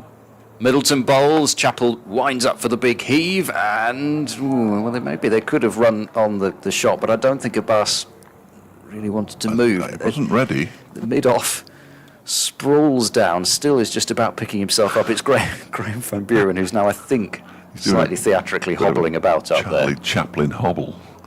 I think possibly the ball may have made contact with his knee.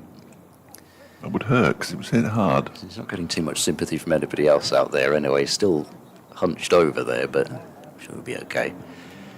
Last ball of this over, Middleton to Chappell, who strikes this one down the ground. It's going to go for 6, I think. Yeah, it does. Bounces just over the advertising boards down there, so 6 runs to Chappell.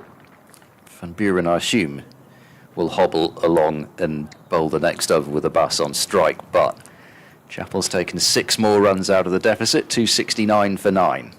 I'm fascinated by your definition of not too much sympathy. None. No sympathy Art whatsoever. of understatement. No sympathy whatsoever from any of his teammates. He's still hobbling now, but they're still not going up to him and asking him if he's all right. Oh, he's not going to bowl either.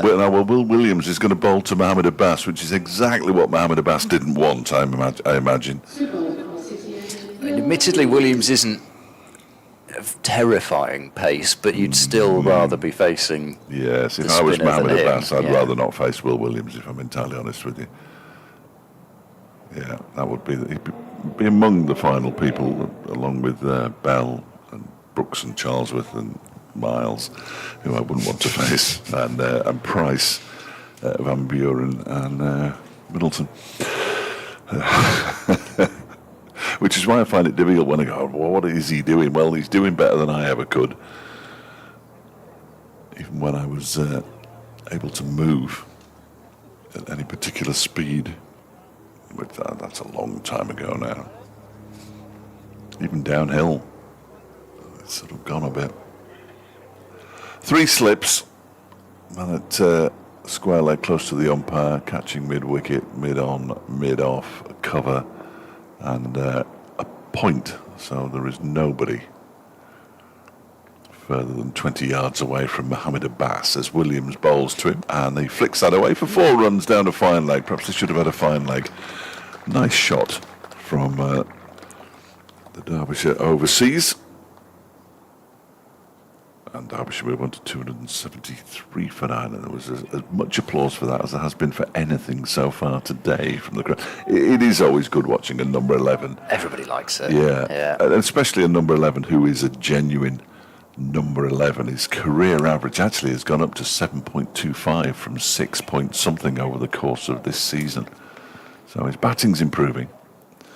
Actually, not that far off Bell. Here's Williams again, and that's beaten the edge of Abbas's bat.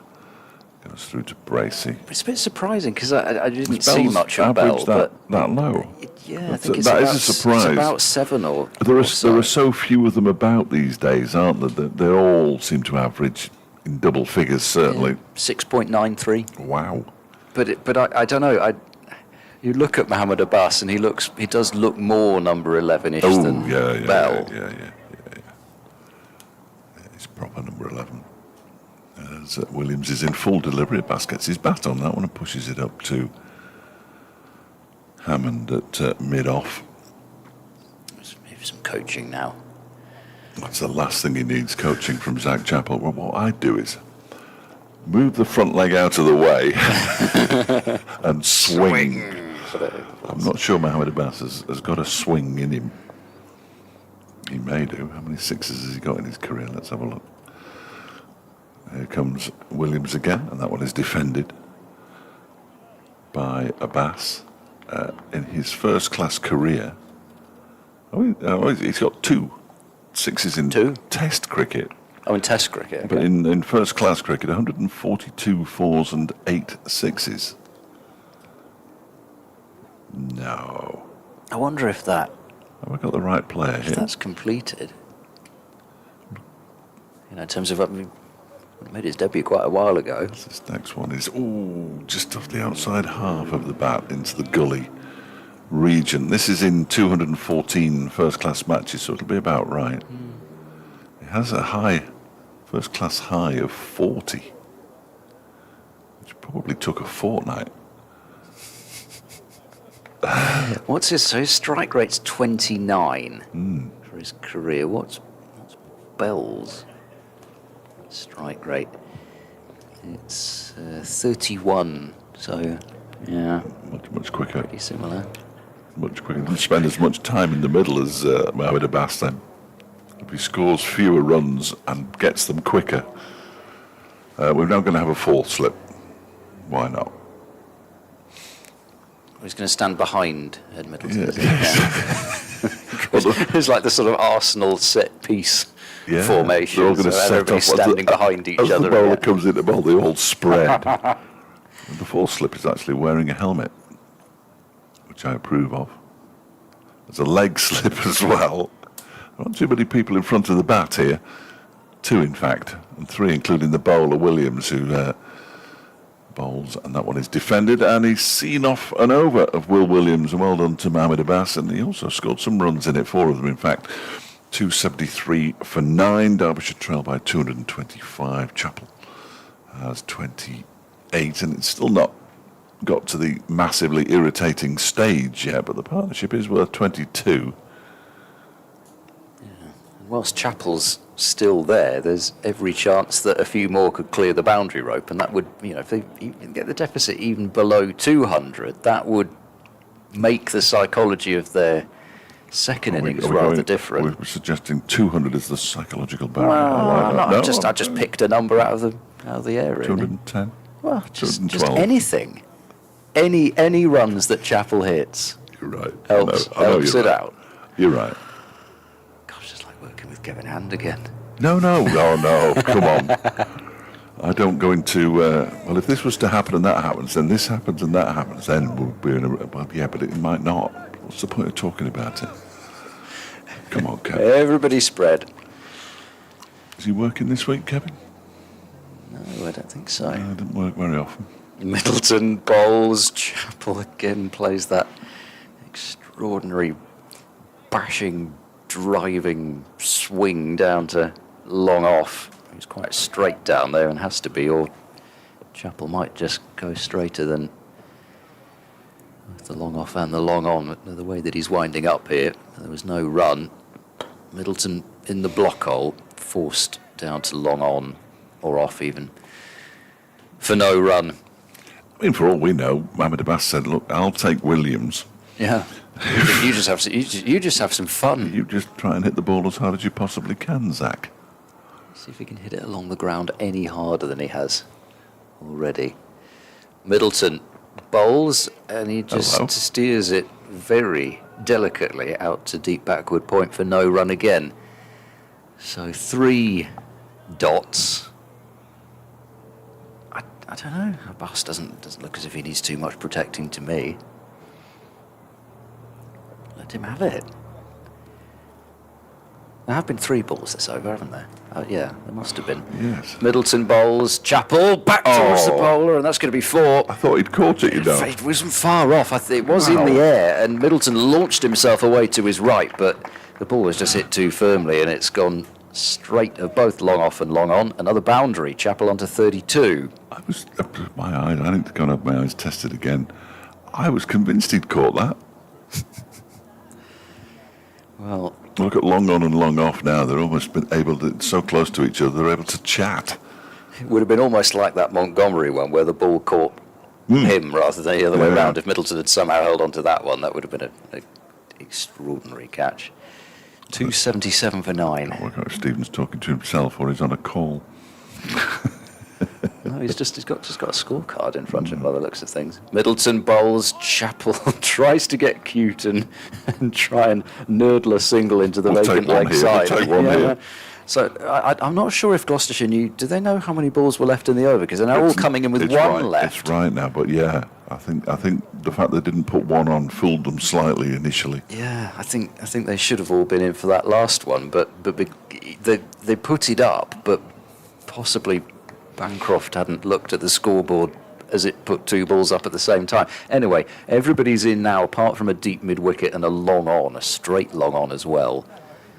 Last ball of this Middleton over, Gloucestershire at least hoping to trap Zach Chappell at the non-strikers end for the next over. Middleton bowls, and Chappell just goes back and defends. He's had enough.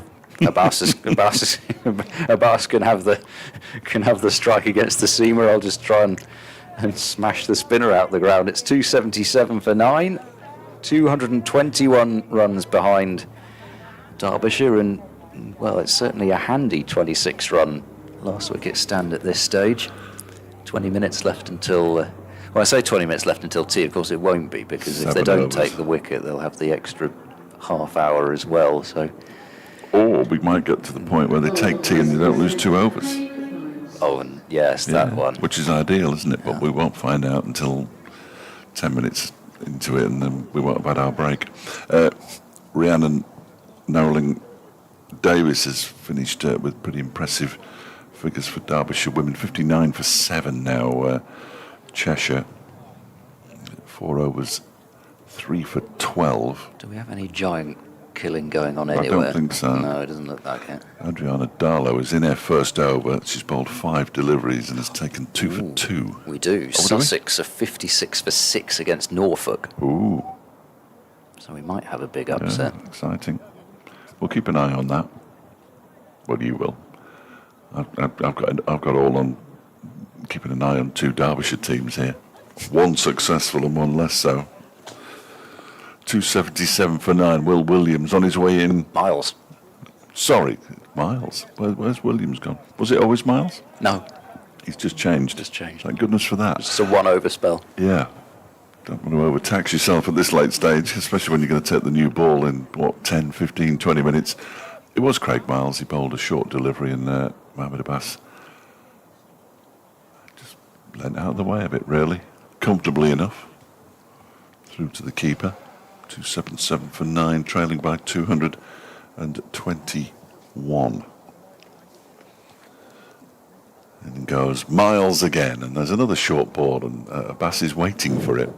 I think his bat was a little bit high. Although the periscope was up, Yeah, but it's going down now. Just keep your bat down, son. Keep your bat down. I've no idea what I'm doing with it. I've got no control over it. the umpire's decided after 2 deliveries that he can't see through Tommy Borman. Well, he also should be standing with it, because they do have a leg slip and a long leg, and if Borman suddenly had 1 foot over the, I suppose he needs to be there to call it, doesn't he? There's a gap between first slip and fourth slip, as that's left alone outside the off stump by Abbas.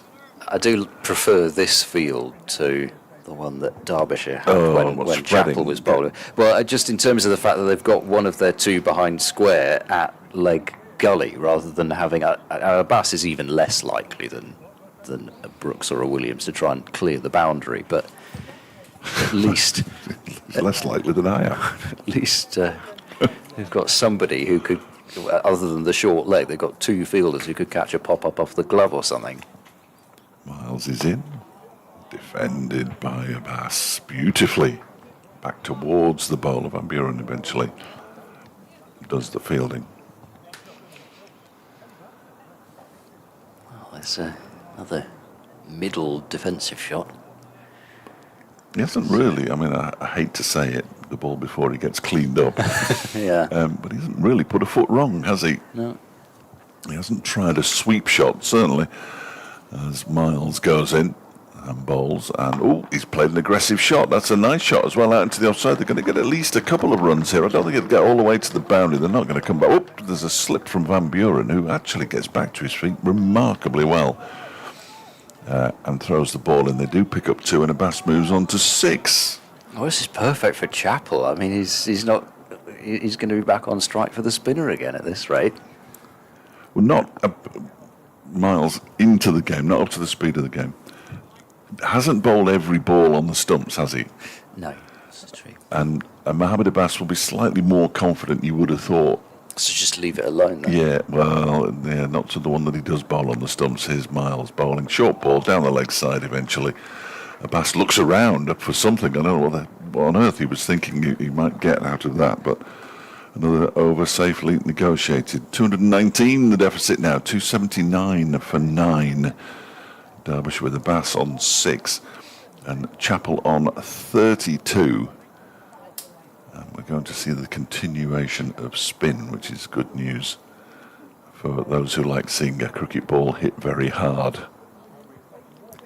Gloucestershire's bowling consultant Shane Jurgensen is shown on the live What are stream. they showing him? Is he going to? Trying to read his body. This is where you're trying to read the body. Declare. Is he happy with what he's seeing?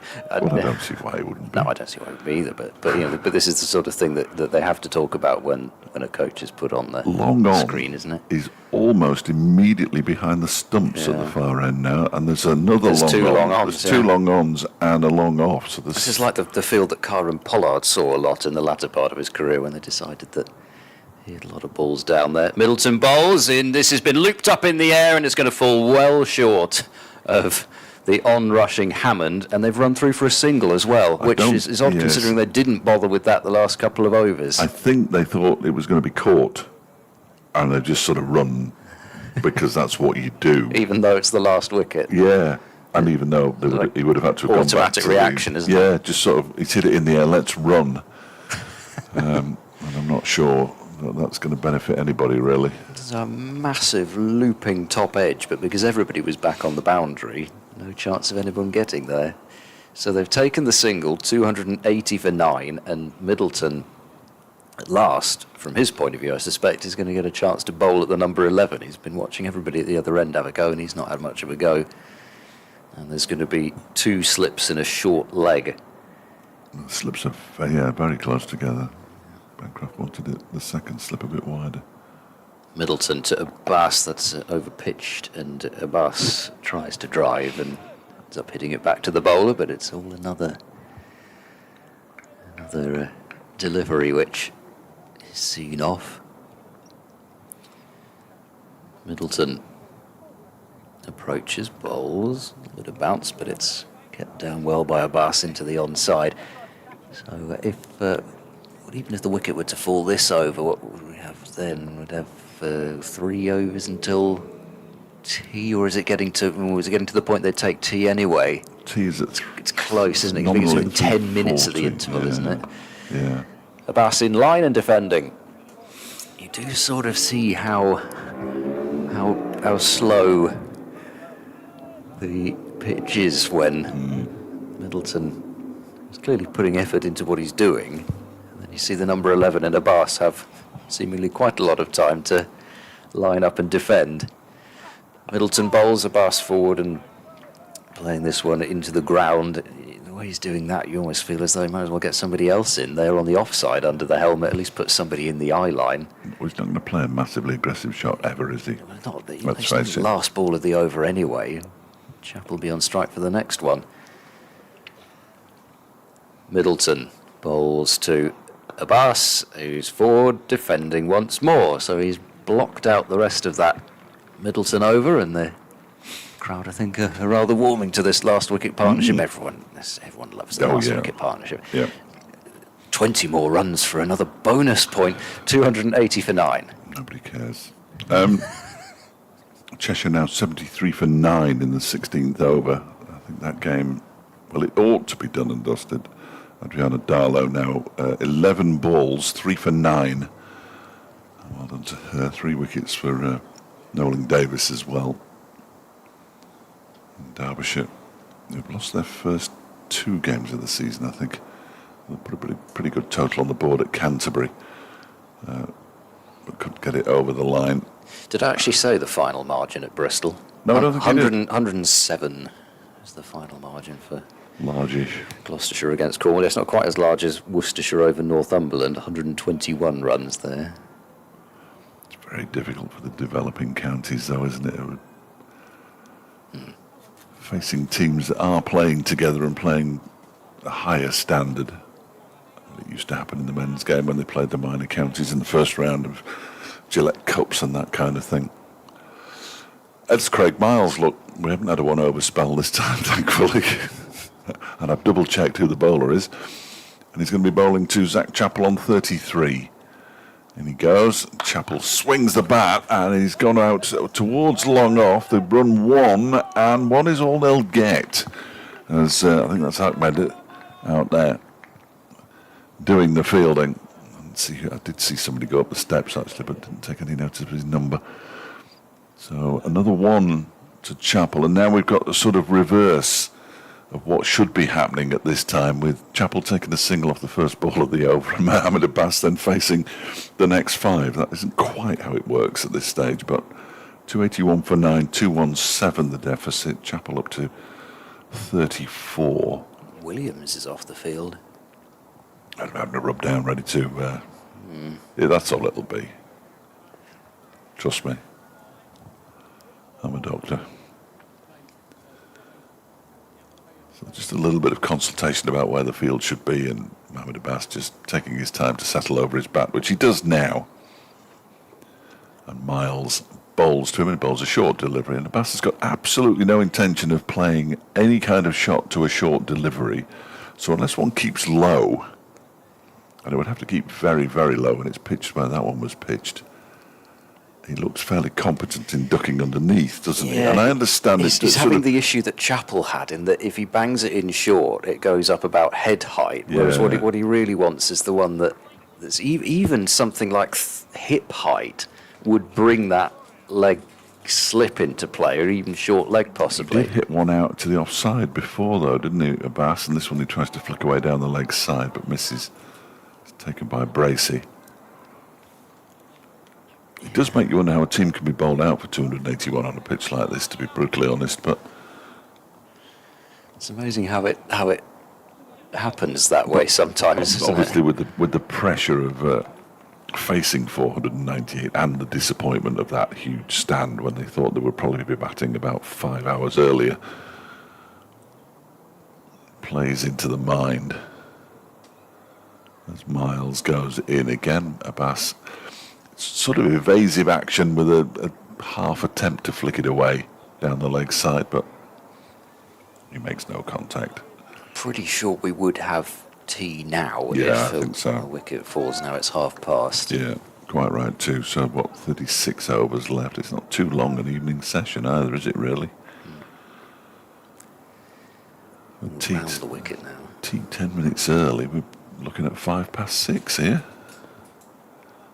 It's remarkable. Indeed, around the wicket, Miles to Abbas, and that one is allowed to go through to the keeper. Bat a long way in the air. 1 ball to go then to for Abbas to survive 5 deliveries again in an over. He's going to catch up in ball's face with Chappell. Yeah, he's 28 now for his 6. He's faced more in this partnership than Chappell has. Yeah. Oh, yes, 20 more by my rudimentary maths. I hadn't worked that out. Oh, he gets out of the way of that one as well. And it goes through to wicketkeeper James Bracey. It's a bit of a non-event, that. those 5 deliveries, and even the first delivery, I'm not entirely sure what was happening. 281 for 9, 34 to Chapel, 6 to Abbas, 217. The deficit or the lead, depending on which way you were approaching this particular game. And Will Williams is back. Told you there's nothing to worry about. Yeah, there's that characteristic run of his onto the field, spring in his step. Derbyshire Ahmed makes his way off. Yeah, I mean, I could see where they were going with that plan, but Abbas had no interest in complying. So I don't know what they're going to do next over, but I want this wicket in the next little while here. Gloucestershire is starting to get to the stage of annoyance, and there the ball has gone a long way up in the air. They might have it here. They do. The ball is caught down at straight long on. And that is the end of Derbyshire's first innings. Chapel going to try and clear that boundary. Probably just got it a bit straighter, actually, than he wanted. If he'd gone a bit squarer, the boundary gets a lot shorter. I think that was that Borman who's taking that catch out there. I wouldn't write it in yet. It was Price. It was Price. So Middleton gets his first wicket. And Derbyshire all out for 281. Chapel gone for 34, so Middleton having contributed with the bat with his 46 ends Derbyshire's first innings, trailing by 217. So I'm pretty sure that we will have tea now, so that's a good thing from a Gloucestershire point of view, because there's no wastage of 2.5 overs as it would have been. So Yes. They'll be happy enough about that. I'm pretty sure that's right anyway. I'd be surprised if we didn't hear an announcement from Jane very, very soon to say that was tea. At the moment, we're getting no indication from the scoreboard, and nor is she picking up the microphone, which is slightly disturbing. It just says innings break at the moment, and here we go. It looks like tea. She's getting a big long list of things to read out. There we go. It is tea. Excellent news. 281 all out then Derbyshire. 217 behind. We'll be back in 20 minutes. 53. Supporters are invited off the outfield for the duration of the tea interval. However, you must remain off the square and no food or drink can be brought onto the field. Any spectators who do not respect this request will be removed. Please be aware of the players warming up and flying balls when you enter the playing surface.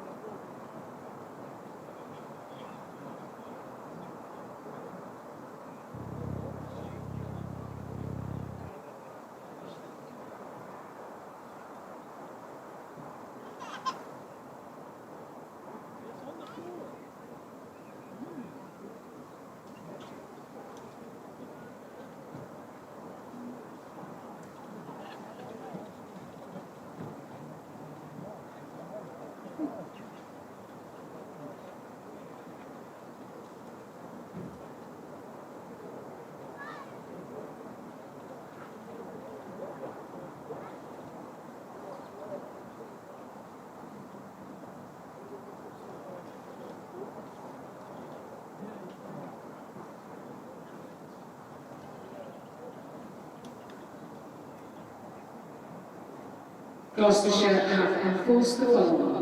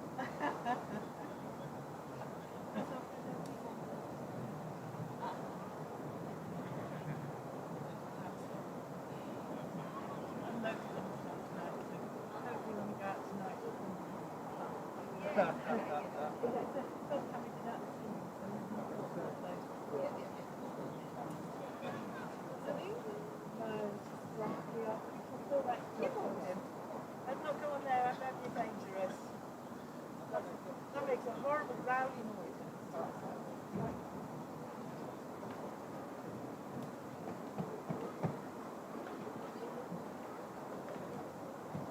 Oh, special car they took them along. Remember, your car parks. Your wagon.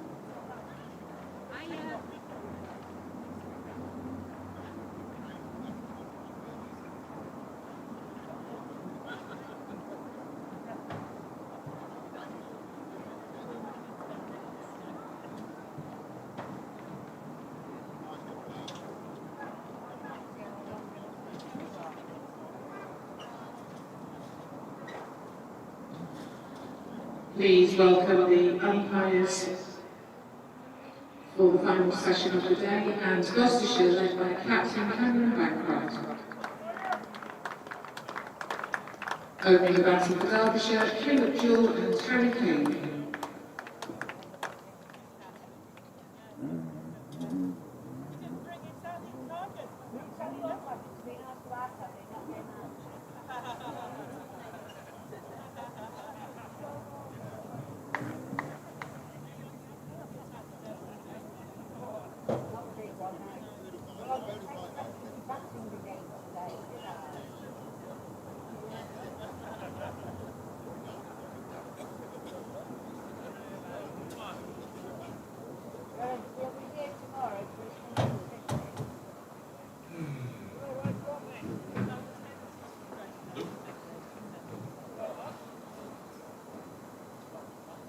Opening the bowling from the racecourse end, Will Williams. And if you heard that announcement, you'll know that Gloucestershire have been forced to follow on, unsurprisingly, leading as they do by 217. Harry Kane and Caleb Jewell out in the middle slightly earlier today than they came out yesterday, I think.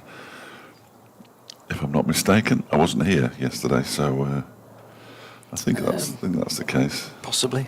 Thank Yeah, you. I'm not sure. No, It was before tea, but then tea was quite late. No, it wasn't that late, I suppose. Anyway, Anyway. the upshot is we've no idea. And we're not going to guess. Similar-ish. Yeah, at a similar time to yesterday. I like that. What time is it? Well, we're just starting the second half. Well, no, we weren't really. At Burton, we were at half time. This time yesterday.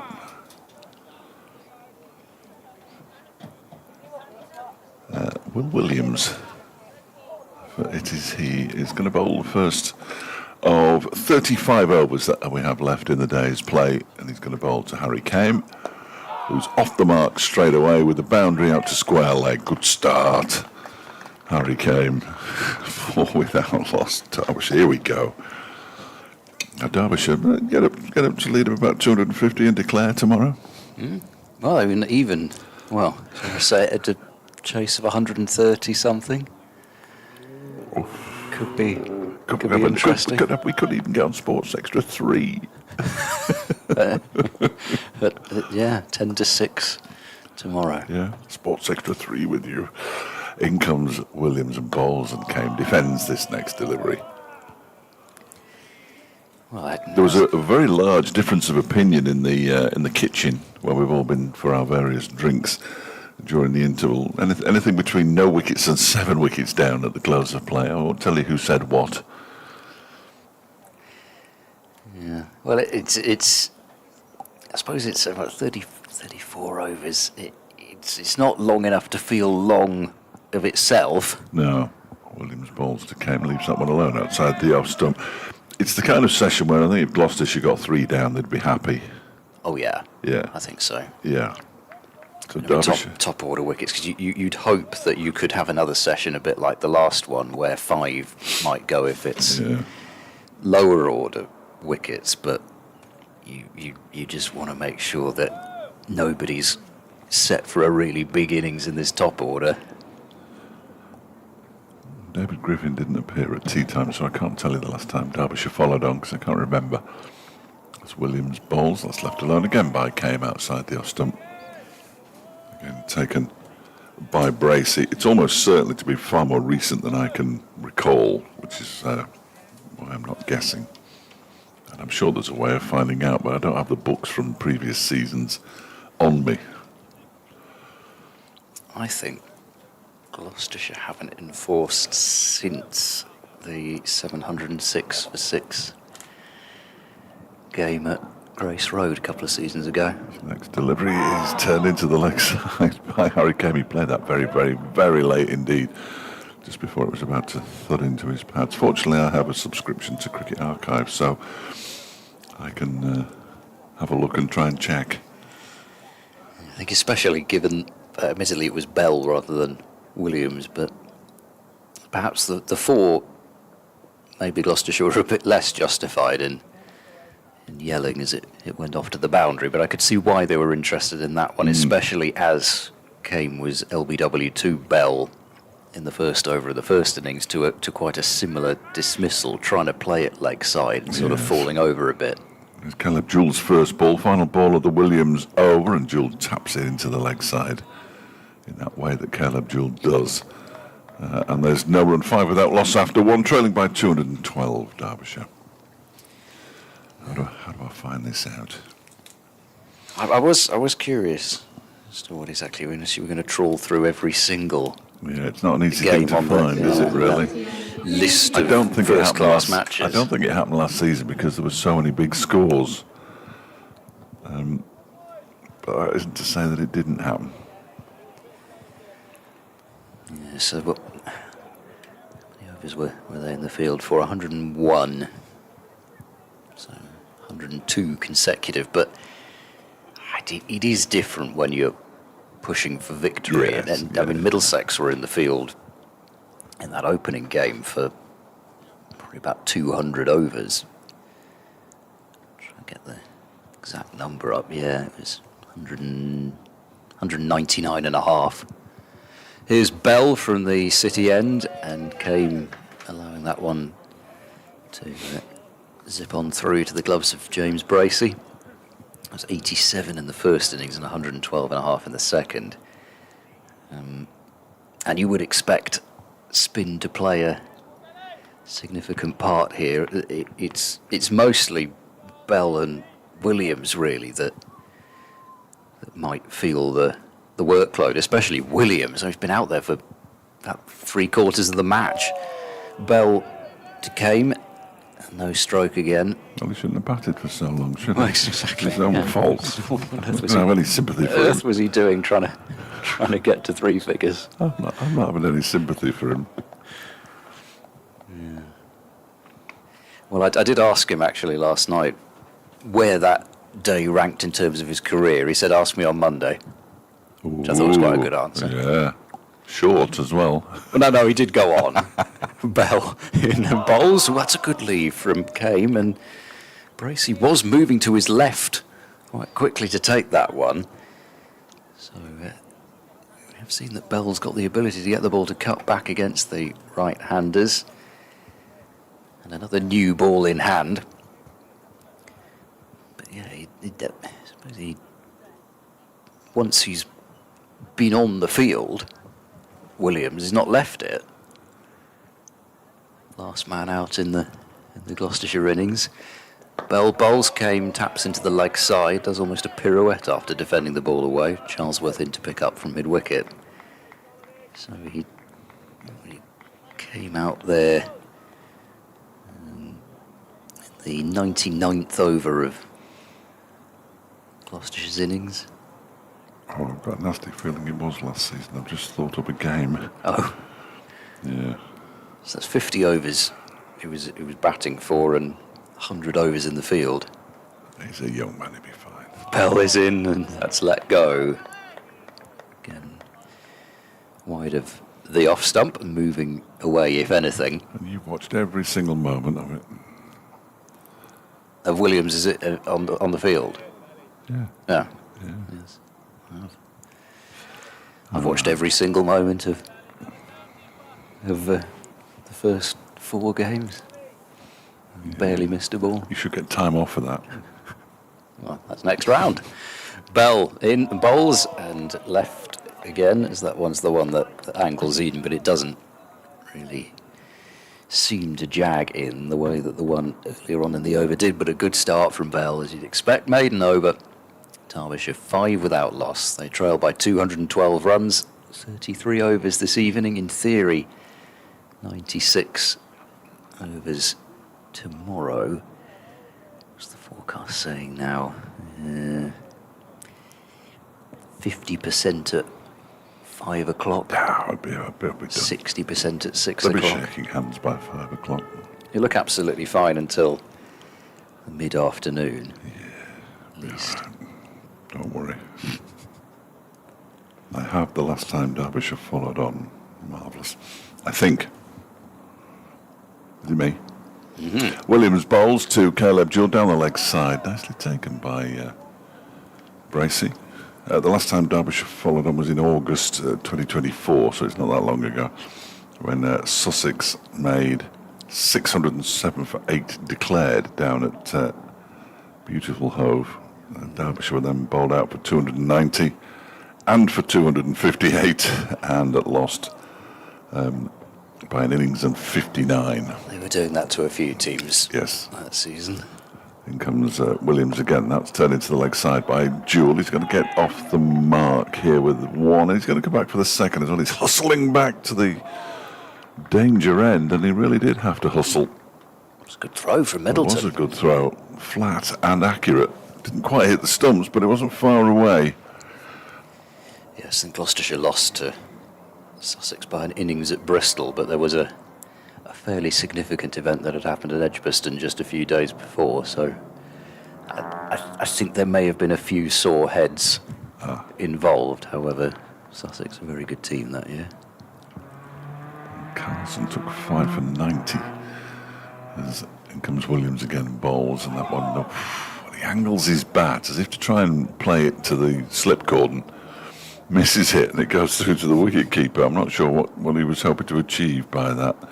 It was a remarkable game for Jack Carson. He took 5 wickets in the first innings and 6 in the second for Sussex.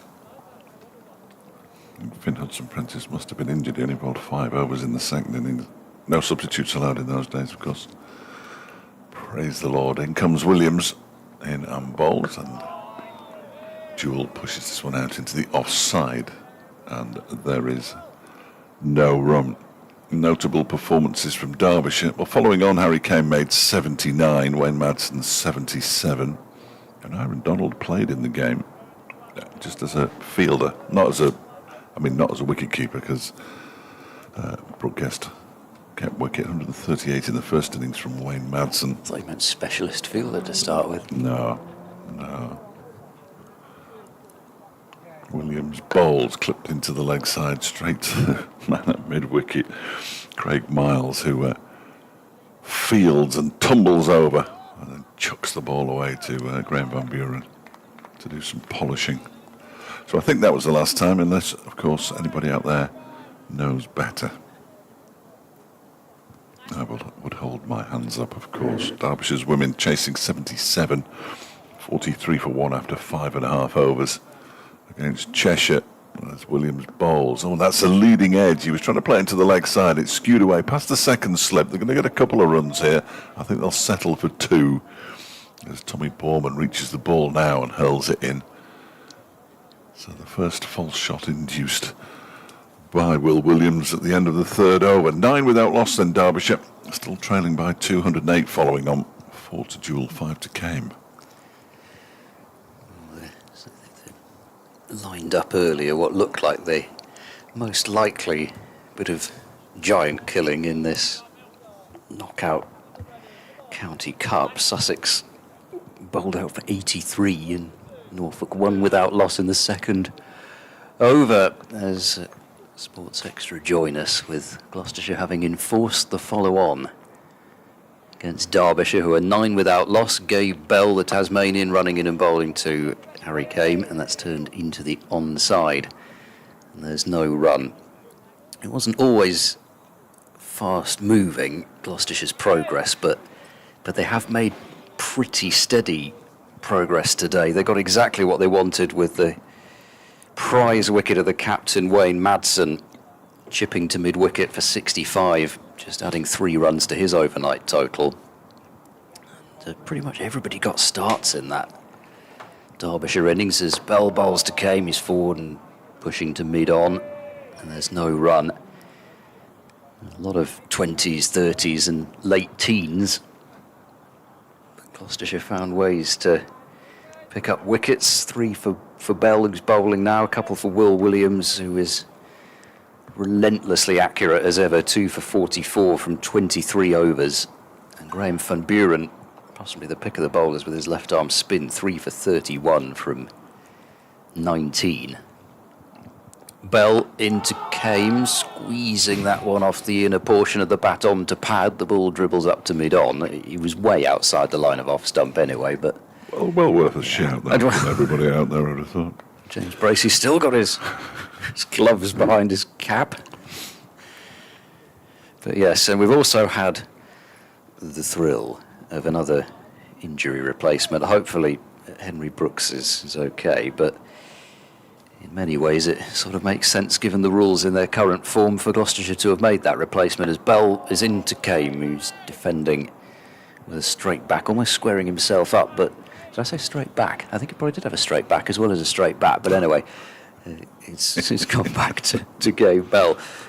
Henry Brooks, chasing after a ball to the boundary, appeared to injure a hamstring. He only bowled 5 overs, and Craig Miles came in as his injury replacement. Like for like. Took 1 for 33, well. Perfect. Yeah. Bell in, Kame drives confidently, and that's really well fielded up at mid-on by Hammond. He's no longer in the slip cordon as he's been for a fair bit.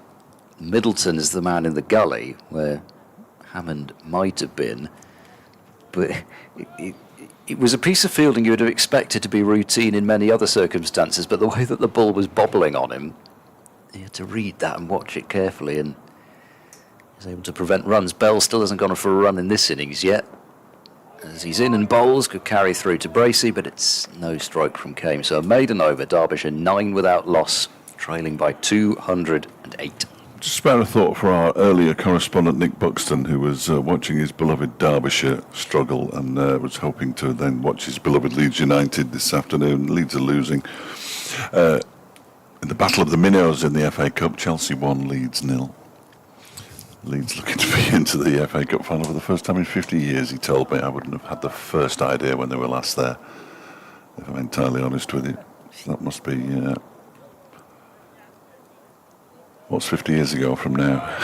1976. 76, thank you. I thought it was around then. The summer of 76. Yeah. What a summer it was. Williams in and bowls. That's defended by Caleb July. They wouldn't have started yet. There might be some university matches going on. It was the blazing hot summer, wasn't it? 76. All the outfields were parched. Michael The West Holding's Indies were famous here. spell at- Yes. Oh, what a summer it was. Beautiful. We went on holiday. We lived in Yorkshire, and we spent our summer holidays in Oxford. We got about. I was 13 at the time. What a time to be alive. Williams in and bowls to Jewell, who dabs this down into the slip cord and fielded by Bancroft. And there is no run. Yeah, what a time. I think that was the one where one of our dogs, who was on a lead, apologies to Sports Extra listeners, was on a lead which was attached to the caravan that we were staying in. And we used to go to some classy places near a river, and it fell in the river and was hoiked out by its lead. I think that was there. Some Americans were next to us, and they were going to Edinburgh for the day, and we'd come from York for a fortnight. Here goes Williams. Different times. Bowls to Caleb Jewell, who pushes that to Tommy Borman, who's fielding at point. Can you imagine now? Where are you going on holiday, kids? Oh, we're going all the way to Oxford. City of dreaming spires. I don't think we ever went into Oxford. I can't remember much about it. I can't remember much about my childhood, in honesty, but I blocked most of it out. But Derbyshire last, for those Sports Extra listeners who weren't with us, last followed on in 2004, August 2004, lost by an innings and 59 to Sussex. 2004? 24. Yeah, I've written down 2024, but I've said 2004. That one is left alone by by Caleb Jewell. Years. You see, when you get to a certain age, years they all just mingle into one. If I'm honest. Be some effort not to follow on for 22 years. Wouldn't it? Yeah, I don't think Derbyshire, even in my time, in the last 10 years, have been good enough not to follow on. Shoaib Bashir is currently having his photograph taken by somebody in front of the players' pavilion as Williams bowls, and it's turned into the leg side by Jewell. And there's no run, Zach Chappell, and it looks like Ben Aitchison, who both batted pretty well in their own ways. Zach Chappell eventually caught on the boundary. Going for a walk around the boundary's edge. Zach can't sit still. He's got his... he likes to wear the sleeveless sweater and nothing else so that people can see the top of his arms. Whereas Ben Aitchison's got the tracksuit top on, I think. As Williams is in again, and Caleb Jewell just keeps that one out. Might have kept a touch low. He certainly gave the impression that it had kept low. But he survives. They've survived 5 overs, 30 to go today, 9 without lost. Derbyshire maiden over for Williams, yet another one.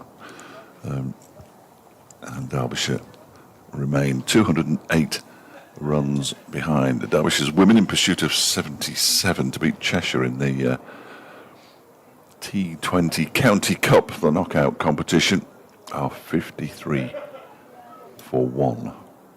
That being played not too far away from here at Denby Cricket Club. Craig Miles is giving Harry Kane the slow clap at backward point. I don't think that was what he was doing, but here comes Bell, and he bowls, and well watched by Kane as Bracey takes behind the stumps.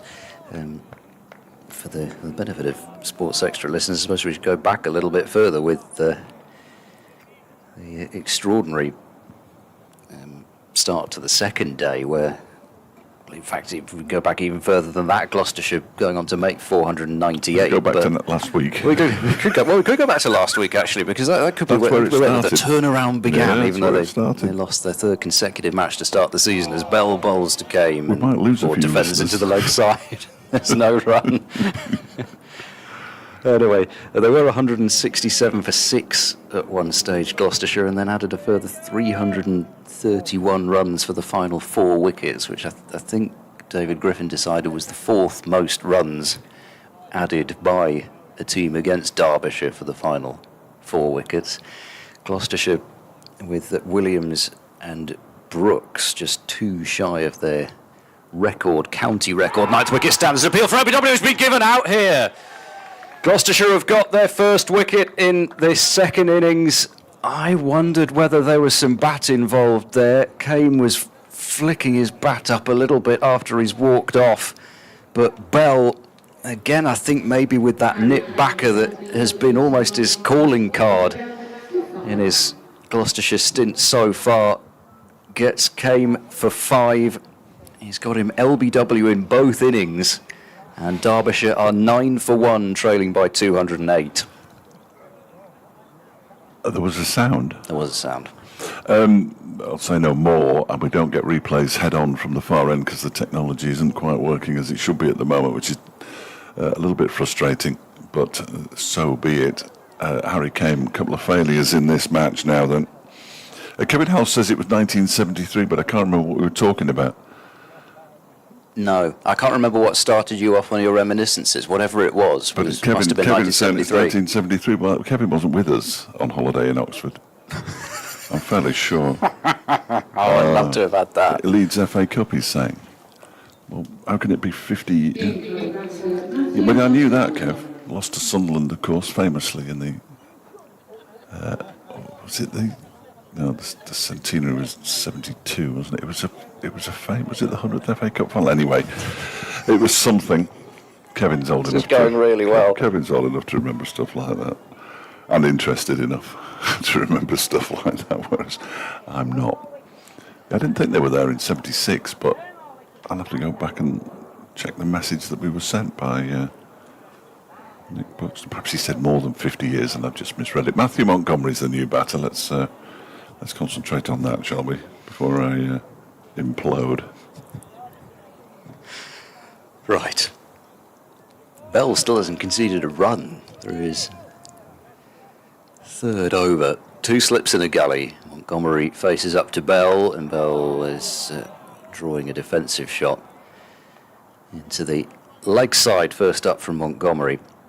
Because what I do know is that having fallen just a couple shy of that 9th wicket record stand, it was a little bit of a running theme. Gloucester's just a couple shy of 500, not that mattered, but Will Williams was run out rather tragically for 98 to become the second Gloucestershire batter to score a century from number 10. Bell in bowls, deflected down into the gully by Montgomery, fielded by Ed Middleton, and there's no run. Gloucestershire were going to declare. We'd been told Gloucestershire were going to declare at the end of that over, so we had to get on with it. Tried to come back and take on the arm of Ben Aitchison and ended up in a bit of a mess on the floor, but still an extremely memorable innings and partnership between Henry Brooks and Williams, but say Henry Brooks no longer in the game. Bell in and bowls, and that's come off, I think, inside edge onto pad. It looped up into the leg side.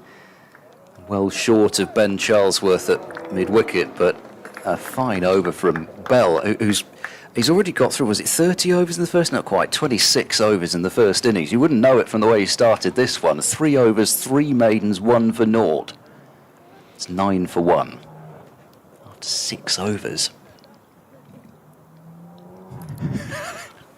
Yes. You're looking very confused. No, I'm reading the latest statistic from David Griffin, which would have been handy if he'd been here at tea. That's the source of the confusion then. After being dismissed, Derbyshire following him for the first time against Gloucestershire here at Derby.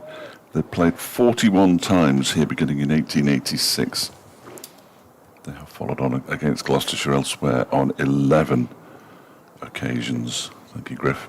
Here's Will Williams on his way into bowl to Jewel, who pushes this one into the onside, and there's no run. There cannot be more than 3 down at the close. For my money, that is, such as my money is worth anything. Yeah, I mean, 3 down guarantees that one of Jewel or Madsen is out as well. Not that the other wickets aren't worth plenty, but there are some particularly valuable ones. As Williams bowls, that's down the leg side, nicely taken by Bracey, because that was moving. Jewel tried to flick it away. He doesn't actually have a dismissal yet, does Bracey, but for all the work that he's done. Oh, he's been excellent, hasn't he? There's only 2 byes conceded in that first innings, and he's been up to the stumps pretty much the entire time that Williams and Bell have been bowling. Never mind what he's done with the spinners. He's been up to the stumps with Charlesworth bowling a few more overs as well. He's barely not been up to the stumps today, has he? Mad. His hands will be throbbing at the end of the day. Oh, and he doesn't claim that one. That's way down the leg side. It's going to go all the way for 4 byes. Oh, that's the first 4. Well, that's the first 4 byes. Yeah. Yeah. Yeah. Was that it? Well, Well, should I write that down? Yeah. I just thought I'd make a note of it. And yet you haven't. Oh, I made a mental note of it. Oh, yeah. Well, Nothing escapes the I'm going mind. to write something down here. Ask when the first 4 byes were tomorrow morning. See if you remember. As you Nobody saw that. Surreptitiously write it down. It's harsh on Bracey, to be honest, because he stood no chance. But it sort of goes against the keeper, doesn't it? And I just think that's not right. But there we are. 13 for 1, 204 behind. I just think they shouldn't take byes so personally. No, it's a pride thing, isn't it? Oh, yeah. Pride. You don't want a wicketkeeper whose pride has been dented. Probably. Derbyshire have got 9 overs and 4 balls in which to score 6-7 runs. That one is off an edge, guided down to 3rd man for 4 this time by Caleb Jewell. When he hit it quite hard and he tried to get it down, it went past Bancroft at probably before he even dived. Derbyshire move to 17 for 1, and they're only 200 behind now, so something to be cheerful about. A season that promised so much with the signing of Mohammed Abbas and Shoaib Bashir, and indeed Matthew Montgomery on a permanent basis. Having finished 3rd last season, hasn't quite started as they'd planned, I think it's fair to say. And now Williams will be furious because 8 runs have come from his last 2 deliveries, even if only 4 of them count against him. That one is fiddled into the onside by Jewell. There's altogether too many attacking shots being played against him. He won't know what to do. Well, there haven't been many, have there? There haven't been many. Felt like he had about 3 or 4 maidens on the trot at one point in the first innings. Economy of 1.91. It went up a bit then, because I think It was about 1.5 when we were yeah. talking about it. Yeah. Well, that was mental arithmetic from me, so it could have been 1.9.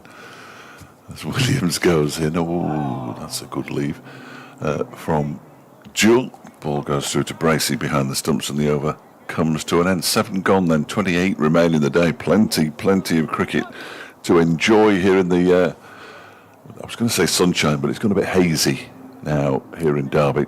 17 for 1, 200 behind. Montgomery yet to get off the mark, and Jewell has 8. It's the sunglasses effect. Every time I go for them. So, But that's the price you pay for looking cool. Oh yeah. Well, it masks the bags under my eyes for the commentator cam. It's the other reason. Bell into Montgomery, shoulders arms. Now, we haven't needed the pioneering. Well, I'm not sure the floodlights themselves were pioneering, but we haven't needed the. Well, they were when they were floodlights, built which I 100 suppose- years ago. Yeah. Well, exactly. Yeah. There's no floodlights quite like these ones in the country, really. I mean, I suppose at Hove, that would be about the closest, but they don't use them for championship cricket anymore. No, when they put these on, it goes darker. Bell into Montgomery, softly forward, defending out to cover. And Tommy Borman comes in to pick up. They have got an application in for new lights. They're going to be about, I think it's 30 metres taller. As they're not going to be those retractable ones, are they? No, that might have to come into play, though, because the original application was dismissed because of bats. That's the ones that fly. Bell to Montgomery and worked away past mid-wicket. Diving effort comes up short from Charlesworth. There'll be another dive towards the boundary, and that will be a successful one from Miles Hammond. Scored 145 in Gloucestershire's innings that it almost gets forgotten about because of that Brooks and Williams partnership. But a couple to Montgomery to get him off the mark. 19 for 1. So, Bell has finally conceded runs to the 21st ball that he's bowled in this second innings. Here's the 22nd now. Montgomery's forward and running this one out to Borman at cover point, and there's no run. You can use the floodlights at all times at Bristol now. It's very exciting. There's a new agreement in place with the City Council, so they can be switched on for all 5 overs of extra championship cricket that the floodlights ever bring you. Ooh, we've got a... Is it brief encounter moment between Ollie Price and Ed Middleton? Yeah, there's something in his Only eye. if Celia, what's her name, got a fly in her eye. What was she called? I can't... Celia Johnson. Is that right? I think so. It's not actually that brief, really. Well, the film lasted nearly an hour and a half. Yeah. There we are. Having a good old discussion about it. Celia Johnson, you see. There she is. Excellent. In which we serve this happy brief encounter, the Captain's Paradise. Academy Award nominated for brief encounter.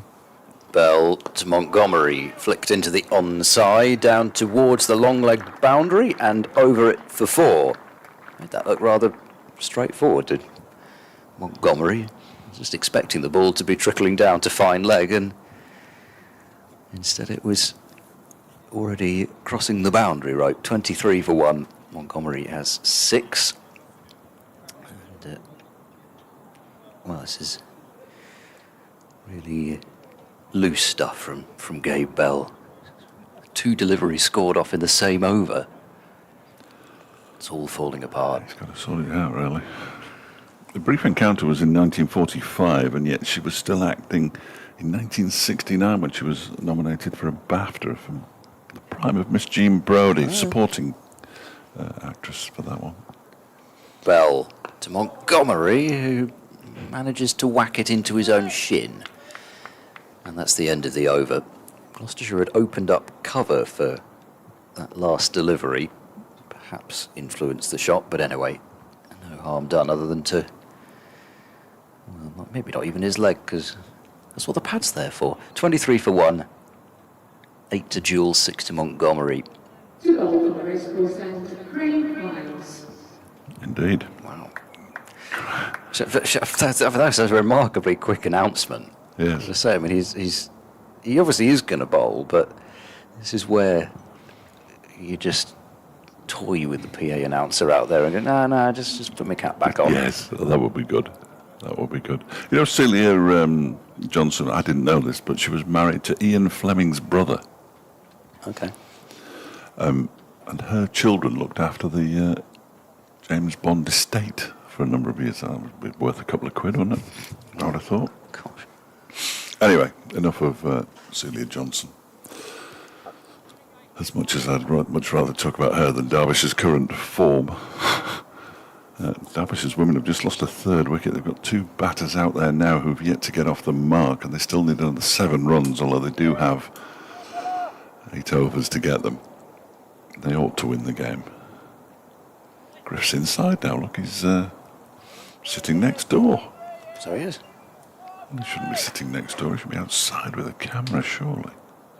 Anyway, missed the big moment of the day. I think we knew when it was going to happen. Kent have almost avoided the innings defeat at New Road. They're 247 for 9, trailing by 4 runs. Miles then on his way into bowl to Jewel, who almost edges through to the keeper. I don't know quite how he didn't, really. I almost thought I heard a noise then, but no. Wasn't as loud as the noise I heard when Harry Kane was out, but yes, I know what you mean. I couldn't see how he couldn't avoid playing the ball to either the keeper or one of the two slips. Just with the shot, it looked like he was trying to play. And I know batters like this guide down towards third man, and there is no third man, so it's guaranteed runs. But you've got to get it beyond the barrier. As in goes Miles again and balls. This one's left alone. That didn't bounce at all. It goes through to braces, right? No, not at all. It's seldom seen more contrast in terms of a batter between two matches on the same ground. I mean, I've never seen anybody live, really, playing the sorts of shots that Jewel was playing through square of the wicket on the offside. Would just everything would just almost be just a short punch and then explosion off the bat to the boundary. He has got a very good selection of bats.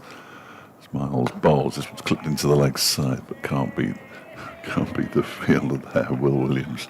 But they've totally tied him down so far by just being relentlessly straight in terms of their line to him. They've offered him no width whatsoever, particularly when Williams was bowling to him in that first innings.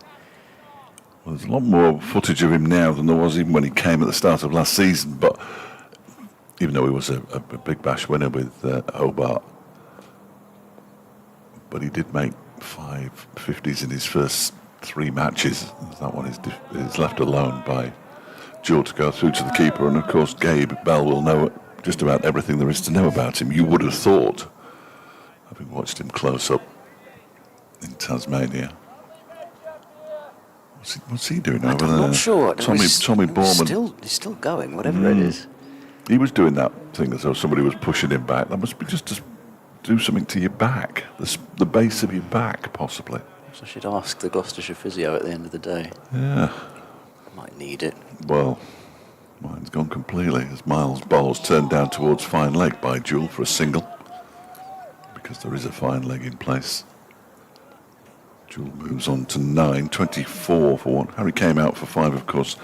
Means that I don't have to talk about the thing that I always talk about when Derbyshire are batting for another innings.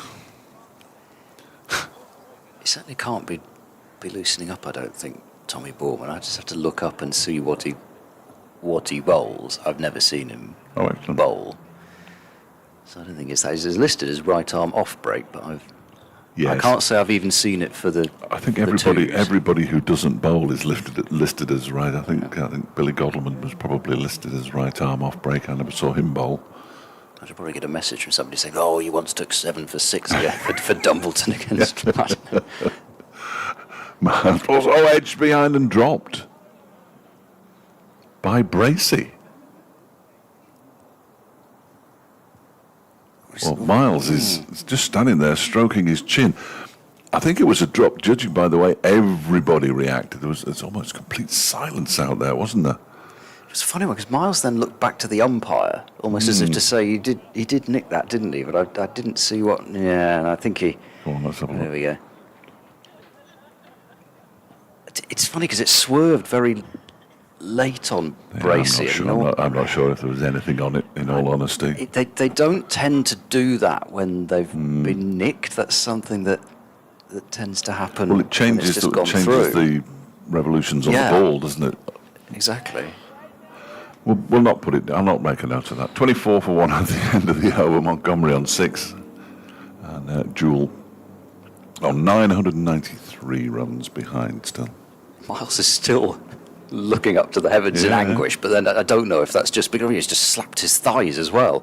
Here's Bell to Jewel, a length ball which has dropped down square of the wicket on the offside, and there's a sweeper back on the boundary. So Jewel takes 1, 25 for 1. I don't know whether that's just frustration that he induced 2 plays and misses in the over and didn't get a wicket, or not.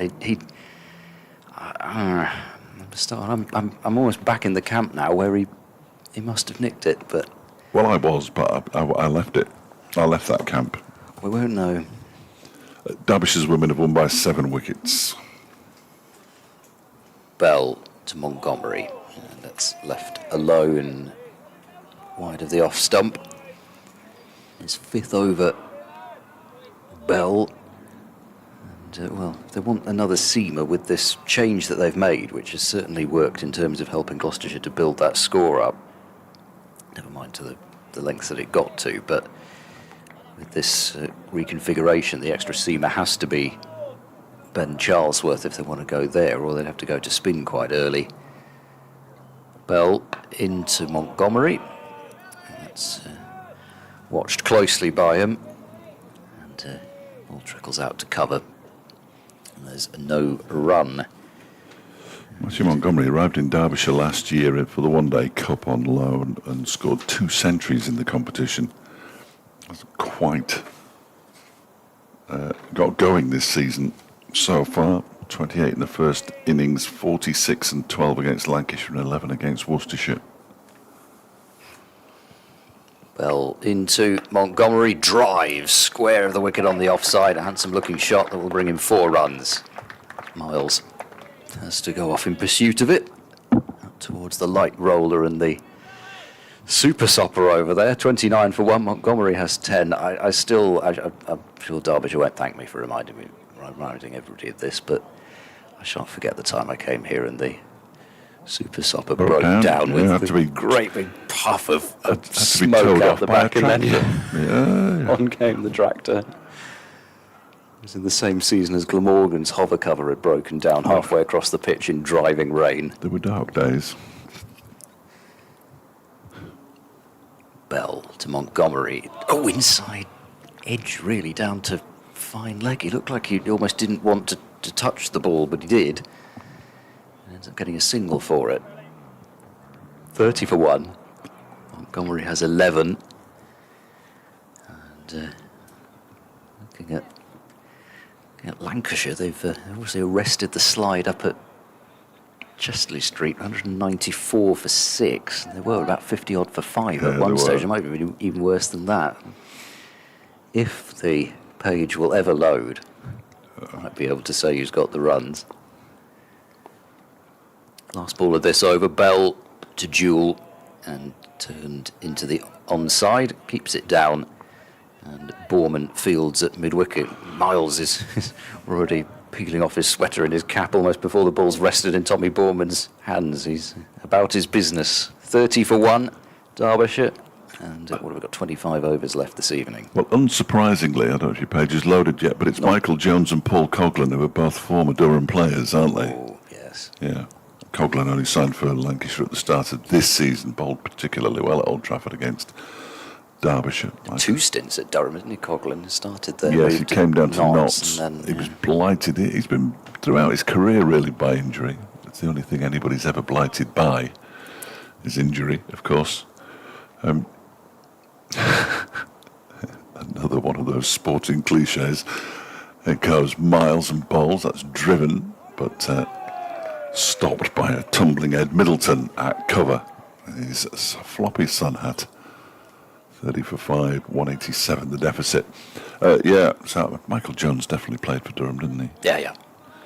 The Ormskirk Scot, or Ormskirk born Scot. His mother is indeed Scottish.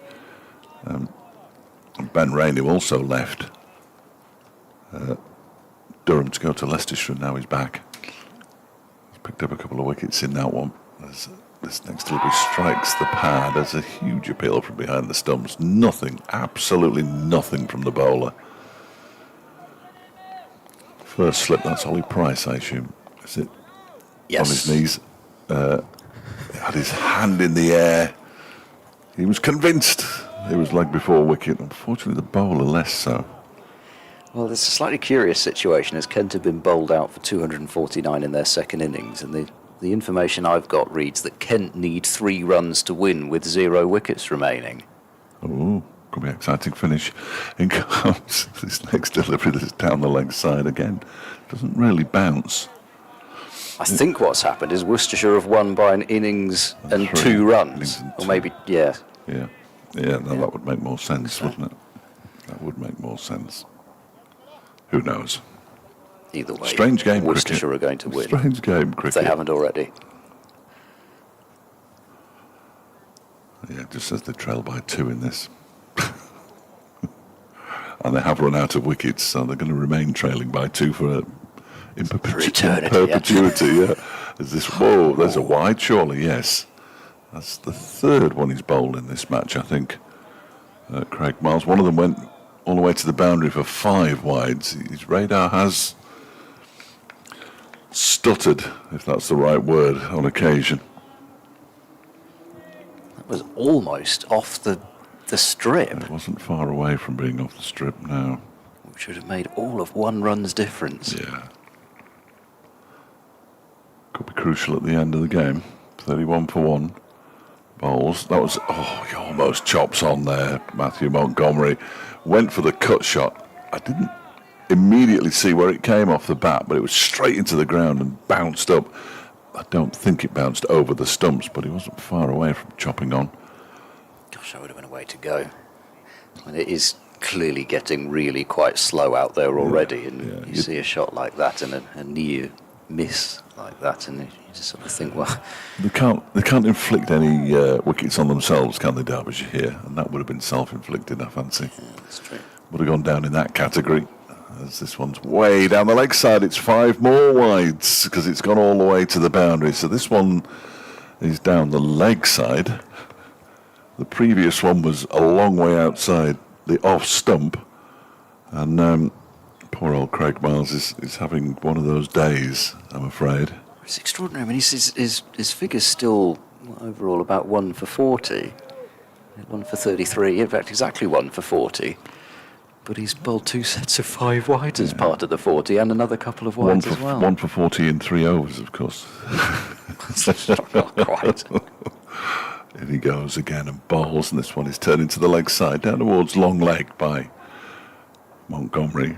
And picks up a single to move to 12-37 for 1. How many overs did he bowl in the first innings? He bowled 8 overs. And then, of course, in the previous over, So he's come within a whisker of removing both batters. No. He's always had a bit of this in him as Craig Miles. Proves what you were talking about at tea, doesn't it, really? He has the ability to produce an absolute magic ball, and that's why you'd have him in your side. He's in and bowls. Oh, he's bowled him. There you go. Caleb Jewell bowled by Craig Miles, who's bowled a wide down the leg side, a wide down the offside, and now he's bowled one bang on target, off stump, leaning back. Caleb Jewell goes for 10, and Derbyshire are 37 for 2, still trailing by 180. It's a fantastic delivery from Craig Miles. I don't know, without seeing it again, whether, I mean, Jewell was clearly playing across the line, but whether he did that because he thought that the ball was going to be more middle and leg and then it seemed away from him. But, you know, that's a good batter there that has just been completely turned around by that delivery. And, you know, sometimes, well, you hear it a lot in baseball, don't you? You keep using that expression about some bowlers sometimes, but you can be quite effectively wild if Yes. he's bowled a ball that's gone way down the leg side. So look at that again. No, he's not actually played across the line as much as I thought, but he's just got completely done in by it. I don't know that it's kept massively low. I don't know that it's. It was the impression he was trying to create, wasn't it? Yeah. But I think it's a perfect delivery. But yeah, that's an odd one, the way that he was playing it. But you take nothing away from the quality of that ball. That was a fantastic delivery from Craig Miles. Oh, Wayne Madsen, the skipper, has come out to join Matthew Montgomery. 37 for 2. Madsen, who was dismissed earlier today in the first innings, second man out for 65. Actually, it was, sorry, just now you mentioned Madsen, it was a bit like the one that Bell had inside edged by Madsen down to the boundary yesterday, and it was played in almost the same way, like sort of jumping, coming down late at it, and just completely done by something. So it's Bell who's going to have a sixth over, and now, what, 24 overs left this evening. Gloucestershire hunting further scalps. Bell bowls Montgomery with a thick edge that goes wide of gully. It will maybe just hold up. No, it won't. Miles just gets to it as it crosses the boundary rope. So 4 runs to Montgomery, 41 for 2. Derbyshire trail by 176. Don't know. I mean, you probably wouldn't have a fielder exactly there anyway. You'd need 2 gullies. But it wouldn't have been far off being catchable anyway. 4 runs to the total. Surely Bell's not going to have 7 overs, not after the work he's done in the first innings. He's in now and bowls, and Montgomery gets down the pitch because Bracey's standing back. Pretty much yorks himself, has to be said, and that made a very tinny noise off the bottom of his bat up to mid-on. And there is no run. There we go. Worcestershire win by an innings and 2 runs. Yes, we always knew that, didn't we? And my Durham versus Lancashire card still hasn't loaded. Bell into Montgomery, and that's pushed away up the pitch, getting a big stride there. Montgomery's taking the rare opportunity actually to really be able to get his feet moving with Bracey back there. Perhaps he's just had enough of those fingertips being given a bit of a workout. Decided to stand back for a little bit. Bell bowls to Montgomery. Who's it guiding this one? Square of the wicket on the offside. Miles up to field. Madsen was going somewhere at the non-striker's end and delivers the sheepish thumbs up that you see from batters who've just gone on a bit of a wander. Yeah, you're right. Right, yeah. Good call. Everything's fine. Yeah, I wasn't going anywhere. Nothing to see here. 2 former KwaZulu-Natal players. Oh. Batting for Derbyshire. I hadn't realised that's where Montgomery learnt his cricket. Bell bowls back of a length, and Montgomery just drops the hands on it and lets it go by. Madsen made his debut for KwaZulu-Natal in 2003, 3 years after Matthew Montgomery was born. So their careers will not have overlapped in any way. So Montgomery was born in Johannesburg, but obviously must have grown up around Durban. As forward goes Montgomery and turns it up to mid-on. Timed it nicely, but doesn't get a run as Van Buren fields. 6 overs, 3 maidens, 1 for 16. Surely that's going to be Bell's opening spell done, but it wouldn't shock me if Williams found some energy reserves after bowling just 4 overs in his first spell to have a go from the other end. But it's 41 for 2. With Derbyshire's deficit at 176. It's a large deficit. I didn't realise that Montgomery had only played 1 T20 international for Germany. German international. German international. Yeah. Well, in fact, Italy. Wayne Madsen, of course, the captain of Italy at the T20 World Cup. Miles bowls, that's driven into the offside by the Italy skipper. I think he'll almost certainly be the former Italy skipper. I don't think he's got another World Cup round in him. Even though there's probably another one in about 3 months. Well, if it was in 3 months' time, he'd have a chance, I think. But I can't remember. Is the next one in Australia, New Zealand, something like that? I lose track of them. You're right, every 10 minutes. all the games on Sports Extras. This next one is a short delivery from Miles, and it's allowed to go through to the keeper. I have no idea. I'd be surprised if we were still on Sports Extra, if we hadn't been hoiked by now. Buzz, buzz. Goes the phone. Have we been hoiked yet, Kev? Do let us know. 41 for 2 it remains. Yeah, no, nothing. Unless he's listening across all the counties, that would be mightily impressive. I know he's going around the grounds, and it's a fantastic service, by the way. Omnipresent. As Mills goes in up, and Wayne Madsen gets a fly in his eye, and Miles has to just run through the crease. And Graham Van Buren and Matthew Montgomery both go to the aid of their fellow. They're almost looking at his neck rather than I wonder if he's been Has he been stung by a wasp. Well, I mean, we'll find out at some point, but Van Buren looked most perturbed, didn't he, as he ran up, and he's now laughing, which is the natural thing to do, of course. 41 for 2, then 22 overs to go after this one. Those hopes of a 6 o'clock finish riding off into the sunset, quite frankly. Here goes Miles again, in and bowls, and Madsen just leans back and cuts to the backward point boundary and gets off the mark. 42 for 2. Well, there's nothing else to do but go back to the hotel for Gloucestershire, is there? They might as well hang around here a bit longer. Well, there is that. There's the prospect of the extra half hour. Just putting it out there. Just putting it out there. But even then we wouldn't be that late. We'd probably be earlier than we would be most other evenings if they took the extra half hour, which is quite remarkable. And we're bound to get some spin too long as well. It's a credit to Gloucestershire that we're in this position. Montgomery turns this next delivery to Van Buren,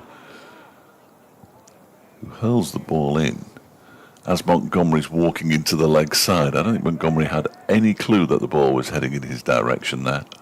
I mean, it missed him by a foot, but... And there was certainly no intention from Van Buren to throw it at the batter. No, that would be the least likely person, I think. Absolutely, no. He does sometimes fake do it, but then just immediately grins. Miles bowls. He's pulled this one. Has he got something on that? Around the corner, down to fine leg for 4 runs. Yes, he's got a bit of bat on that one as Matthew Montgomery to move him on to 20, 46 for 2. He must be frustrated in himself, Craig Miles, you would have thought. I mean, he can bowl a delivery that completely bamboozled Caleb Jewell. In fairness, he hasn't played a huge amount of... That's the thing, isn't he? He's not played a single game of Championship cricket last year. No, I mean, it's difficult, isn't it? He runs away from us again and bowls, and that's clipped into the leg side by Montgomery. They've taken one, they'll come back for the second. Wayne Madsen just has to just get a little bit of a move on there. The bails are removed by Miles.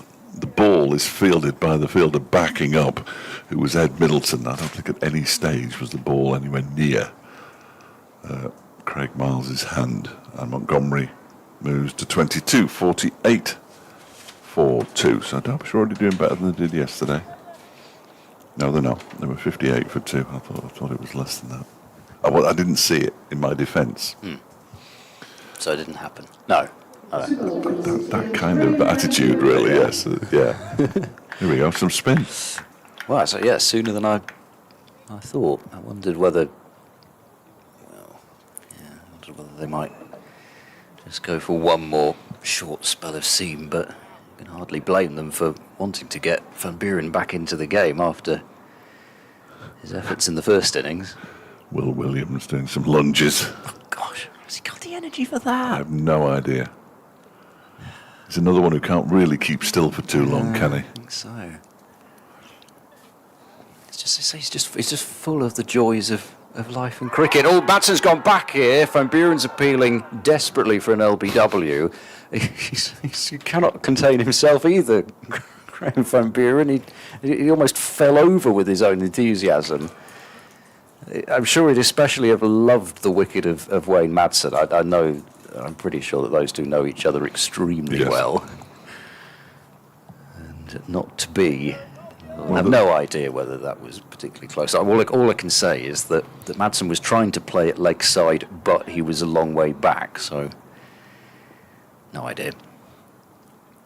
I suppose I could go back and load the stream up, but it's a question of whether it will load or not. Van Buren bowls and Madsen exposes most of his stumps and his front pad to Van Buren, but he's really looking like that one was getting past. Fielded by Price at extra cover. Just Bancroft at slip. Nobody else in close. Van Buren to Madsen, who winds up for the drive. Sends it out to Borman at deep point. 1 run to Madsen. He has 2. Derbyshire 49 for 2. So he played in Pretoria as a youngster, Van Buren, according to Crick Info. Yeah, he was the Northerns team, so that he would have played for the Titans when it was franchise cricket and franchise based in Centurion, but I think he would also have been the stateside based there, if you like. Cut away by Montgomery. He's used the pace well there. Miles is in furious pursuit. He actually is just going to get to this one, and all that effort is going to save 1 run. Then almost falls over forwards after getting back to the ball, and he's done well there. The 50's up for Derbyshire, 52 for 2. Montgomery has 25 of those. He's only taken 29 deliveries to get there as well. This is an expensive over by Van Buren's stand. He's gone for 4. And he's going to go for 5 as well, is he? Yeah, we will. Eventually it got by Holly Price. Extra cover. It was absolutely slow motion single for Madsen. 53 for 2. Still a relatively new ball, and it's 14th over for Van Buren to bowl with, but he's still doing some polishing, even though he's bowling with it and bowling spin. Last delivery, Montgomery just trickles it away up to mid-off, and there's no run, so 5 from the over. Van Buren's first of this second innings. 3 for 31 in the first innings from 19 overs.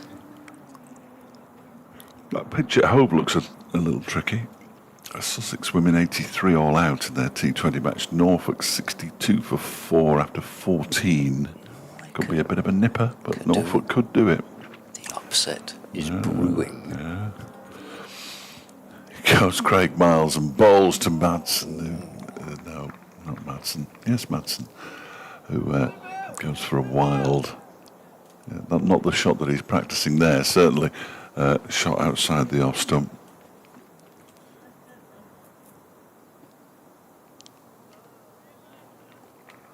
Goes through to James Bracey behind the stumps. With each passing delivery, it becomes more likely that we'll be here tomorrow, which is good. I like being here. He goes Miles and bowls. Madsen makes contact this time, pushes it out into the offside for a single, moves on to 4, 54 for 2. I mean, they ought to be able to avoid the ignominy of an innings defeat. Whether they can avoid defeat rather depends on how long they can bat into tomorrow, and it could be quite an exciting game if they bat till mid-afternoon, perhaps a little bit longer than that. You never know. They might have to bat longer than they might have to bat beyond tea, actually. Thinking about it sensibly. We might see some bat throwing as Miles bowls, left alone by Montgomery to go through to the keeper. Yes, well, I'm not quite at the stage where I'm thinking about diving around for Gloucestershire's last innings victory. No, a bit early for that. Yeah. Yeah, I think so. 2 down. Derbyshire's last innings victory was 3 games ago. I think they won by an innings at Kent last season, last game.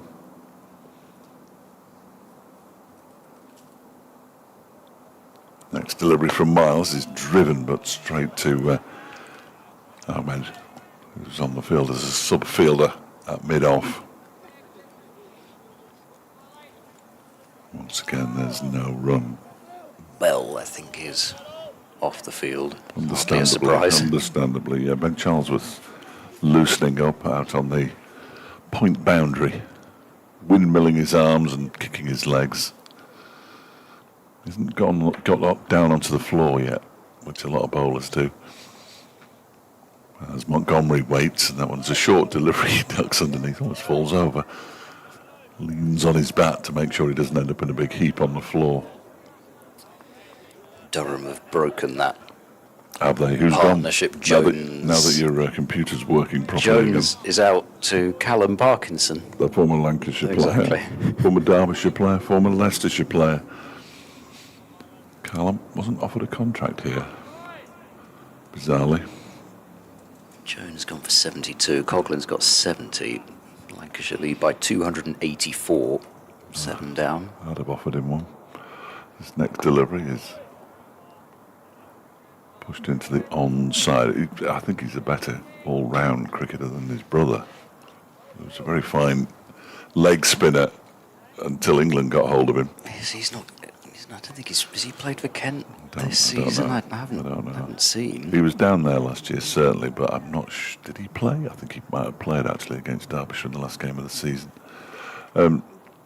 Yeah, another player who carried a lot of drinks in all parts of the world.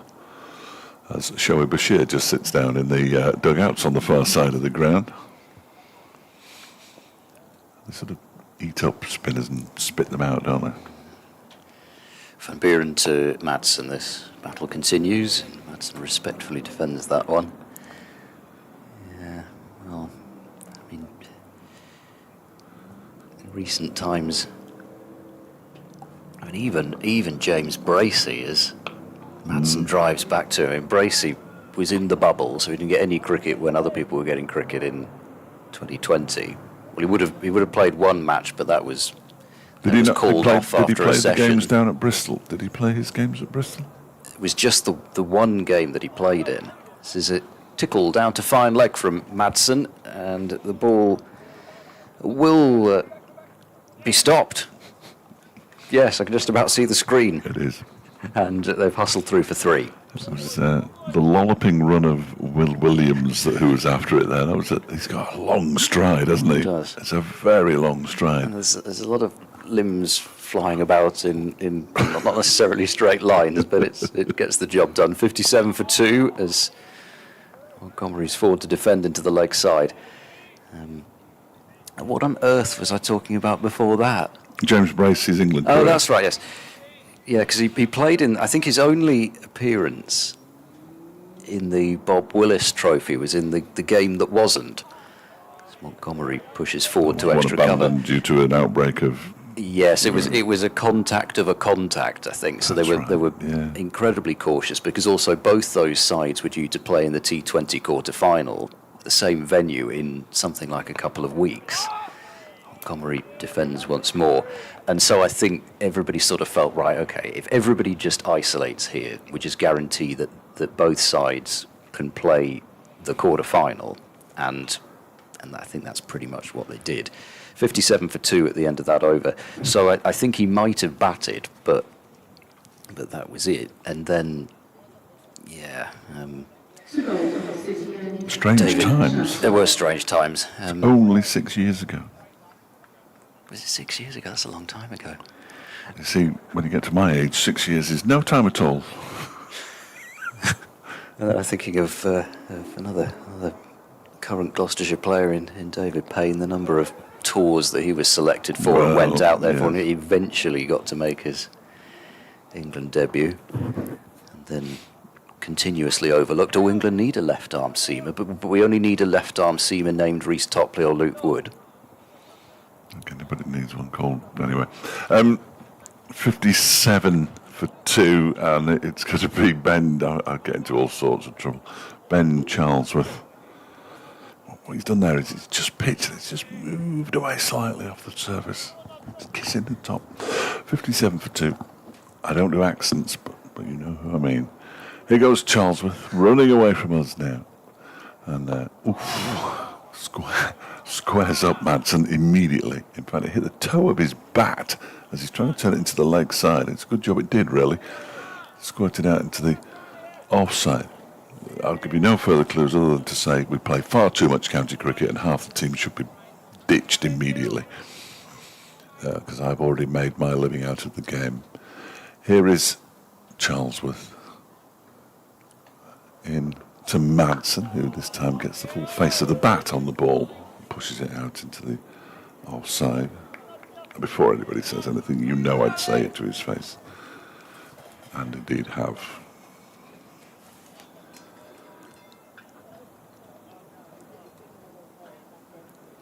Williams, who is struggling to stand still, has now removed his cap, put his cap back on.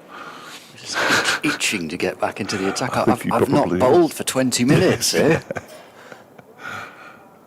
He goes Charlesworth to bowls. Madsen pushes this back to the bowler who fields with his left hand bending down. It must have been absolute torture for him last season when he wasn't getting much cricket with Lancashire, just a few championship matches. You know, he's also said, I think, that he wants to be considered for all formats now he's moved to Gloucestershire as well. He's not played much T20 cricket. In fact, I don't think he played any T20 matches for Lancashire. But yeah. They bring all the this one's pushed into the onside by Mads. They bring all the T20 specialists back, don't they? You know, Phil Salt and moved that Gleeson for a while, didn't they? the bloke who keeps wickets. You know what I mean? Which one, Salt or Butler? Butler, that's it. Yeah. Yes, they were fairly terrifying. Full strength, of course. Here's Charlesworth in and bowls. That's pulled nicely into the leg side for 4. It's a glorious shot from Wayne Madsen to get him into double figures. On it quickly, a long way in front of square. And 4 runs to the Derbyshire skipper who moves on to 11, 61 for 2. Liam Livingstone is the other player I'm thinking of. Oh yeah. I was thinking of a spinner, but I was thinking too much of a specialist spinner, so I was drawing a blank. Well, I was trying to do both because he's leggy and off, isn't he? Depending on what the that's what was is. going on there. Yeah. The wrist turning. Yeah, come on. I thought that was a pretty good mime, in fairness. Here comes Charlesworth in and bowls. That's played into the ground by Madsen, who actually turns around because there isn't a run there, and then holds his hand up as though Montgomery hadn't quite got the message. He had got the message. He was back in his crease pretty sharpish at the end of the over. 4 runs coming from it. A very good 4 runs it was too. 61 for 2, 18 overs to go. Derbyshire still 156 runs behind. So there might be no, there's no point. I'm turning it to Kevin Hand. Nobody wants that to happen. I love Kev. He'd be sitting in here now with his feet on the desk. Oh, yes. Shoes off. Having recently removed his Middlesex attire. Marvellous. Yeah, tripod at the back of the room, ready to go down and record a piece to camera. In fairness, my tripod's there. But yeah, well, we'll see Kevin in a couple of weeks' time down at Lord's, even if we don't work with him. Guy, I'm hoping it's Guy. It's terrific fun. Van Buren to Montgomery. Exaggerated wind-up that both these two have when they go for a drive. And he'll get a single to Miles on the deep point boundary, so 62 for 2. And Gloucestershire have had enough of the short leg, so Borman goes into the 45 position. That's short and cut away by Madsen, and Will Williams has got something to do and does a bit of juggling with it as well. Pleased about that. He's so pleased to have the ball come to him. Madsen doesn't mind a cut, so he might be in. Buren bowls at full ball, whipped down to mid-on, where the sun-hatted Middleton stoops down from his considerable height. I clearly didn't see the start of Wayne Madsen's innings yesterday, but this appears much more watchful than that was. Oh, yeah. There's a lot of... Well, I don't... I was going to use a word there, but that's probably wrong. That's a short ball. That's helped into the leg side by Madsen, but he's not really gone after it to the full extent that he might have done in another situation. 63 for 2. He's just pulled it to deep square for a single.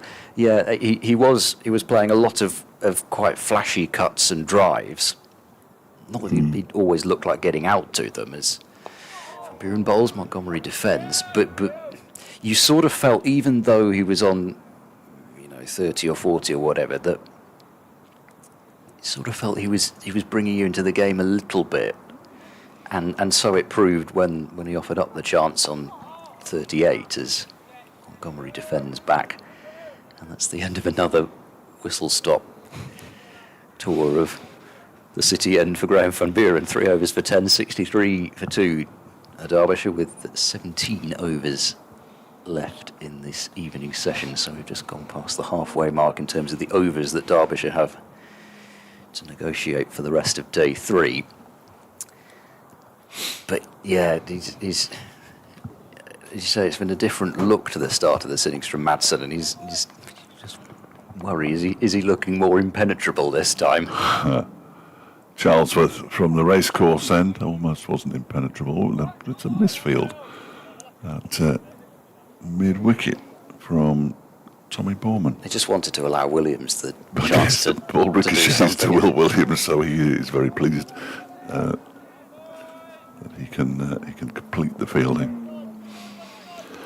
11 balls to go at Hove. Norfolk 4 down, need 3 to beat the Tier 2 team.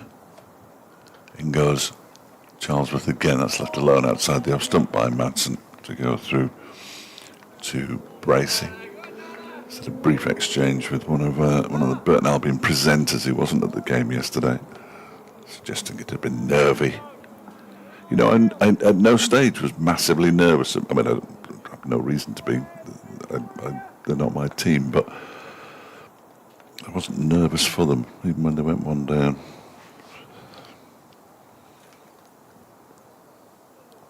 In goes Charlesworth again, bowls. That one is cut away by Madsen. He's hit that very hard one as a misfield out there. A rather disappointing one by Ed Middleton.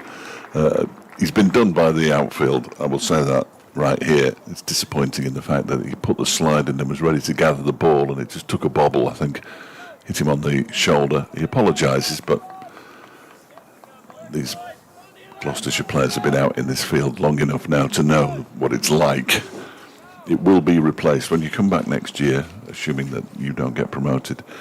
It'll be a lot better as this one is defended by Madsen. He's moved on to 16, incidentally, with that boundary. 67 for 2, 150 behind. But yeah, that's the plan for the winter, a new outfield. Because it looks quite good. If you don't look too closely at the bit in front of us, it looks quite nice. Yes, and further away and they're doing as the best job they possibly can, the ground staff, but really one arm tied behind their backs as this one is beating the edge of Wayne Madsen's bat. He might just have pulled it inside the line. He'll certainly tell us that he did, and he's got every right to do so. But another good take by James Bracey. They're the words I'm looking for. He didn't have much time off. Williams appears to be doing some yoga now at mid-on. Charlesworth is in. I've started eating that. And the ball is played up to him. So he's happy. He has the ball in his hands, but then he tosses it away. That was the last ball of Charlesworth's second over. 67 for 2. He's conceded 8 runs in his 2 overs, and both of them have been boundaries to Wayne Madsen. First one was a fierce pull shot. The second one, he benefited from a slight misfield on the boundary. 150 behind Derbyshire with 16 overs, so about an hour's play, perhaps slightly less with Graham Van Buren bowling an over every minute and 2 seconds. Yeah, it did seem at one stage as though we might get more overs in than the allocation, but I think as Cricketers don't like that. no, but and also Gloucestershire have been taking wickets, so they haven't felt as though they've got really to hurry as Montgomery plays this one towards mid-wicket. There was some excitement. Only got themselves to blame then. They should stop taking those wickets. Exactly. And you'd finish a lot earlier. Well, that's what I said earlier. And Williams shouldn't have batted so long if he didn't want to stay out there for so many hours. Van Buren to Montgomery drives firmly, picks out extra cover, and there's no run. So much excitement in the first division. Leicestershire have taken the lead against Now Glamorgan. they. Oh, that's exciting. Nottinghamshire have taken the lead against Warwickshire at 249 for 1. Van Buren in and driving Montgomery. Pierces the offside field. And a single out to Miles on the cover boundary. 68 for 2. Montgomery to 27. Surrey have taken the lead against Essex. 464 for 9, plays 409. The game could explode to life at any moment. And Yorkshire almost in the lead against Sussex. 502, plays 500 for 9. Madsen forward and pushing back to the bowler. How good would it be if they were bowled out for 502 then? And it was One innings shootout. Well, it's not, is it? 502 all after 3 days worth of cricket. The dog unit's back. Look. Buren to Madsen, worked off the back foot through cover for a single. Yeah, the greyish van is in the car park with dog unit on the side and a sort of warning triangle. Is it going to just turn round and leave again? It wasn't there for long this morning, was it? If it was this morning. It's sometime today. Whose dog unit? I don't know. I don't think it's a police job. No. Van Buren bowls down the leg side. It just pops up a little bit, but Montgomery doesn't have too much to do with it. Taken by Bracey, 69 for 2. Somebody's getting... but it's dropped somebody who's working here off, and now they've collected them. Look, somebody's just got in the passenger side. It's going to leave now. Yep, there it goes. That's the end of the dog unit. It's going to crash straight into the concrete wall. No, I don't think so. He knows where the front of his dog unit van is. Yeah, it's somebody who works here. I probably shouldn't say this, but I was walking in and there were a couple of the security guards were having a chat, and I heard one of them say to the other, "My car's always open." Oh, no.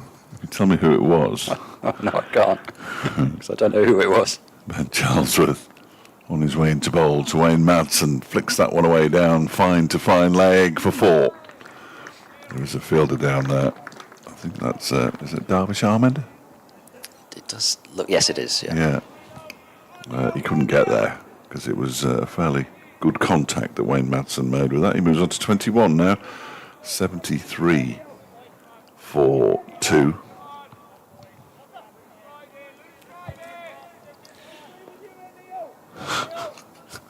What are they talking about? He goes again. And Madsen this time turns it just backward of square on the leg side. Ahmed is fooled by the outfield because he was there and ready to pick it up, and it just moved. And Madsen picks up 2 more to go to 23, 75 for 2. Sort of shifting ground. It must almost be like that. I mean, loath to be too critical, but it is poor. You walk on a lot of outfields, don't you, over the course of a season? And Charlesworth is in, and Madsen pushes this one up to Graham Van Buren at wide mid-off. I bet it's great fun on T20 nights, though, because no piece of simple fielding when it just gets hit out to a sweeper is one of the abiding routine memories, and you can imagine how his mood can turn. Pat Brown quite often fields in front of the players' pavilion, and if he gets a bounce, he lets everybody know. And he's a fine, fine fielder. As Charlesworth bowls, big shot from Wayne Madsen, appeal from Miles eventually, but not much from the wicket-keeper this time. Charlesworth, rather. Not much from the wicket-keeper this time.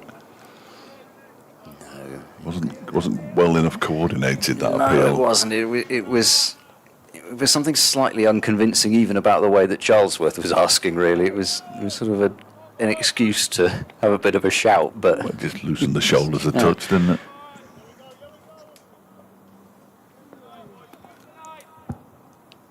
Either way, Madson's still there as Charlesworth comes in once again and bowls to him, and he drives him out to the cry of catch.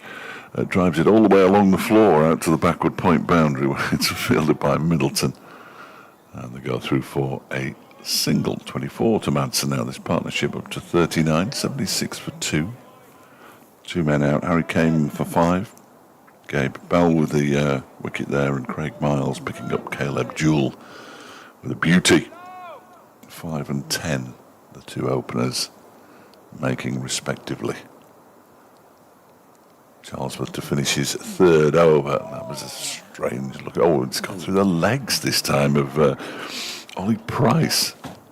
I'm not sure we can entirely blame the outfield for that. It was travelling quite slowly. Yeah. Anyway, He thought, I'll just bend down and pick this up. And by the time he'd got there, the ball went through his legs. 77 for 2. Montgomery moves on to 28 with that single. Madsen has 24. Derbyshire 140 behind still. Following on, as Will Williams continues to remind his skipper that he's still on the field of play and is desperate for another burst before there go the lunges again. somebody who was swinging his arms was bothering me. It was actually was about to see somebody rip their own torso from their body. That would be a sight, wouldn't it? That's not a sight I want to see. Certainly not from Will Williams. Here comes Van Buren and bowling, and Montgomery drives straight along the ground. Yeah, he's doing his bowling action now. Dear me. There's a difference in body language between Williams and that Miles at cover who's just fielded the ball and Hands in his pockets. That's it. That's me done for a while. Van Buren bowls a slower delivery, and Montgomery push drives that back towards Van Buren. There he goes again. Just have a bit of a feel for the lower back. I don't think that was what was going on, but just be careful, will you? Van Buren bowls and played very watchfully by Montgomery with that short leg there. It's been a while since we had a substitute, though, isn't it? Oh, gosh, We're about due one. First thing tomorrow morning, we'll see an Aaron Donald. Has there been a game where it's been 3 yet? Reaching for that drive once more, Montgomery, and Miles called into action at cover. There's no run. 2 Yorkshiremen went down with after a dodgy egg, didn't they, at breakfast, or whatever it was. But they're the same egg. Might have been the same chicken. Okay. I don't know which came first, though. Van Buren pitches that one up. It's driven and well fielded by Price at short extra cover. He ends up palming the ball to Van Buren, so it'll help him get through another over. Rare slight pause before he bowls this one, which is driven once again by Montgomery. He might as well just defend these. He's driven about 4 balls at that over and got absolutely nothing for them. It's the first maiden bowled by Van Buren this innings, 5 overs for 12. Derbyshire 77 for 2. This partnership's been together for 11 overs. 13 left this evening. It's one of those where it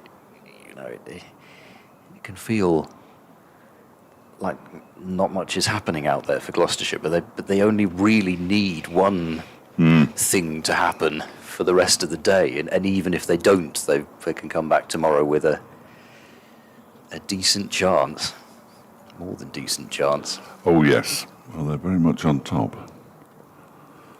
As Charlesworth begins a new over from the racecourse end, the first ball is full. Madsen drives, but doesn't really time it, and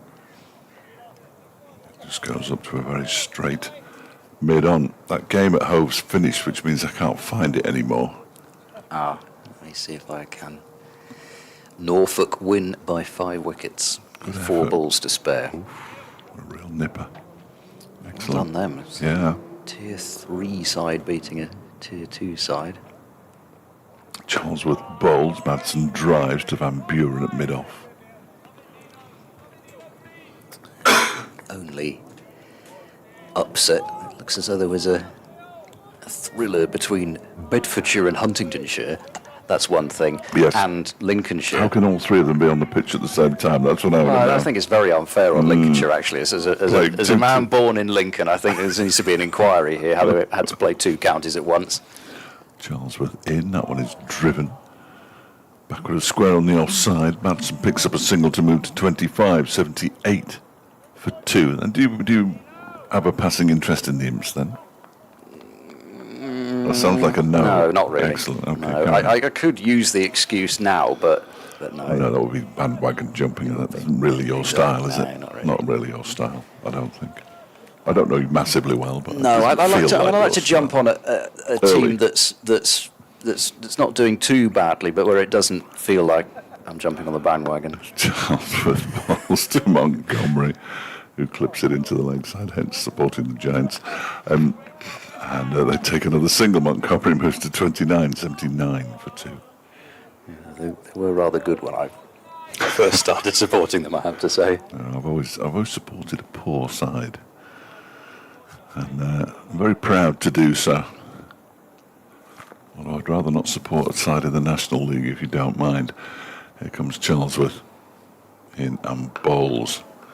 And that is driven out into the offside. They've run the first one quickly. They're thinking about a second, but it's not there as Middleton does the fielding.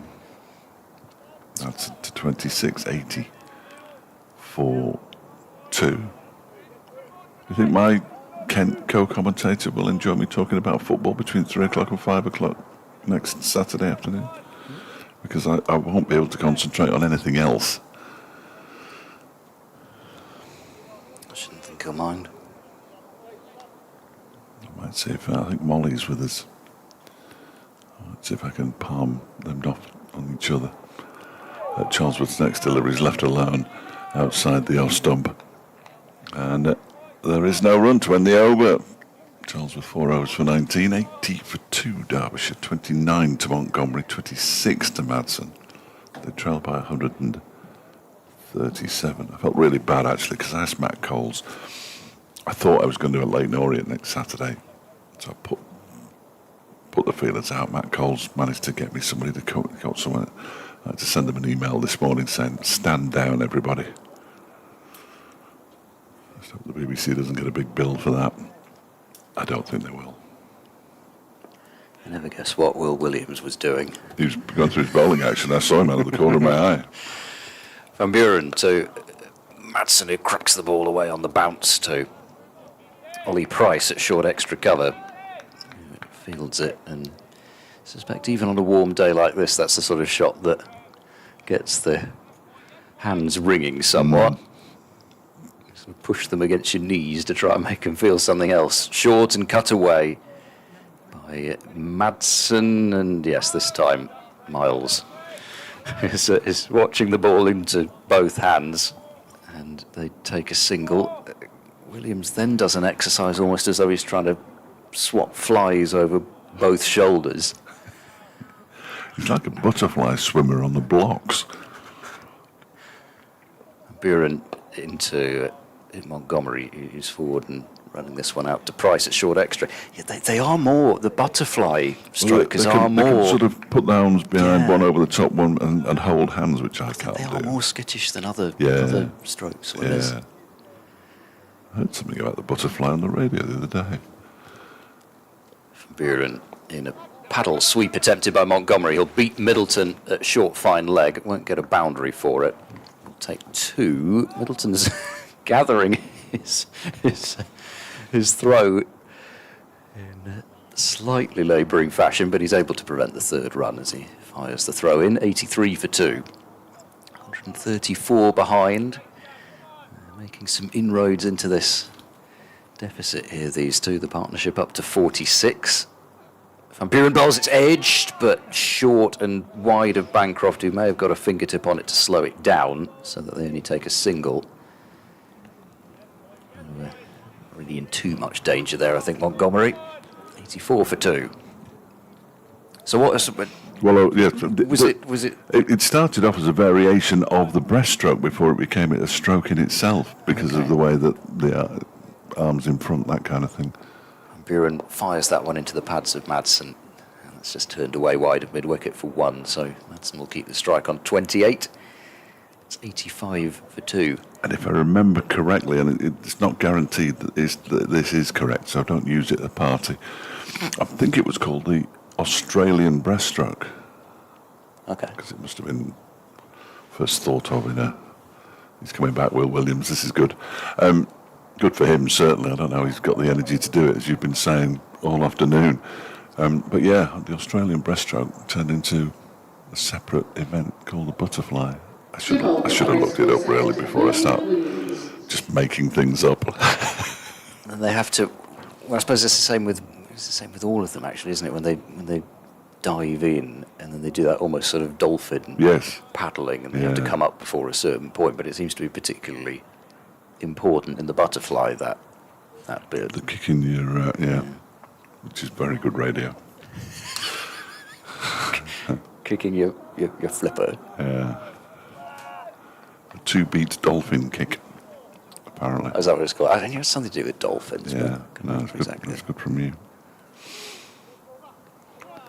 I will find out at some point. Yes, there we go. There, I'm absolutely right. First swim in the early 1950s and originating from breaststroke. Who knew?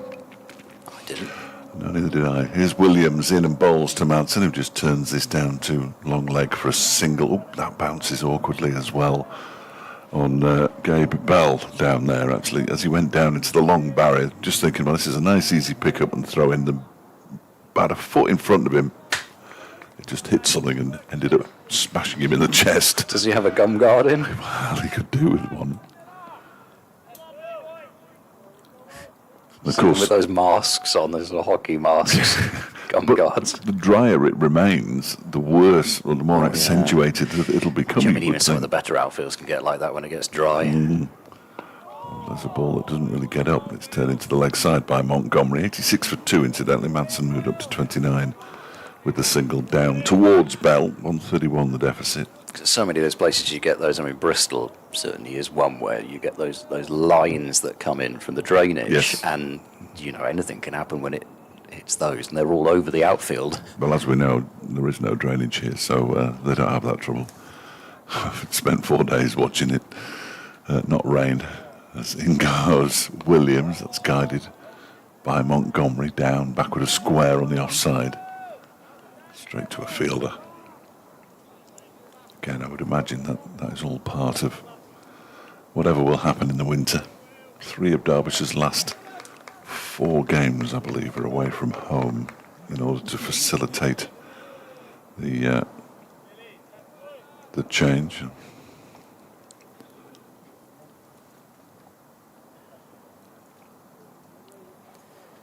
They're quite good at that, and I suppose Worcestershire will still have their usual 2 aways to start the season as well, so somebody's going to be having some home matches. Williams bowls off the back foot, punched into the offside by Montgomery.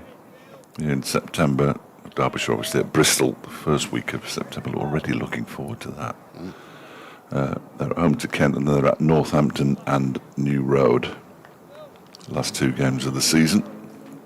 Well, it's quite the championship run-in for Gloucestershire. They've got Cheltenham to start the last block of 4-day fixtures. Williams is in, and that one is pushed by Montgomery up to mid-on. An exciting trip up to Durham, and then welcoming Derbyshire with open arms to Bristol. Trip to Old Trafford. Then Middlesex at home, and finish up with 4 days at Canterbury. That'll be all right. Yeah. Yeah. I don't mind 4 days in Manchester at all. No, well, of course, I don't stay in Manchester, so this one is bowled by Williams, pushed into the offside by Montgomery. There is no run. 86 for 2 at the end of the over. 10 to go today. 131 deficit. Montgomery has 32. Madsen has 29. I did, out of my own pocket, before anybody jumps to any conclusions, stay on the Sunday night at Old Trafford. the hotel just across the road from the football ground was very, very cheap. And we went to Chorlton-cum-Hardy, to a very nice pub there. I think it was about £5 in the taxi. 2 of us, me and Griff, went out there. 3 of us. Goose was with us. Met up with Andy Wilson, formerly of the ECB and the RFL, who lives in the vicinity. His wife Tanya was the one who told us about the place, so I think she might have asked Andy. It was very, very pleasant. Had a kebab shop next door. And now we know. Middleton in for some bowling, his first bowl of this second innings. Some bounce there, but Madsen flicks it off his hip for a single through a vacant square leg, and that brings up the 50 partnership between Montgomery and Madsen. The settling partnership for Derbyshire. Madsen on to 30. Middleton to Montgomery, steered away out to backward point. Williams has thrown it off balance into the bowler's end. It scuttles on through the dust to Middleton. I'm sure it's exactly what he needs with the leg spin, trying to grip the ball, a nice little stinger to the fingertips. Can't feel his hands at the moment, but see how it goes. Yeah, it's nothing like bowling leg spin when you can't feel your hands. 88 for 2. Middleton bowls, drives, does Madsen. It gets underneath Hammond, but they don't run on that particular misfield. You should never run on a misfield except when you should. Yeah, absolutely. Yeah. It's like T being written into stone and set in stone. Middleton bowls, defending Madsen. We had 3 T intervals set in stone on day 3, I think it was, at Old Trafford. 3. It moved twice, the set in stone T. Oh, it's Are You Still There time 4 on hours. TV. There we go. Easy. It's when you know what The drill now, yeah. Well, exactly. I don't hide it behind my laptop. Middleton to Madsen driven and stopped by Hammond in sprawling fashion at cover. Yeah. So, I mean, heaven forbid that we couldn't see the TV that I'm struggling to see in my sunglasses in the low sunlight. Middleton bowls. Madsen defends. A tidy start from Middleton. There's really been such little spin on offer, but Gloucestershire have used their spinners to tie down Derbyshire well, and Van Buren's taken 3 wickets and Middleton got the last one, so it's played its part. Derbyshire 88 for 2. Amrit Basra on the television. Just check your cricket archive. Oh, I'm just saying, how exciting. I may well be cancelling my subscription in my own name. We're no longer barred. I believe so. Here goes, here goes Will Williams in and bowls. That's clipped away down the leg side by Montgomery, and it'll go all the way for 4. It was off target from Williams, who must be absolutely shattered by now. Just watch out when you get the taxi to Chorlton-cum-Hardy, or more correctly, back from Chorlton-cum-Hardy. Dropped Griff off at his hotel and then just went the extra little bit to my hotel. Told me how much it was. Paid by card. £1 extra. Always build a tip in.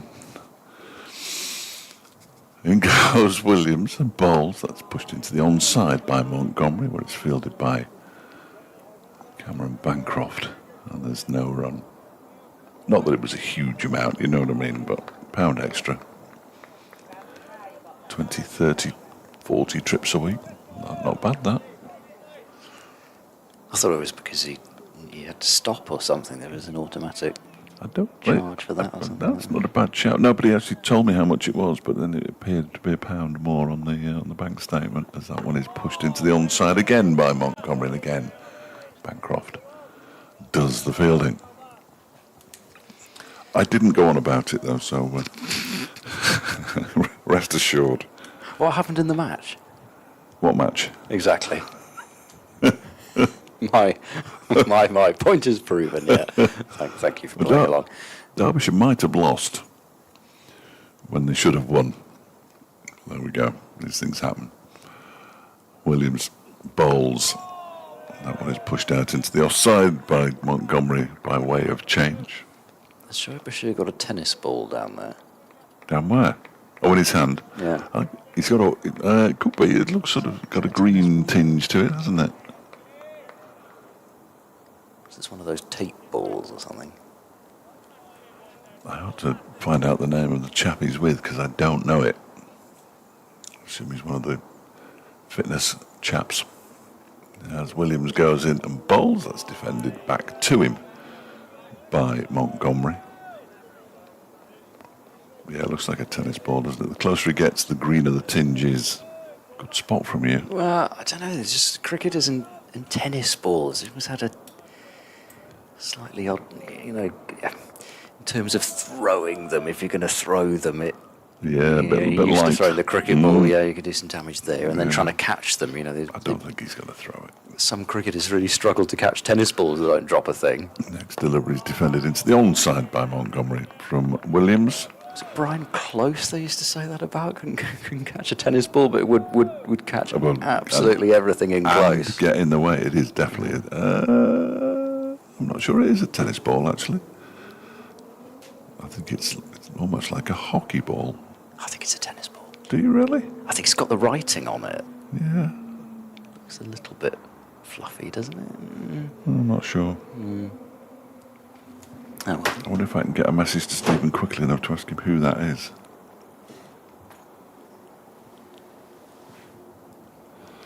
Not if I can't find his. There we are. All right, 92 for 2. Madsen facing 8 overs to go in the third day. Middleton to Madsen, forced off the back foot. There's a frankly ridiculous dive from Miles Hammond at cover, launching himself to the ground and doesn't get there. And they take a single. 93 for 2. 124 the deficit. Middleton into Montgomery, forward and defending. It's getting towards that night watchman time as well.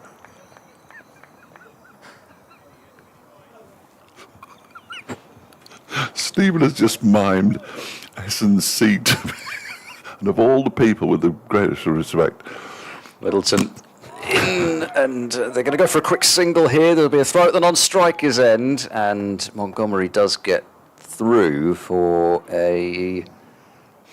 Well, I think it's going to be a run. No, it's not. It's a leg by. It looked as though he was having a bit of a discussion with Montgomery there, the umpire. Anyway, they get through, 94 for 2. I'm not sure whether there wasn't just a little hint of a thought of an obstructing the field. They hit him, didn't it? Or did it hit the stumps? I'm not sure what it hit. Repairing the stumps, but I thought he was going to be home anyway, to be honest. Yeah. Middleton in, Madsen defends back. S&C. Yeah, strength and conditioning. Yeah. But I'm still lost on the. Well, he did a mime. Wait, oh. Little Stephen did a mime. That instead of just replying to my message, he thought he'd be better off miming S&C. Middleton I'm not sure he was. bowls a forward press from Madsen. Ball goes out to cover. Sort of feeling as though Madsen and Montgomery, it's that sort of feel that they're picking things off at the moment, but see if Middleton can come up with something last ball of the over. It's a full toss in the end, which is slapped out to deep cover.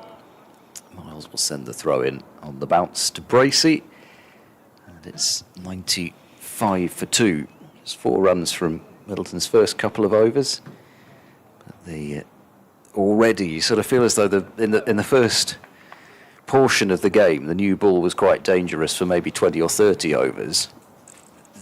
As it's gone on into day 3, the portion of real danger is more like 10, 12 overs or something like that, even when Abbas was batting against the relatively new ball in the previous innings. Yes, He didn't look terribly bothered. it's flattened out. Oh, it's a completely different. There's still a vague hint of green, but it's changed colour quite markedly from day one. As Will Williams begins a new over, bowls to Madsen, who very much wants everybody to know how low that kept. That's about the only real danger left now. Just the occasional one that might shoot along the floor. Nothing's going to bounce a great deal. Well, on day one and certainly day two, the ball went past the edge of the bat quite a lot, didn't it? And I don't think it's going past quite as much at the moment. 95 for 2. Who knows? After a night under the covers, it might just liven up a bit first thing tomorrow morning. That one's defended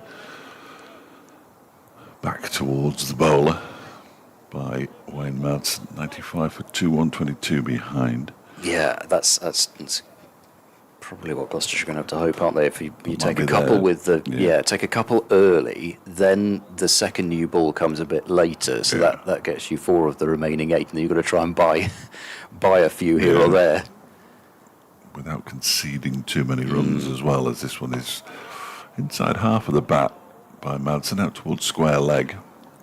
He'll pick up another single and move to 33, 96 for 2. Yeah, it's going to be tricky. It was tricky for Derbyshire to take 20 Worcestershire wickets on the pitch, 2 to the right as we look in the opening game of the season, and they were in such a dominant position. Obviously, they made 625 or whatever it was, bowling them out, but batting on the last day with tiring bowlers because they bowled 210 overs or whatever it was. Williams bowls, and that one. What happened there? Well, actually did seem to bounce a bit. Yes. Montgomery's looking very suspiciously back down the track. It goes straight into the keeper. It hit his bat. Either way, it hit the deck quite quickly. Paul Coghlan is on the brink of a century against his former club for Lancashire. Their lead is 326. Now that might be enough. Could be an exciting one tomorrow. 8 down. Lancashire. In goes Williams again, turned into the leg side by Montgomery, fielded by Bancroft, and there's no run. Luke's already back from Denby, having been there for the Derbyshire women's win. He was here this morning and he's here this evening. Such is the nature of T20 cricket. He's just lost his partner Tom Bailey. Mitch Stanley, have you seen him bowl yet this season? Have you seen him bowl I saw much? him on the stream. He's quick. That one's clipped into the leg side by Montgomery. He was over 90 miles an hour on occasion. And he was swinging it as well at that considerable, maybe not at 90, but swinging it in the mid to late 80s is quite a different proposition. Great to watch. I'm not sure what it would have been like to face, but it was great to watch. 96 for 2 at the end of the over. Derbyshire 121 behind. Because he's been there for a little bit, hasn't he? And it felt like a slightly odd signing in the fact that they'd signed him with him having had so little cricket at Worcestershire. But in a way, you feel like with some of these bowlers that they can only exist at the bigger counties, because a smaller county can't afford to make a signing like that with a player that isn't going to be on the field. You need to have players who are going to get overs in for you. You've got to get overs for your money almost. Cut away to start the new Middleton over by Madsen. He picks out Williams at backward point. He's off for a run somewhere. They're all moving. And he wants Van Buren to go and field there rather than Williams. Well, Williams has been sent out. They're all doing a all the way swap. to the boundary now. Musical fielding positions. Yeah, Williams has gone out to deep square. Borman's gone into the 45, and Van Buren's gone to backward point. Same field. Middleton bowls. Madsen defends and holds the pose of the bat in front of the body. Now they should all move round one again, surely. Oh, yeah. That'd be disturbing, I think, for the batting They just team. kept moving. Everybody went round one, every ball. I could switch the bails. That would be exciting. Yes. Middleton in, forced away off the back foot by Madsen, straight to Hammond. Short extra cover. There's still some desperate polishing going on. The umpire, Mark Newell, who's now at the City end had a bit of a stare at Craig Miles after he bounced a throw in from the boundary, or was trying to scuff it up, get this ball reversing, doing all sorts that could change things. Middleton in, reaching for that one is Madsen, but it's that hand-eye coordination of his. There's not everybody would be able to get away with playing that shot that way, but goodness knows Madsen can. Miles again called into action at deep cover. Another single is added. 97 for 2. Derbyshire approaching the halfway point in terms of runs to the scores level position. Middleton bowls, appeal for LBW. Now that one certainly did sound like there were two noises. He may even have got a stride in outside off as well. But yeah, I don't think umpire Newell was terribly interested. But almost the first false, even defensive shot that we've seen for quite a while. Middleton to Montgomery. Worked out square on the leg side, past umpire Pratt and out to the leg side boundary. So another over from Middleton, which has only gone for 2 runs. And Derbyshire 98 for 2, 5 overs remaining. And of course, there's no bad time to take a wicket, but particularly at the end of the day. And you might have a night watchman come in. Well, it's not going to be Zach Chappell. He's in his shorts at the top of the stairs. He's our victim tonight. Just need him to say something for about 15 seconds to go in the bulletin tomorrow morning. It won't go anywhere else, unfortunately. Will Williams, of course it is, continuing from the racecourse end. Bowls to Montgomery, who pushes this into the offside. And there's no run. Yorkshire didn't oblige. They were bowled out for 511, so they had a lead of 9. Huge lead. And Sussex are now 13 for 1. So write that game off at your peril. Well, sometimes I suppose you don't know, because you can't win in that situation. And sometimes if a side goes out knowing that all they can do is draw, having been in the field for a long time, always the easiest, I suppose. Williams bowls to Montgomery, again pushes into the onside. Bancroft fields with the game at Old Trafford, the Lancashire Derbyshire game at Old Trafford. When Derbyshire were out, there wasn't much between the sides. They had a very small lead, Derbyshire, in fact, at the end of the first innings. And it was sort of tea on day 3. And you're thinking, it's going nowhere, this. And all of a sudden, Lancashire didn't collapse as alarmingly as Derbyshire did, but didn't make as many as they thought they might second time around. That one's turned into the leg side by Montgomery, and they go through for a single. Middleton picks up. Montgomery moves to 39, and it sort of did come to life. The pitch didn't deteriorate much, and you had the James Anderson factor, which is in second division cricket. It's a bit like having a cheat code on a game. Just always the thought is in the opposition's mind about when's the next spell of his, when you've got a weapon like that, whoever it is, whether it's a spinner or a... And they'd lost wickets before he reintroduced himself. Then he took 2 wickets in the first over back, and all of a sudden you knew exactly what was happening. It was alarming. These games could reach some kind of natural conclusion, I suppose. As Williams goes in again, Madsen drives very pleasantly. They're going to go through for a quick single.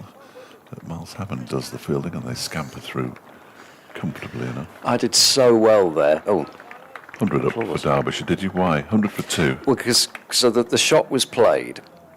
I then obscured myself from the shot by trying to lean over to see where the ball had gone. Then by the time I'd leant back, I was then obscured from seeing where the throw came in. So I managed to dodge everything. Every single aspect that happened of that ball.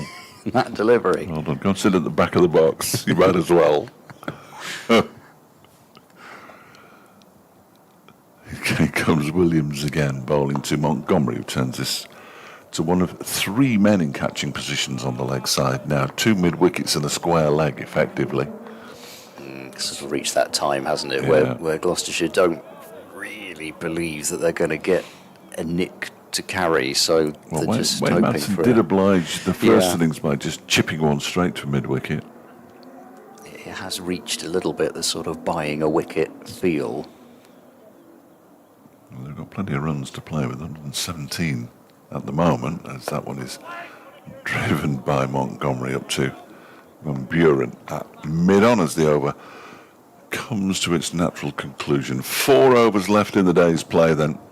Derbyshire 100 for 2, still 117 behind. They're going to have to bat until tea, if not beyond, to completely be safe in this game, you would expect. Are they capable of doing it? Well, I think they are. This pitch is clearly flattened out. I dread to think how many more uses of the heavy roller are left, Oh, yeah. which should flatten it even more. Apparently, there used to be what's the umpires are looking at the ball? Not for very long. No, not for long at all. They used to be allowed 3, but now they're allowed 4, so it's an extra 15 minutes with 2 extra. Well, that can really kill a cricket pitch. I'd do away with the heavy roller at all. They don't need it. It's as though, you know, I Again, don't- that's in their heads, isn't it, I think? Or we'll use the heavy roller. It'll do nothing for half an hour. it's just Use it enough, it'll do nothing for half a day.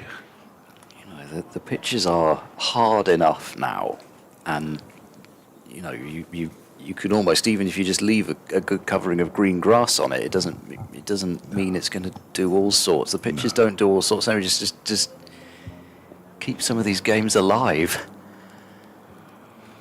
Here's Middleton then. Thought. There are 4 overs to go in the day's play. He gets Madsen to drive to Hammond at short extra cover. So we won't quite finish bang on 6, but be doing too badly. Gloucestershire have been in the field for long enough anyway. They don't want to be in the field for too much longer.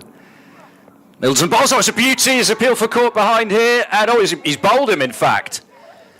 He's gone. Madsen departs, and that is exactly what Gloucestershire wanted at the end of this day. They've got their 3rd wicket, and it's Madsen as well. That ball must have just shaved the outside of the stumps for a moment. I thought they were appealing because possibly some of the fielders had heard a noise, and then the ball went into Bracey's gloves. That's how fine the deflection was. But it's bowled him. And Middleton, who ended the Derbyshire first innings with a caught down at long on, that is a wicket that he will prize, I'm sure, for quite some time to come. Madsen goes for 35. Who's coming out now? It's 100 for 3. It looks like Martin Anderson. No night watchman. Is it too early? It's not too early, is it, with 3 overs and 4 balls to go, but they've decided Martin Anderson comes out, and if they get another wicket now, well, Gloucestershire can book the train home for midday, I would suggest. It looks more like Ben Aitchison to me. That's not Anderson, is it? No. Anderson uses a grey Nix. Yeah. No, It's it Aitchison. is Ben Aitchison. Yeah. So they do have the night watchman. 3.4 overs then, and Aitchison, who's already batted well, but last session, is now batting again up the order. And Gloucestershire, what are they going to do? They're going to bring in a short leg. They're not exactly crowding the night watchman here. No, Just a slip and a short leg. I'd have sent a bass out. He looked comfortable, didn't he? Middleton to Aitchison. It's a almost block hole delivery, just a bit short of Yorker length. Aitchison comes down on it and defends. Montgomery looked like he wanted a single, and that's not the point of the night watchman. I nearly said that as well. You know, now you hope that Aitchison sees the role of the I'm night watchman sure he will. as it was meant to be. You know, He's a bright lad. supposed to face all the deliveries. Middleton in, Aitchison defending a straight delivery out to Hammond at extra cover. Lancashire have declared Have they? 260 for 9, so More they've than set enough. Durham 336 to win. That's sporting. That's good. I like that. I don't know what the weather's meant to be like up there. but- Oh, it'd be glorious. Oh, well, it never rains, does it? Middleton is in, and Aitchison defends into the offside. Never rains, but you're scraping the ice off your car every morning. I don't think it's rained in Durham since 1927, from memory. Last ball of this Middleton over. Aitchison waits for Middleton.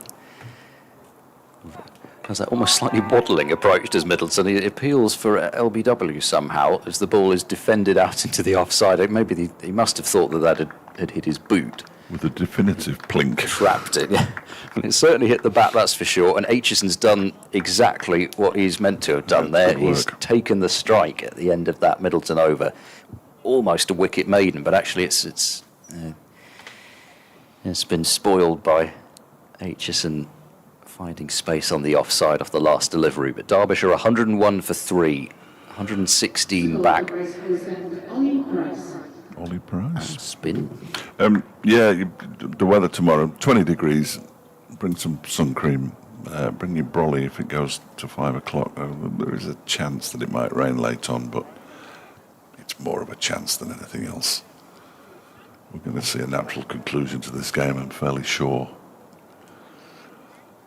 So Ollie Price against Ben Aitchison, with Wayne Madsen back in the pavilion. He will be disappointed, I'm sure. Because the usual night watchman last season was Jack Morley. He made a very fine 40 at Old Trafford as Derbyshire picked up a draw there. He was getting all sorts from his former teammates, apparently. Doesn't sound like Lancashire at all. The Rochdale Richards just withstood it all. I've still got it to take off. Price is in. Oh, the full toss, and it's beaten away into the offside. They've taken a single. I'm not sure that's what a night watchman's there for. Interesting tactic.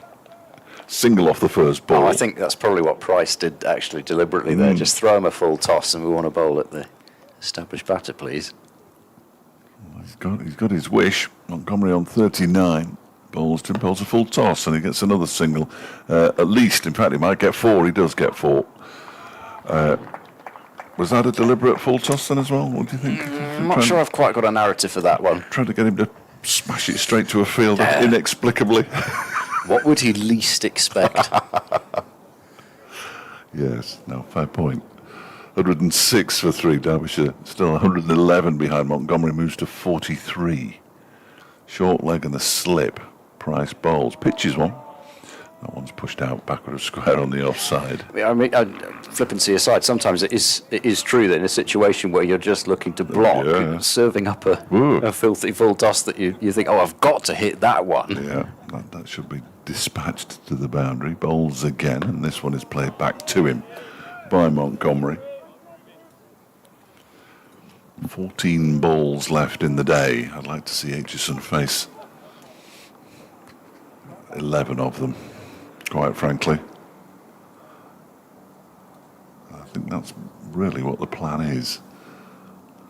Montgomery goes back and pushes it back to Price. 1 ball left of the anti-penultimate over of the day. You can have that one. Well, Anthony Gibson loves that one. Oh, does he? Oh, well, I'll does. stop saying it then. This next ball, another full toss. And this time, it's gone past the fielder and gone for 4 again. I thought he'd got it. He's now looking at his knee, whoever that is. I'm not entirely sure. All as I can see is it's Miles Hammond, isn't it? Yeah. He was lying on his back with his legs in the air and didn't really do me any favours. So mission accomplished, really. 4 more to Montgomery, moves to 47, and Ben Aitchison will be on strike for the start of the penultimate over of the day's play, a day that is entirely belonged to Gloucestershire. I would suggest.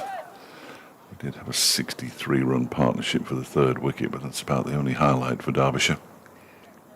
Well, I think they needed 17 at the start of the day, and they've got 10 of the 17 wickets that they needed. Middleton to Aitchison, driven to cover, and there's no run. They may have to do some, well, you'd think at this point that they would have to do some batting as well. Yes, yes. So it's not just the wickets that is in the job for Gloucestershire, but they've got to start with the wickets, and they've had a really good day on a surface that has not offered much as Aitchison defends into the offside. And it just as it felt as though it was just not exactly getting flat towards the end of the day, because I think Gloucestershire kept their energy levels up as they should, because they're still so much on top, but there wasn't much happening out there, and then Middleton just produced that delivery that bamboozled Madsen. We've got a silly mid-off now for Aitchison, who's careful to defend right out in front of him and give Borman no chance at all. You still sort of wonder, with the control that Middleton's bowled with, whether it needs to be the either-or with the short leg or the silly mid-off. If Aitchison fancies slamming the ball somewhere, then I sort of think let him at this stage. And there's the inside edge to the vacant short leg. Not that it would have been catchable, but I'm just not sure. It's if he topples and you get the ball back in as well. There's always that opportunity. There's that one as well, isn't there? The Yeah. topple forward. Short leg fielders love that. But he's going along. He's getting a huge stride in. There is every chance that could happen. No run off the inside edge. 2 deliveries left in this over. Middleton bowls. There's a short ball, and that's carted away by Aitchison, and that has gone all the way for 6. Exactly what you want from your night watchman. Just a little watchful innings at the end of the day. He's stuck it in the seats of the grandstand. Fine. I mean, he's a big, powerful lad. Ben Aitchison. And the umpire wants to have a look at the ball after it's landed in the concrete. There's nobody back there. No, it's a very safe shot. Yeah. It's a very safe shot, as long as you make the contact that he made. Yes. He'd have done well to have slogged it straight up in the air. But, yes, 6 runs then, 116 for 3. Calm the heart rate down a little bit now for this last ball and take a single, if he can. Middleton to Aitchison. It's another short one, quite wide. It may have done a bit out of the footmarks, but an easy leave for Aitchison. So 116 for 3, 1 over left, with Derbyshire behind by 101. They'd have been happy for him to leave that, wouldn't they? Happy for him to leave that, I would suggest. Bad light has stopped play at Chestley Street. And yet, no, I'm not going there again. Apparently they have special dispensation from the ECB to play with the lights on, even if it's taken over from the natural light. Both Martin and Chris Rushworth's dad ganged up on me on air to tell me that.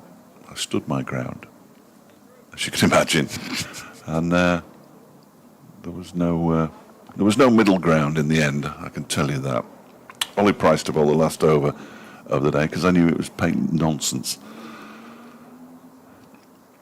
I'll give you a little rundown of what's happened. If you've missed anything over the course of the day, I can't say I blame you. It's been a glorious evening in the back garden, doing some naked gardening, that kind of thing. Here's Ollie Price around the wicket, bowls to Montgomery, who defends that ball back to the bowler. Well, the day started with Craig Miles playing for Gloucestershire, would you believe, as a substitute for Henry Brooks.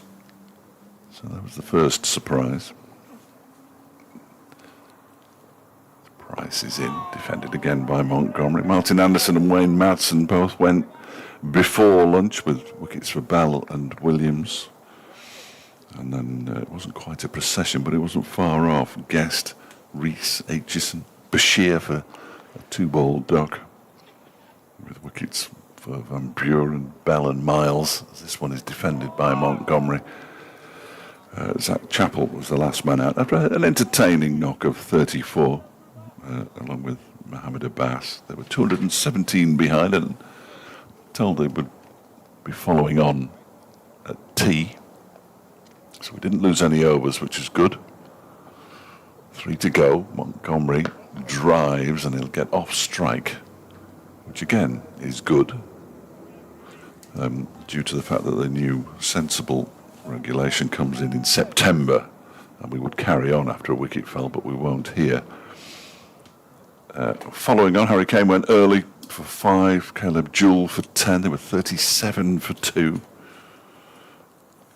Wayne Madsen and Matthew Montgomery then came together as Aitchison drives, and they decide they're not going to take a run here, sensibly.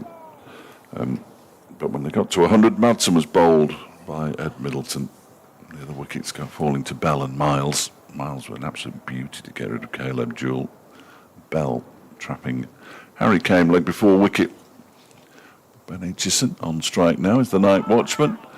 He guides that one backward a square on the offside, and that ends the day's play with Derbyshire on 117 for 3. Matthew Montgomery, his high score for Derbyshire. They're the ones. 48 not out from 89 deliveries, batted nicely, and Ben Aitchison, the night watchman, is on 8 from 13, and 6 of those came with 1 blow out to the grandstand. Derbyshire with a lot of work to do tomorrow, though, still 100 behind. Yep, Gloucestershire will feel as though they've done a good portion of the work that they have to do, but it may be that even though statistically they've done more than half of the work, that coming back tomorrow, if they're just held up a bit, especially if Aitchison, the night watchman, can stay in for the first, half hour, 45 minutes or so, that could be almost more frustrating for them. So it may be harder for them to continue to take these wickets, but this has been another excellent day for Gloucestershire, and they continue their resurgence after the tough start to the season, and then the tough start to that game against Lancashire as well. So it's been very pleasing from their point of view, but they'll really want, having done all that hard work, to finish it off tomorrow. Certainly will. I think we were going to leave it there because they're about to strike up the hover cover and deafen everybody. We'll be back just before 11 o'clock tomorrow morning on the BBC Sport website and app. Hopefully you'll be able to join us too.